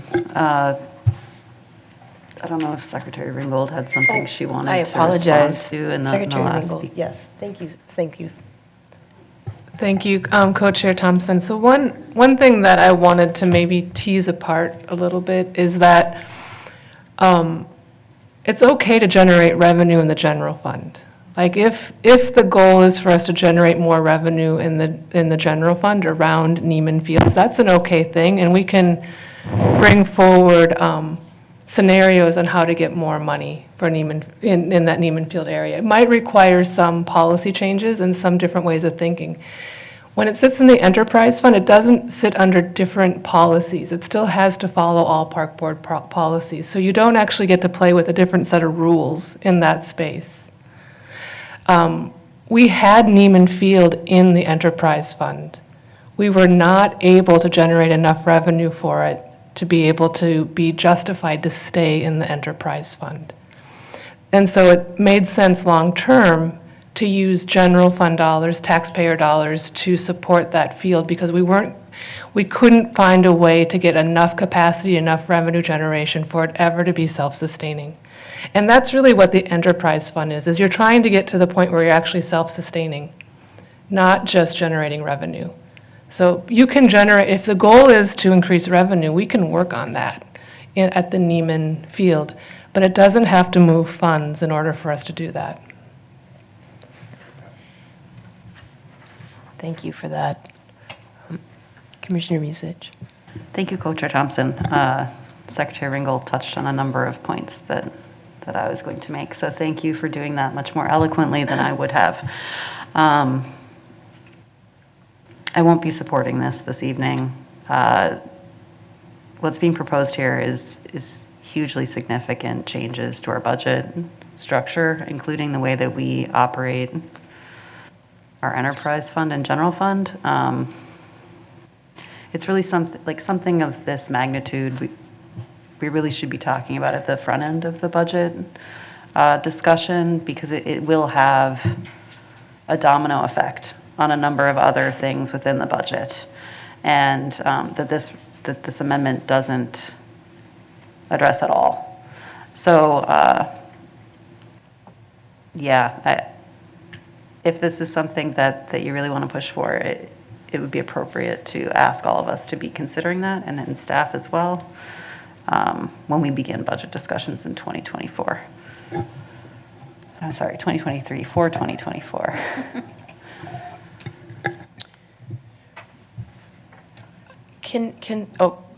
Go ahead. Can someone unpack for me a little bit the conditions that Commissioner Menz was speaking about toward Northeast Ice Arena of losing the asset? Or just, I live right by Victory Arena, which is owned by the school board, and watching that implode has been very sad on the neighborhood, and so I was not aware of that kind of situation.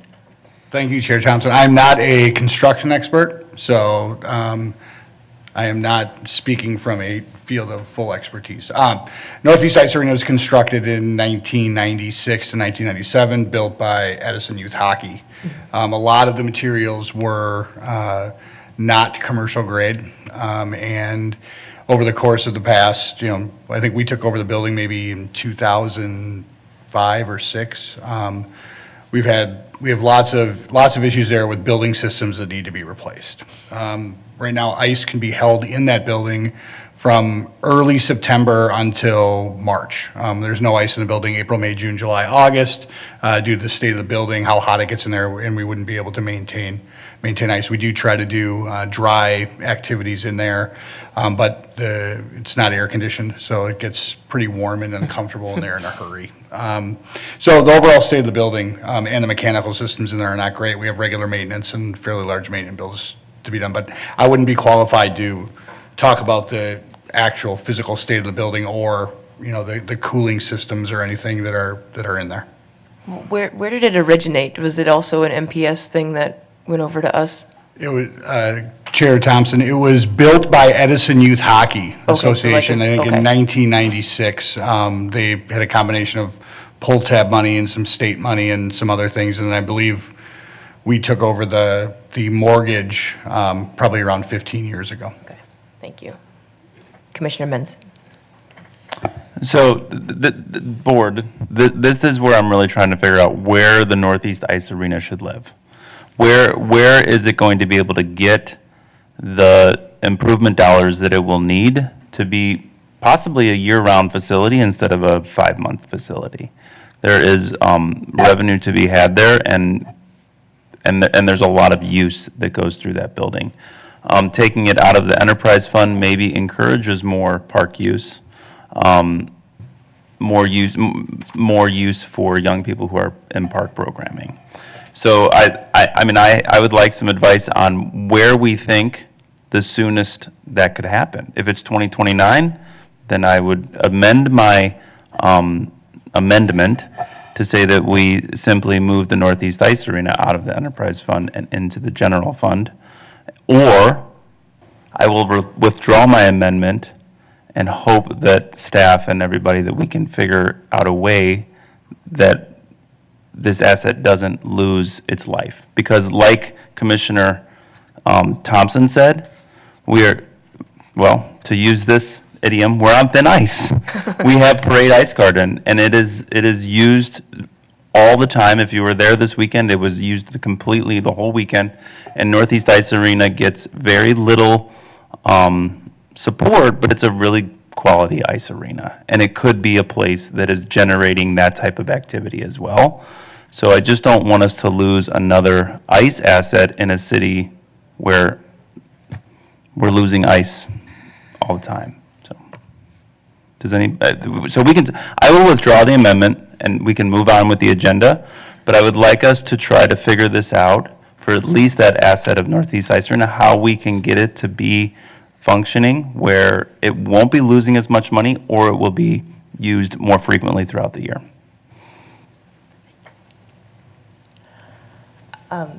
Secretary Ringgold. Co-Chair Thompson, I've got money on the fact Julie and I might, or Director Wiseman and I might be about to say the same thing. But Julie has it on her very strong wish list for 2023 to do a complete analysis of the enterprise fund and determine which items should remain in it and which ones should move into the general fund. Music to my ears, that's great. And I think the conversation you're bringing up tonight lends itself to that conversation in particular. And then we can do that as part of your budget process. So if it does have impacts on either of the funds, we're able to do it in a way where we're able to have a balanced budget in both cases as we would do that work. So that would be our preference. Thank you. Do you want to withdraw it? I'll withdraw the amendment and officially kick off the 2024 budget process. Thank you for that, Commissioner Menz. Just as a word of support, I support your ideas. It does feel, as Commissioner Musich said, like just a lot right now, so I will happily discuss that with you over the coming year. Any other amendments to our budget that people would like to put forward? Commissioner Schaefer. I would like to make a motion to suspend the rules to bring forth a small amendment to the affecting the Bede-Makaska canoe rack paragraph. Point of order, we have not yet moved the slate of staff amendments. I believe there are only the staff amendments left that, at least that were proposed to me. I will move the staff amendment from Director Wiseman. I believe this has the Bede-Makaska to remove 46,058 regional park amenity fund allocation as funding support for the addition of canoe, kayak, storage, racks, and sailboat buoys. Point of order. Do you want to move the whole slate? Because there's. I was going to move them one at a time so we could discuss them separately. Pages of them. Oh, are there pages and pages? Yep. I apologize. Then let's just do them all. Yes, I am going to move all of the staff amendments. Any commentary on that? Co-Chair Schaefer. I'm offering it now to you. I would like to make a motion to suspend the rules to address one piece of the staff amendment submitted by Director Wiseman, related to the topic I already mentioned. Okay. So now you ask for a vote on suspension. Would people like to suspend the rules? All those in favor, please say aye. Aye. Any opposed? Okay, the rules are suspended. Co-Chair Schaefer. I would like to suggest to the board to consider striking the third paragraph, the third action item in this, and let me just read it for you so you can hear it. Action to amend the 2023-2028 capital improvement program by increasing the allocation from the park dedication fees, $13,000 to be allocated to the installation of canoe rack storages at Bede-Makaska within the Chain of Lakes Regional Park, as shown in attachment A. Just this paragraph. And we heard a little bit of the reasoning, I think, this evening during our open time. My main thought around this is that, and you will see this in the amendment to this amendment that talks about directing staff to research and consider the best location for these racks on the lake. I would like to strike this and have that be done separately. Once we know the location, then staff can go approach that particular neighborhood for the park dedication fees that would be needed, whether it's the east, west, south, or north side of the lake. If it stays the north side, it would give the Sidna neighborhood more time. On November 21st, they brought this idea forward, and it would, if the location is determined on the north side, it would then have a further vetting process with the Sidna organization. So in striking that, there would be a net effect. You know, I think this is something that we could do before spring comes, when they would build them with our park dedication fee process with the community. And it's with the canoe racks that are allocated, it's a small income, even if they were not approved by the other neighborhood organizations. That was a long speech, but the idea is to strike that amendment, not anti-canoes, knowing they will probably come, but so we can determine the exact location and get that community's input before we move forward. Because we value the community's engagement and knowledge around changes on their lakeshore. Thanks. Chair Thompson? Yes, Secretary Ringgold. Thank you, President Forney. Co-Chair Thompson, Co-Chair Schaefer, if you would like to put that amendment forward, I would encourage you also provide a revenue source, so that the addition of those racks comes out of dollars that are one-time dollars, but the budget includes an increase in revenue with the anticipation that those racks would go in. And I think that's about $7,000 for, because I think it's 3 racks with each rack having 6 spaces on it, so it's 18 spaces total. 18 times, is it 300 you charge, or we charge? Maybe before we get into the math of calculating something different, we could hold that thought, because I also have something around this that I would like to talk about. Okay, so let me then just say a couple more things on there, please. Is that I do appreciate Adam Ardvinson taking on the role of communicating with the communities about this parkland dedication. And I know that hit communities at a spot where they didn't have the time to react. That's part of our process. It was a rushed process in terms of doing the parkland dedication. And so I know, Adam, it put you in a less than desirable spot, and appreciate you taking that on. Staff did also recommend an additional amendment that would allow for there to be time to review the locations and have more discussion with communities. So I just want folks to know that that's out there too. So I'm in the weeds a little bit. So we're discussing the amendment and Commissioner Musich. Thank you. So I guess I'm a little perplexed why typically the way that we expend park dedication fees is that we consult with community on what they want to spend them on. In this case, we went to them and we said, we're proposing spending them on this. Are you okay with that? Rather than giving them a more open-ended question. And I think we heard tonight from the community that we're proposing this in Commissioner Schaefer's district, that they don't necessarily want to spend park dedication fees on putting in canoe racks.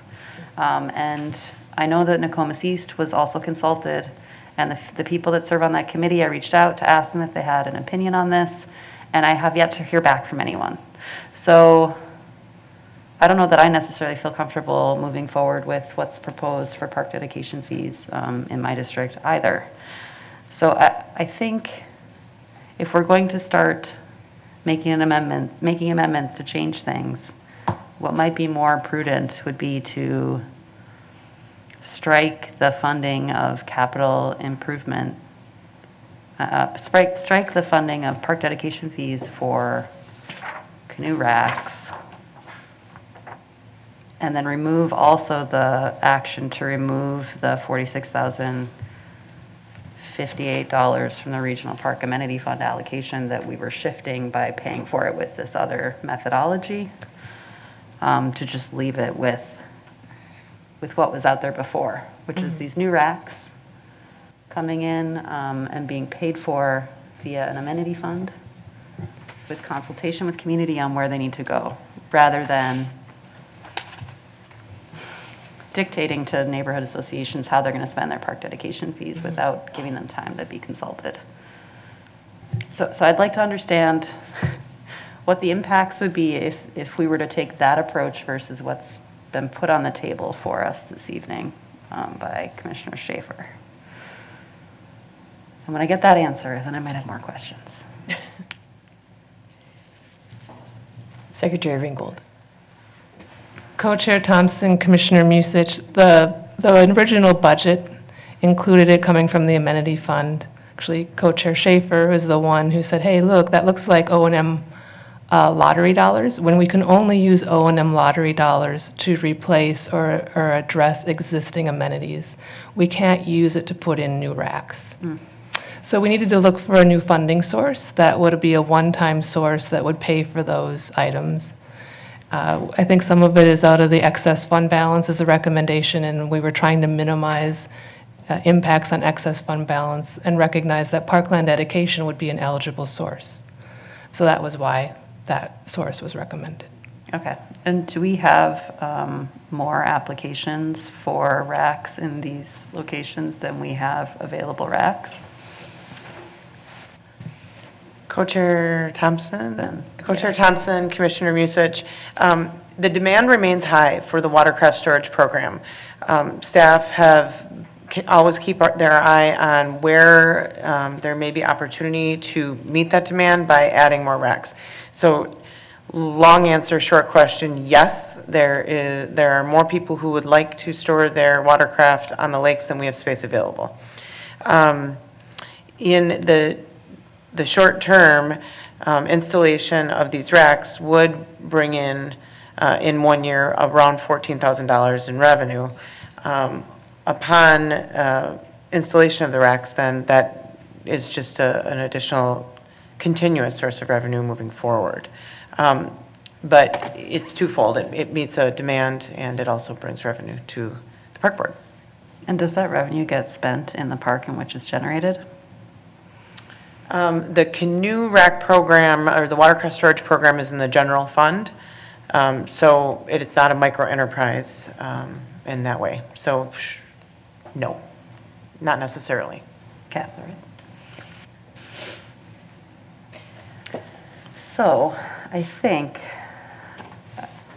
what I might ask the motion maker to do would be to expand their motion to remove these changes related to shifting the funding and using park dedication fees, with the expectation that if staff does receive community feedback that that's how they want their park dedication fees to be spent, that we could then amend the budget at that time, versus us doing it now when we don't actually know that that's how communities want to spend their money.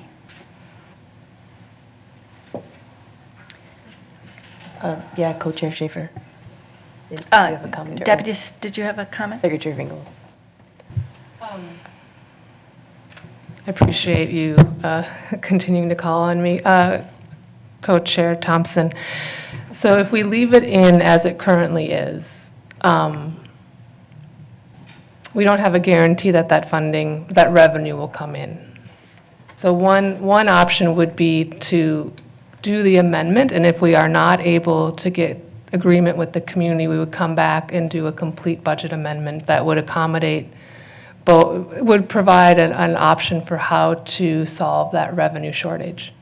But if we're striking all of these actions related to this, you wouldn't have that shortage. You'd still be doing it, right? Because in the current budget, if I remember correctly, we have line items to add these racks, and we also have line items for revenue the funding source is just not park dedication fee, it's regional park amenity funds, which I assume there's money in, or it wouldn't have been in the budget in the first place. Co-Chair Thompson, Commissioner Musich, those funds are not eligible for this expense. So we had put a funding source that isn't possible into the budget, and we're trying to correct that. Okay, that I didn't understand. So if we wanted to strike this, we would need to also strike the $7,000 revenue increase for racks. For what?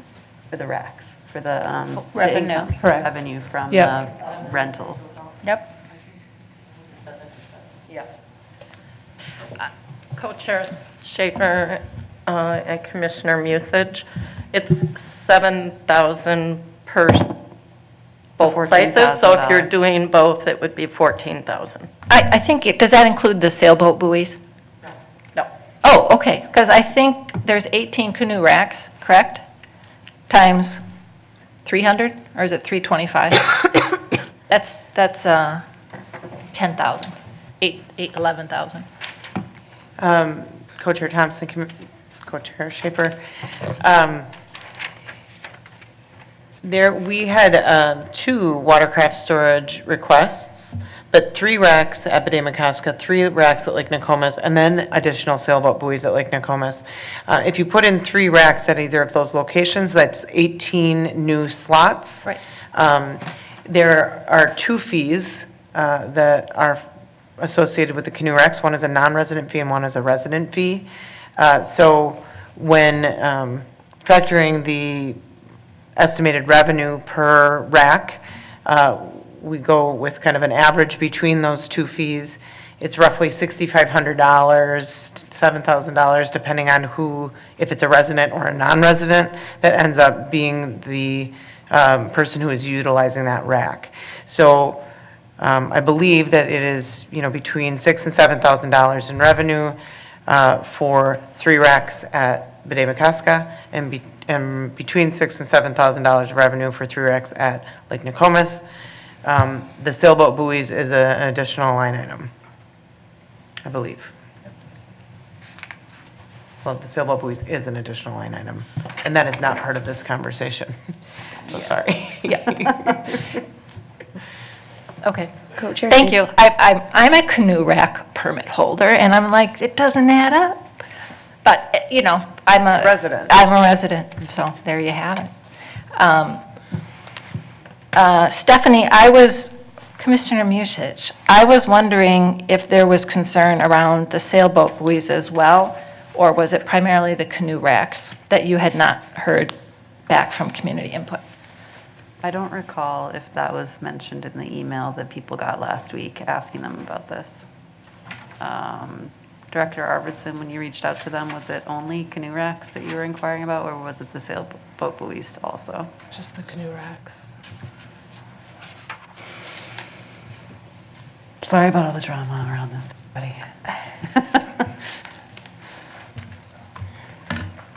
I'm sorry, Chair Thompson, Commissioner Musich, can you repeat the question? Well, I was just asking if we asked for feedback on kayak and canoe storage in addition to sailboat buoys being supported by park dedication fees, or if we only asked them about the canoe and kayak rental portion of that.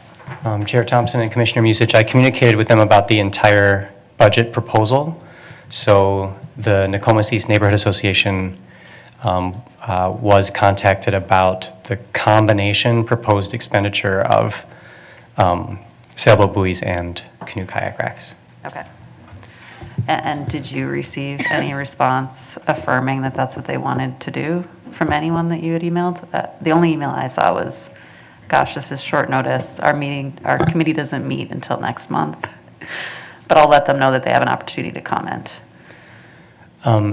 Chair Thompson, Commissioner Musich, that was the only contact I received. There were some follow-ups with Nina because there are other park dedication funds available within that quad of neighborhoods that we want to begin consultation with them on. So they didn't officially respond to this particular request, but we're going to be initiating a conversation at the beginning of the year about park dedication funds actually in the Minnehaha neighborhood within this quad of neighborhood areas. Okay. So for context, NINA is a group of neighborhoods that's in one association, just for my colleagues that aren't familiar with that. Can I ask you, Co-Chair Schaefer, to reread your amendment to the staff amendment so I can be completely clear as to what it is? It's the funding source, and if I can also be clear with Secretary Ringgold and anyone else in the room that might know, if we don't go with the staff amendment, then this service won't happen because it's new and it was funded from a source that it wasn't allowed. And then we're getting some hesitance from the neighborhoods because it's their funding sources, but they weren't really given a chance to chat about it. That's the rock and hard place where we are, if I can sum it up. Okay. That is a good summary. And to me, the other piece of it is location. Because the locations have not been determined, it's difficult for a neighborhood to respond to that or to understand.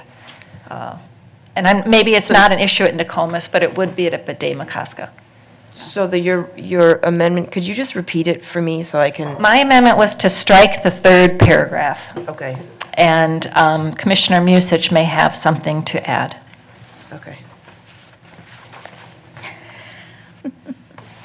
So I have to figure out what the other piece is, because I would strike all park dedication fee associated changes to this program until we have a chance to actually consult with the neighborhoods.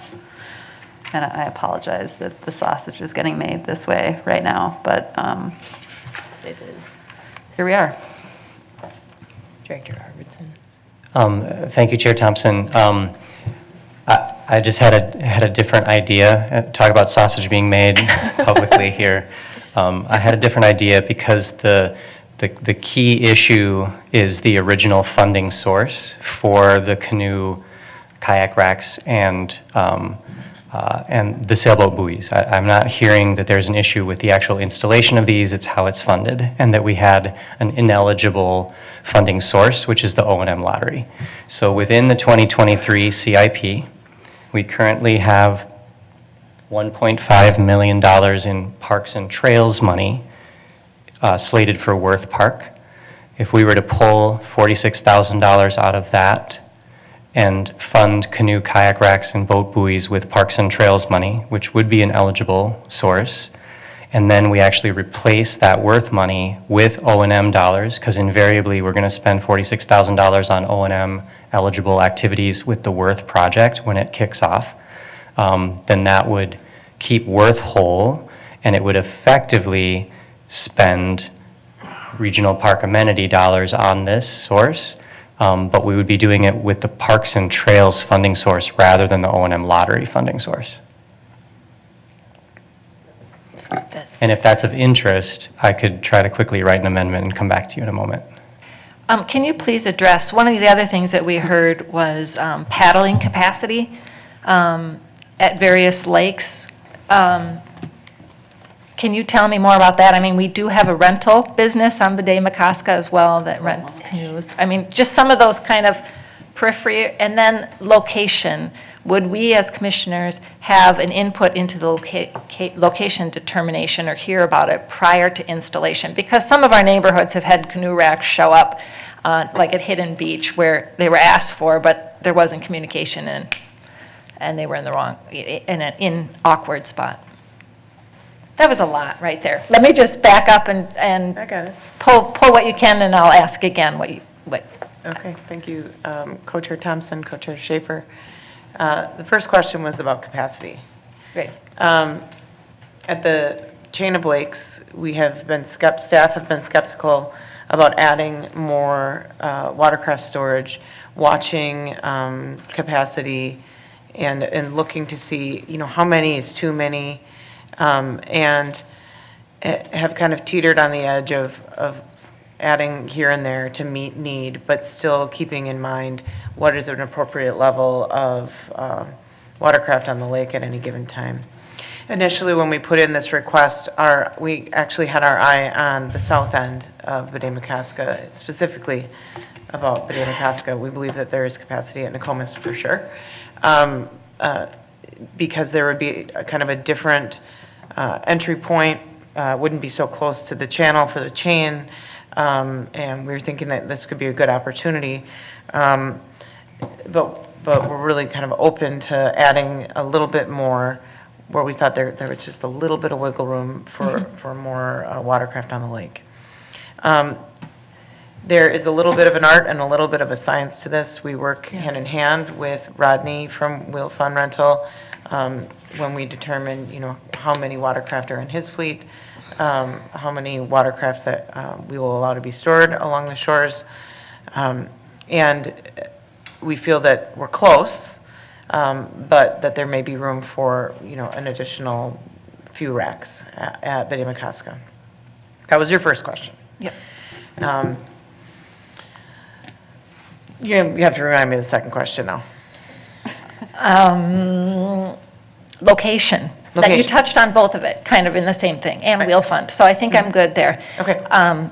Thank you very much. I appreciate that. I would be supportive of Director Arvinsson's direction on the budget. I think that sounds like a great idea, but I would like to add the location of the South Beach to that, since the north is close to Wheel Fun, since it's, and I'm not sure if that works in adding that in there, but that's how I would like to proceed, and I would support that budgetary change.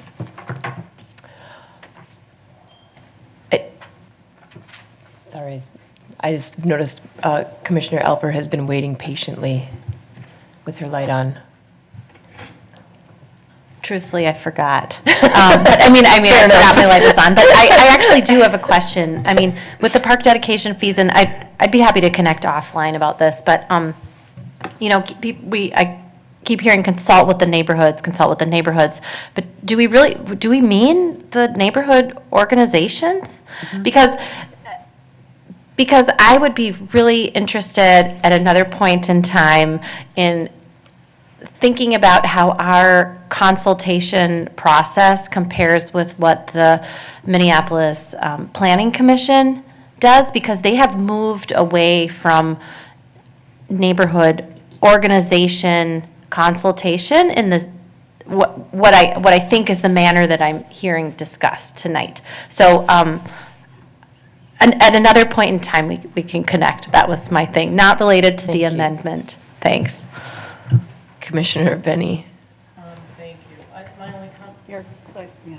My only comment would be that if it goes to the South Beach, that's fine. I think, though, it sort of contradicts what Commissioner Alper just said, but that the location is a little bit vetted in that location. But you know what? Hey, there's going to be a new Green Line stop there, or E-Line stop there, so you can take the bus and get off and paddle your canoe.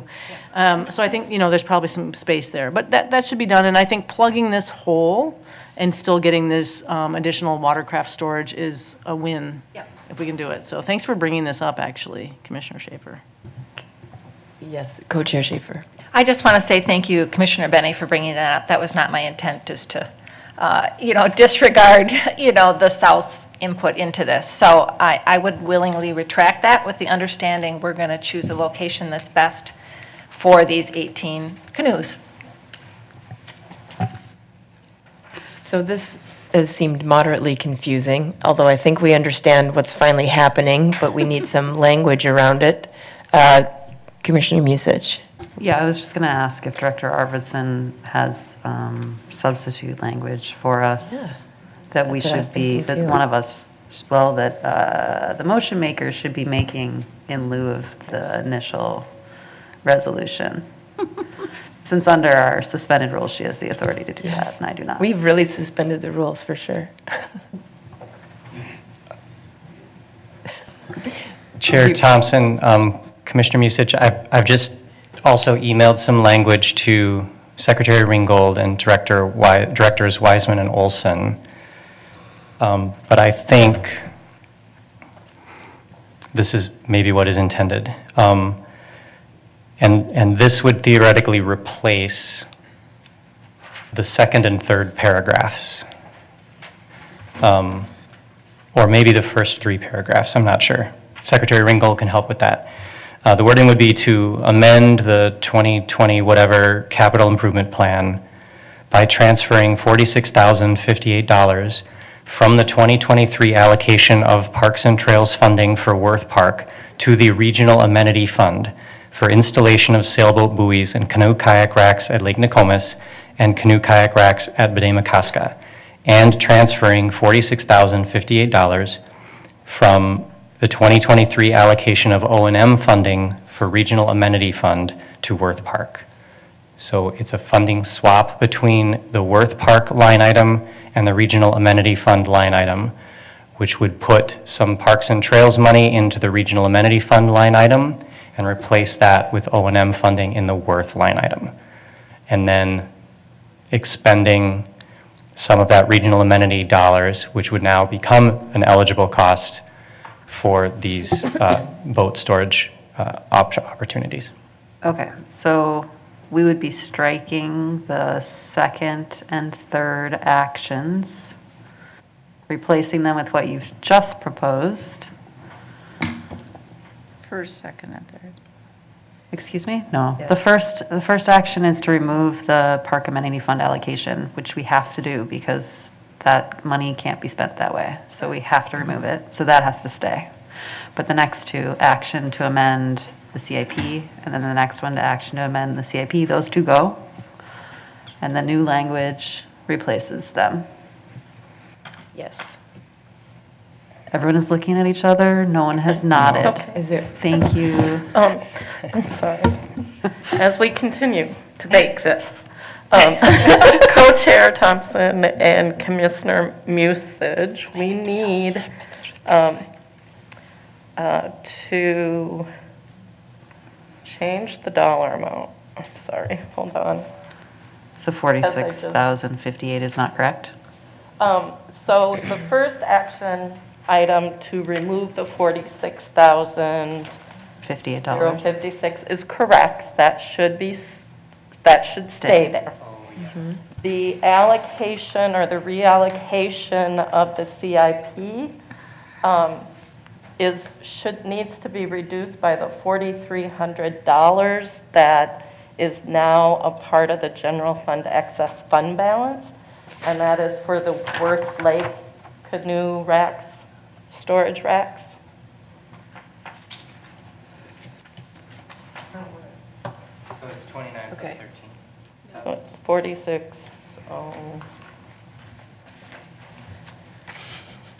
You know, I offered my students extra credit to show up tonight, and we've clearly been doing a lot of math, so they should have taken me up on that. That was out of order, but felt appropriate. So it would be $41,758. Oh. Is the new number. Okay. So if we keep that language, is that what is that Co-Chair Schaefer, would that be in line with your amendment, the amendment? I think this is a group amendment. It's become that. Staff, commissioners, public, we're in new territory, and I think it sounds lovely. So I just want to clarify, of the actions that I proposed, the first action to remove the $46,058 would remain. The next 2 actions would be stricken and replaced by the Arvinson amendment. Yes. And then and the final action to amend the general fund excess fund balance would stay the same. Excellent. Okay. Any other questions or comments? Are we able to now vote on the amendment to the staff amendment to our 2023 budget? Okay. All those in favor to this amendment, of the amendment, please say aye. Aye. Opposed? That passes. Now, as to the staff amendments that we moved all at once, are there any other comments about them?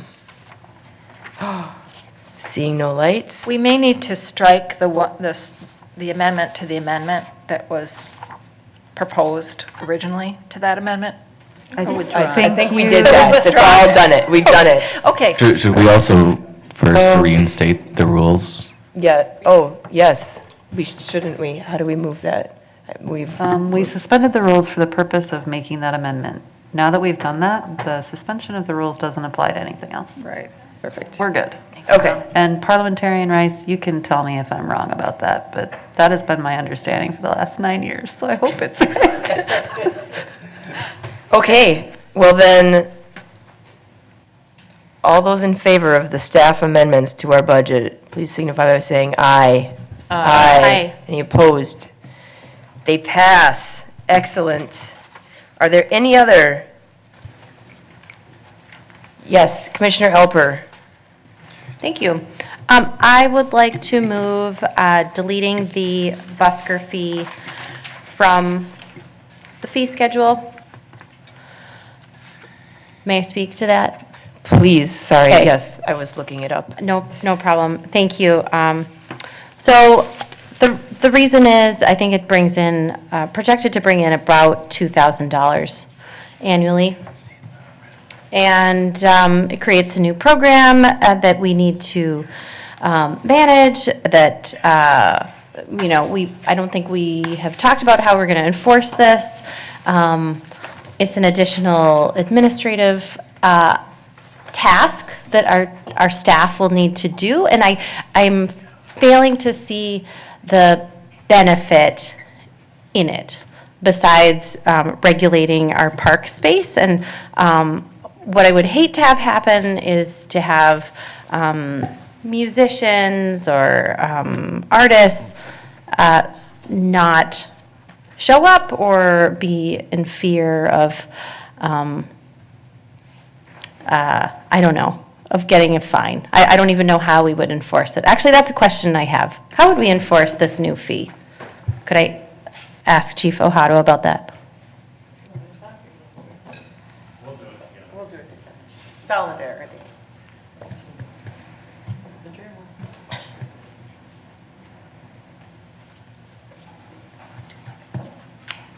Co-Chair Thompson, Commissioner Alper. So this would be activity that would be regulated by a permit.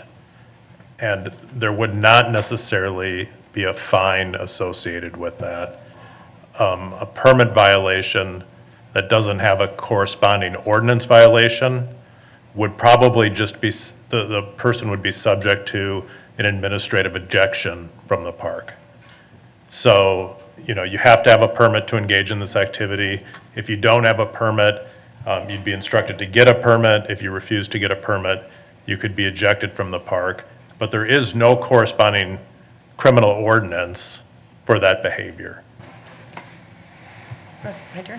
Commissioners, Co-Chair Thompson, Commissioner Alper, additionally, if someone is performing in the park and not asking for money to do so, that is not breaking an ordinance.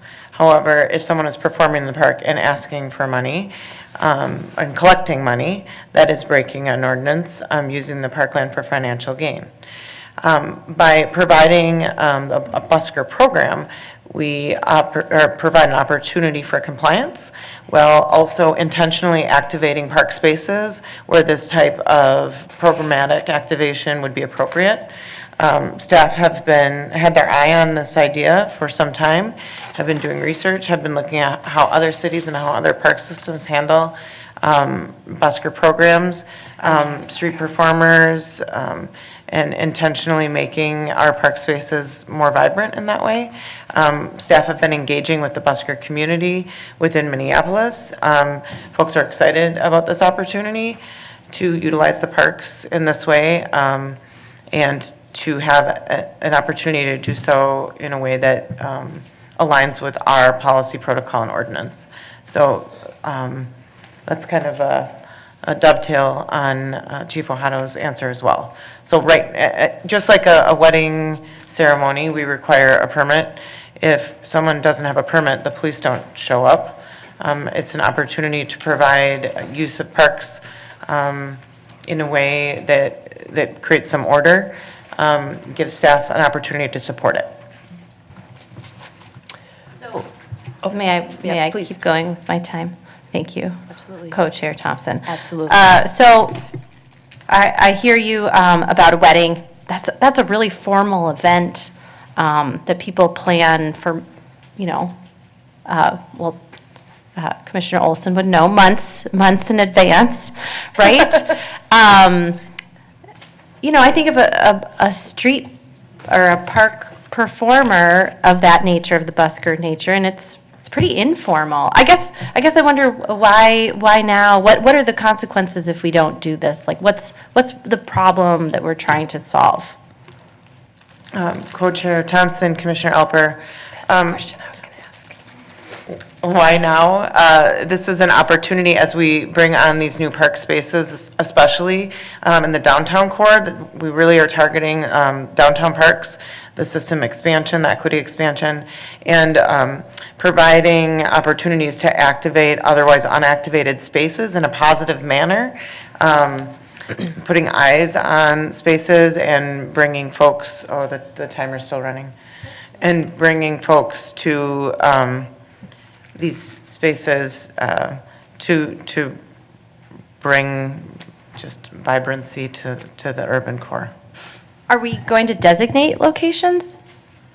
Co-Chair Schaefer and Commissioner Epler, yes, we are. Okay. Because I didn't see that in the information that we had put forward. So the other thing, how are we going to evaluate this to make sure that it doesn't have the adverse effect of, preventing people from creating an additional barrier? Sure. Co-Chair Thompson, Commissioner Alper, staff will take a look at the success of the program throughout the course of the year, if we have the opportunity to launch it. Checking in, getting feedback from the folks that are participating, continuing to engage with folks who may not be participating and finding out why. As we look to roll out something like this, we apply our racial equity toolkit, which gives us an opportunity to consider unintended consequences of the proposal. So our staff would be engaged in those methods for evaluation. Thank you for your comments. I guess I just don't really see the point, personally. I know this was voted on by the last board, and it was a big point of discussion, and it's a really minor amount of money, and it creates a program with a lot of formality that doesn't seem justified in the amount of revenue that it brings in or the amount of benefit. So that's why I'm putting forth this amendment. Commissioner Musich. Thank you, Co-Chair Thompson. So I'd like to provide my colleagues with some context around why I will be supporting this. Live music with buskers used to be played at the refectories in my district, Sea Salt and Sandcastle.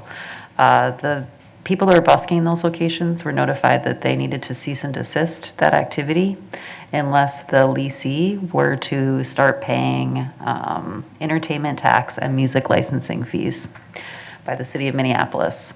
Us creating a program, a busking program like this, provides a mechanism for those people to continue that activity they've discontinued at this point because of the need to be paying an entertainment tax by our leasees. So, I feel like I understand where you're coming from. You don't want to add additional burden for something that's not bringing in a ton of money. People really liked having live music in these locations, and it's not happening anymore because there isn't a mechanism for them to do it. This would give us that mechanism. And there may be other locations in the park where that's the same case, and I'm just not aware of it because it's not my district, but that's one example that I'm aware of, that this would address a barrier preventing people to enjoy the parks in this particular way. Commissioner Benny. Yeah, yes, so I think I get where you're coming from, and I think according to what I'm hearing from Commissioner Musich, that's one of the things that occurred to me is that this is also just to make it fair for the people that are doing activities under a permit in the parks. This is getting another function under permit. And I would say in terms of adding a whole other area, that it's just a different type of permit, but you're going to roll out your existing permit process and your permit tools for a new permit type, as a guess. Co-Chair Thompson, Commissioner Benning, that's correct. We have staff that are already on board who do this type of work day in and day out. By approving this proposed fee, it would allow us to continue to do the same work we're doing, but create another avenue for compliance and activation within the park system. President Forney.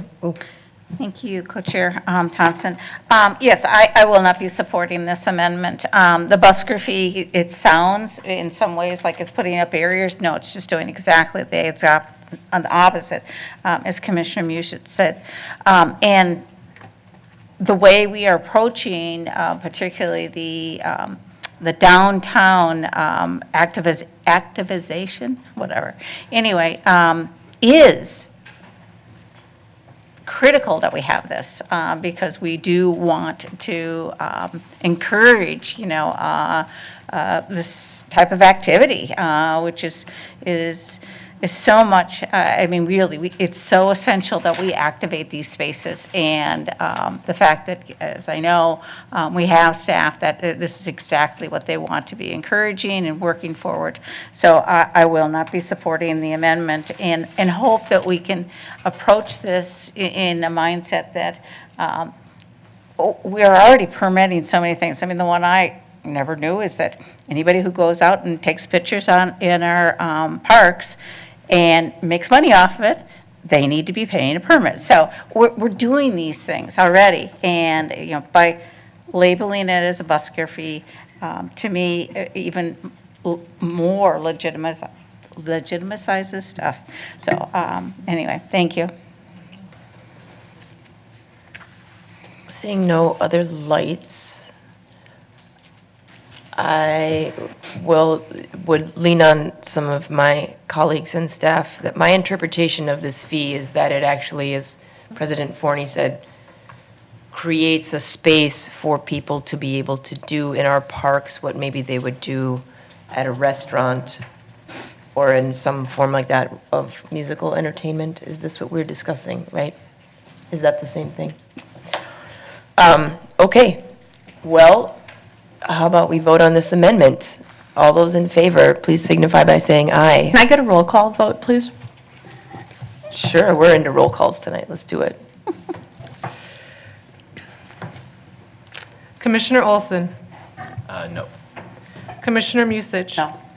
Commissioner Menz? No. Commissioner Alper? Aye. Commissioner Abene? No. Vice President Smith, absent. President Forney? No. Co-Chair Schaefer? Nay. Co-Chair Thompson? No. You have 1 aye, 7 nays, 1 absent.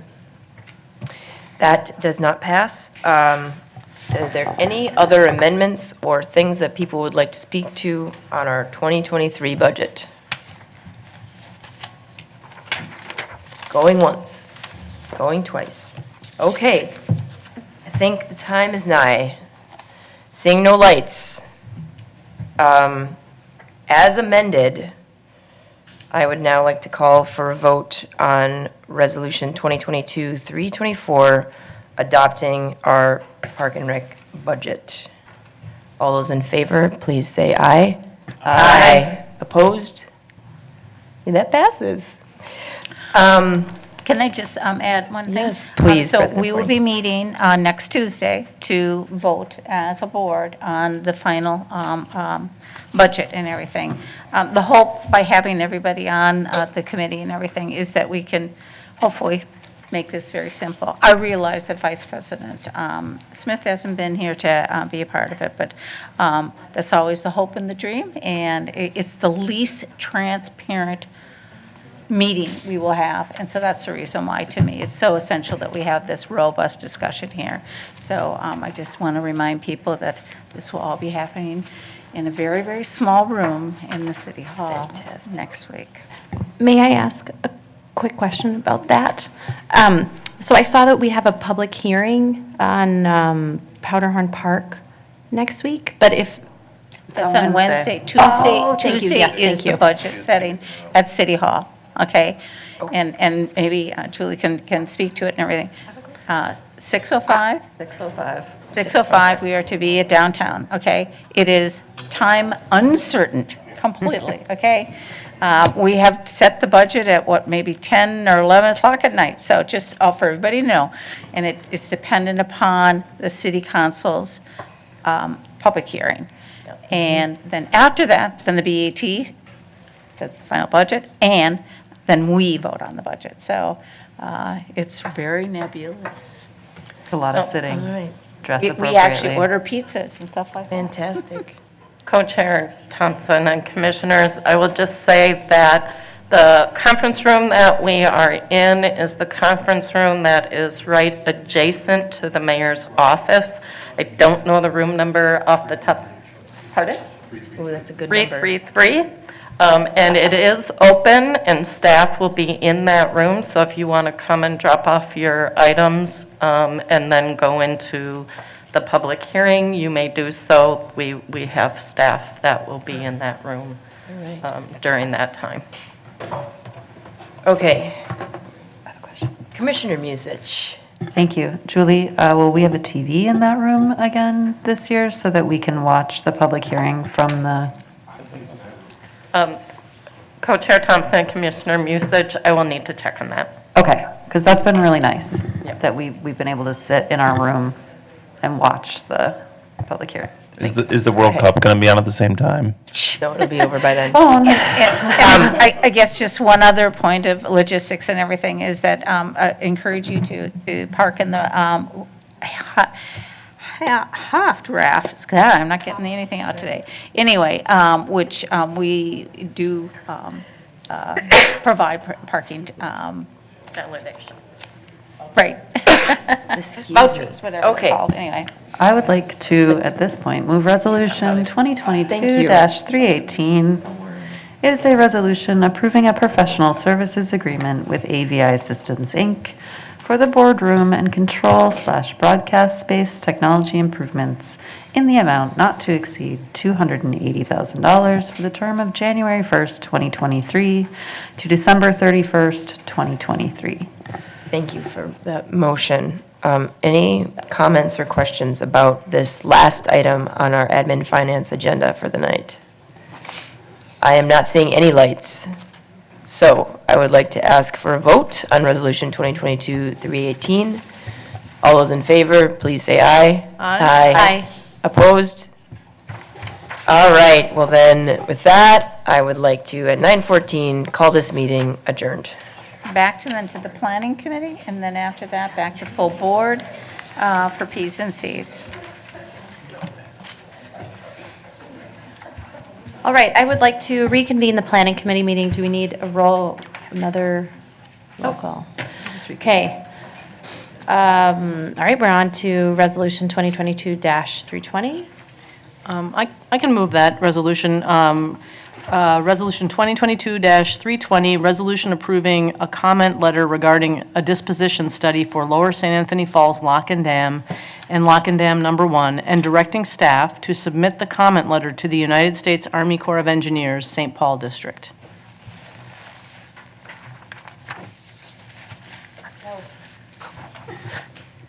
Thank you. All right, I'd like to invite staff to speak to that.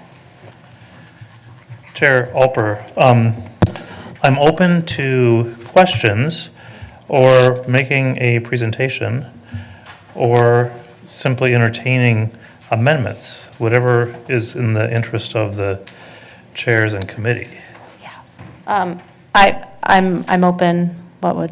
Whoever's got their I'm light on interested first. in a presentation. Okay. Presentation. Let's do it.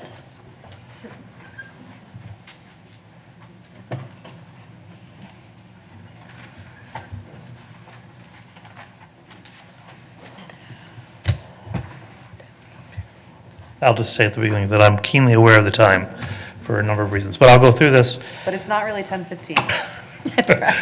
Right. Okay, so this is a comment letter on the disposition of the Lower St. Anthony Falls Lock and Dam and Lock and Dam 1. This is separate from the Upper St. Anthony Falls, and I'll have a diagram to show you where this is. This is the result of the Water Resources Development Act of 2020, which was passed by Congress. And the purpose is to determine whether or not those locks and dams remain in the federal interest. And what's important here is that the second part of this, if there's no longer a federal interest, the Corps of Engineers, the party that operates those locks and dams, the Corps is then directed to identify a viable disposable alternative. Disposal means the locks and dams will be transferred out of federal ownership to a local, state, or federal agency.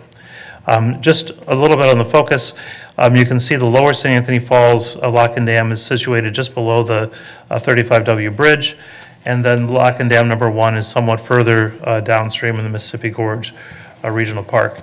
The Park Board would be particularly interested because we are one of just a handful of agencies or entities that own land adjacent to the pools between these dams. Here is the Lower St. Anthony Falls Lock and Dam, and on the right you see the 35W bridge, and to the upper left you see the Stone Arch Bridge. It's interesting, so the disposition would include the lock and dam structure as well as the property that is shaded, and this is a Corps of Engineers drawing, and I'll note that they show this as 5.63 acres, which seems correct in opposition to this one, which is the lower lock and dam, which is just below the Ford Bridge, and they show this one at 32 acres. It doesn't seem like it's, and especially when you look at the easements of 234 acres. But I asked about that, and the Corps of Engineers couldn't reconcile those numbers immediately when I asked. But that gives you an idea of the general geography that we're dealing with. This is important because the comment letter is on the scoping of the project. It's not on whether or not the Corps of Engineers should or should not find that they should be disposed. It's only on the scoping.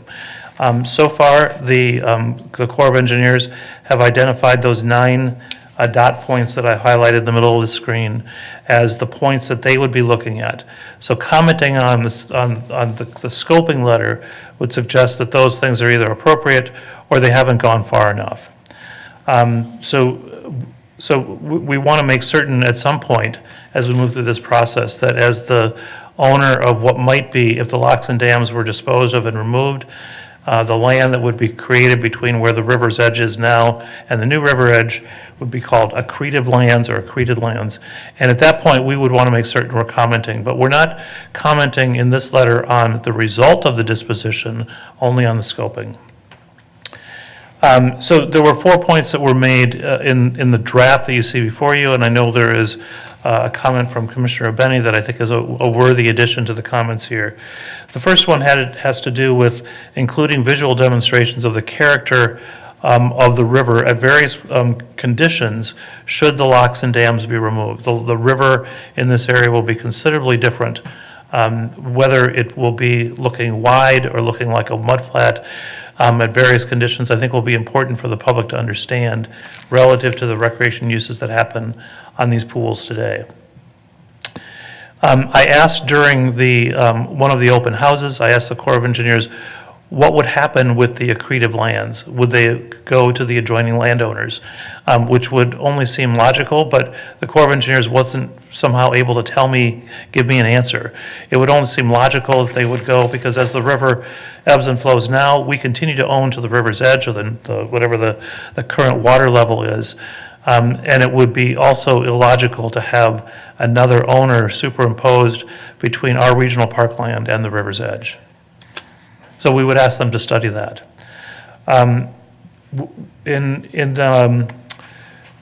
They also indicate that there will be a single disposition of both properties at the same time, suggesting that there'll be one entity that will be receiving them. When we have commented on the Upper St. Anthony Falls Lock and Dam, it was about retaining the structure and having the land disposed of separately. And that was entertained by the Corps of Engineers. So we would be interested in having the Corps of Engineers study partial distributions in addition to the singular disposition that they note in the current directives. So the other thing that happens is it's unusual to have this opportunity in front of us relative to even a single removal of a structure of this size. And now we're talking about 3 structures. And I think when we look at, there might be impacts that could be different when you look at 3 structures or 3 dams removed as opposed to removal of 2 and a remainder of 1. So we would ask them to look at the cumulative conditions that might result from the removal or changes in all 3 locations as opposed to just a single location. The next steps would be to incorporate the comments coming from the Board of Commissioners tonight, and depending upon how this goes before the full board on December, next week, whatever that date is, December 7th, we would then be submitting the comment letter. The comment letters are due to the Corps of Engineers by the 18th of December.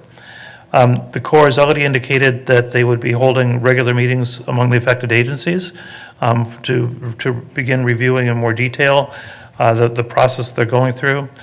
I have suggested to colleagues at the University of Minnesota and the City of Minneapolis that maybe the parties that are, the agencies that are most impacted should be meeting separately from the Corps of Engineers to discuss our common interests and see if there are any common directions and strategies we should be considered.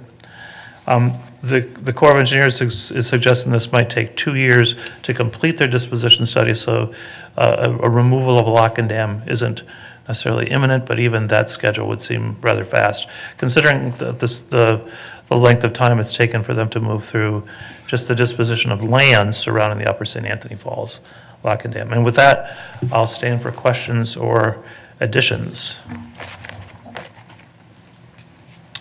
Co-Chair Benny. Thank you, Co-Chair Alper. Thank you, Mr. Schroeder, for the presentation. So I was going to actually propose, I'm going to propose a little bit of an amendment here, and if I might do that now, I'd like to read that. It's very straightforward. Whereas the Mississippi River is presently a managed waterway through the city of Minneapolis, and the water course provides a means of access for maintenance and inspection of riparian lands and bluff, storm sewer outfalls, and other public infrastructure. Resolved that the comment letter be amended to include MPRB's request that the Army Corps of Engineers consider impacts of potential restricted maintenance access by water to adjacent land and infrastructure. So just briefly, that's just if a permanent pool of water no longer exists, there's some things that can only be accessed currently because there is a waterway there by barge or boat of some sort for maintenance, inspection, and other activities. And so the Corps would need to look at that through that stretch. That's the point of this. Any comments on the amendment?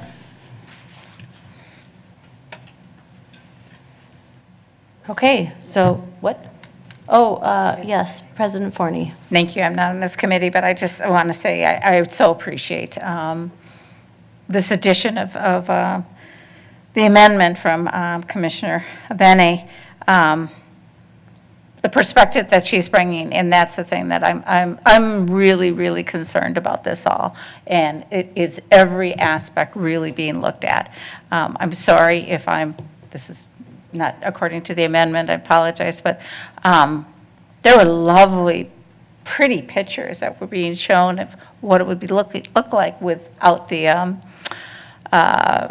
dams and locks, whatever. And so one of the things I've insisted is that to take the modeling, that they already have the data of what it would look like if these were taken away, and to get that visual, not just a visual of a two-dimensional. I want a 3D, a film, whatever. So this is going to be a heavy duty. I just also need to say I'm a realtor. I love more land. But it also terrifies me. It really does. So anyway, thank you for bringing forward this amendment. Okay, seeing no further lights, let's vote on the amendment. All those in favor, please say aye. Aye. Opposed? All right, that passes. Any further comments to the main resolution? Yes, Co-Chair Benny. And I'm sorry to keep talking about this, but I actually really appreciated the letter. I really appreciated the focus in the letter of the things that were missing from the scope of the work that has already been identified in the study. That's very targeted and smart, so I really appreciate that. And I would also say that the rendering in there is really critical because people, I don't think, really fully understand that this would be potentially a very significantly different looking river through our city. Yep. So it's good for us to be able to see that. So thank you for that work. That's great.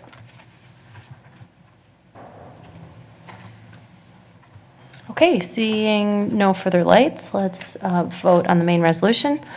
All those in favor, please say aye. Aye. Any opposed? Abstentions? All right, that passes. I declare the Planning Committee adjourned. I'll reconvene the full board, just so we can do petitions and communications. I will start with Commissioner Bene. I will pass. Commissioner Alper. Pass. Commissioner Menz. I'm not going to pass. I'd just like to say that it's so great to see our park system when it snows. That like the stillness that happens in the city is just quite amazing, and just seeing all the trails, groomed. I love the new amenity of the snow plowing, and then also, it's just amazing to see how many activities we have for young people, and the development of the Lopet Foundation and what they're doing to activate our park system on the north side and in other places. I'm just really excited for the winter, and I'm really grateful to the work of the park board for creating opportunities for outside enjoyment for young people and old people like me. Commissioner Mason. I also am not going to pass. I'm getting so much feedback on the plowing map and the interactive updates of when people say, hey, something's not right, and other people can see that. They love it. So kudos to everyone that worked on that and has continued to support it now that it's out in the world. It's clearly a winner. So more of that, please. Thanks. Sagat. Commissioner Olson. Pass. Commissioner Schaefer. I just want to say thank you to staff for all of your answering of questions and support of the commissioners through this first budget process. It really has meant a lot, and I think it's been a true team effort, so I just want to say thank you for your time. Commissioner Thompson. I would also just like to say thank you, and I'll pass the rest of my time. Well, I will not pass. I had the great opportunity of going to the World Urban Park Congress in Monterrey, Mexico, and I could talk on it for, well, I was there for 6 days, but anyway, I won't. It was fascinating, it really was, and I would encourage us to get involved with this more. And first of all, I should tell you that the Congress, the board, whatever of it, the chair of it is our former superintendent, Jane Miller, so it was a delight to be with her and meet so many other people from around the world. Anyway, I'll just give you a couple highlights. One of them is the fact that the conference itself was in the convention center, on the land that used to be the foundry, which is the biggest steel foundry in all of Mexico. And it consists of 360 acres is the foundry development, okay? And it's no longer that, and it's a park. So it took me a while to figure it out and everything, but I was on the Upper Harbor. And what was delightful to see is all of the structures from this steel mill, I guess, anyway, foundry, left, and they became these beautiful sculptures, really wonderful. So like big, what do you call them, buckets, that they would pour steel out of it. They made into fountains. Anyway, just wonderful reuse of things, activating that space. The foundry is right next to a river. The river, though, on both sides is abutted by freeways, okay? And the river is, the majority of the time, is dry. Okay, so I keep thinking about the Mississippi. Anyway, so they instead created a river of their own. Okay, so a 1.5 mile river. I'm serious, you guys. Anyway, so anyway, it was a really, really impressive area to be in. I really enjoyed it. Anyway, so just a couple of things that to me impacted me is they kept on saying that 80% of Latin America lives in cities. And that just seems so overwhelming to me. And as I say, what I love about travel is that you go someplace only to learn about your own area. The United States, 83% of the population lives in cities already. So talking about how we as parks play in that, it was really quite moving, and I've got tons of stuff, like I say.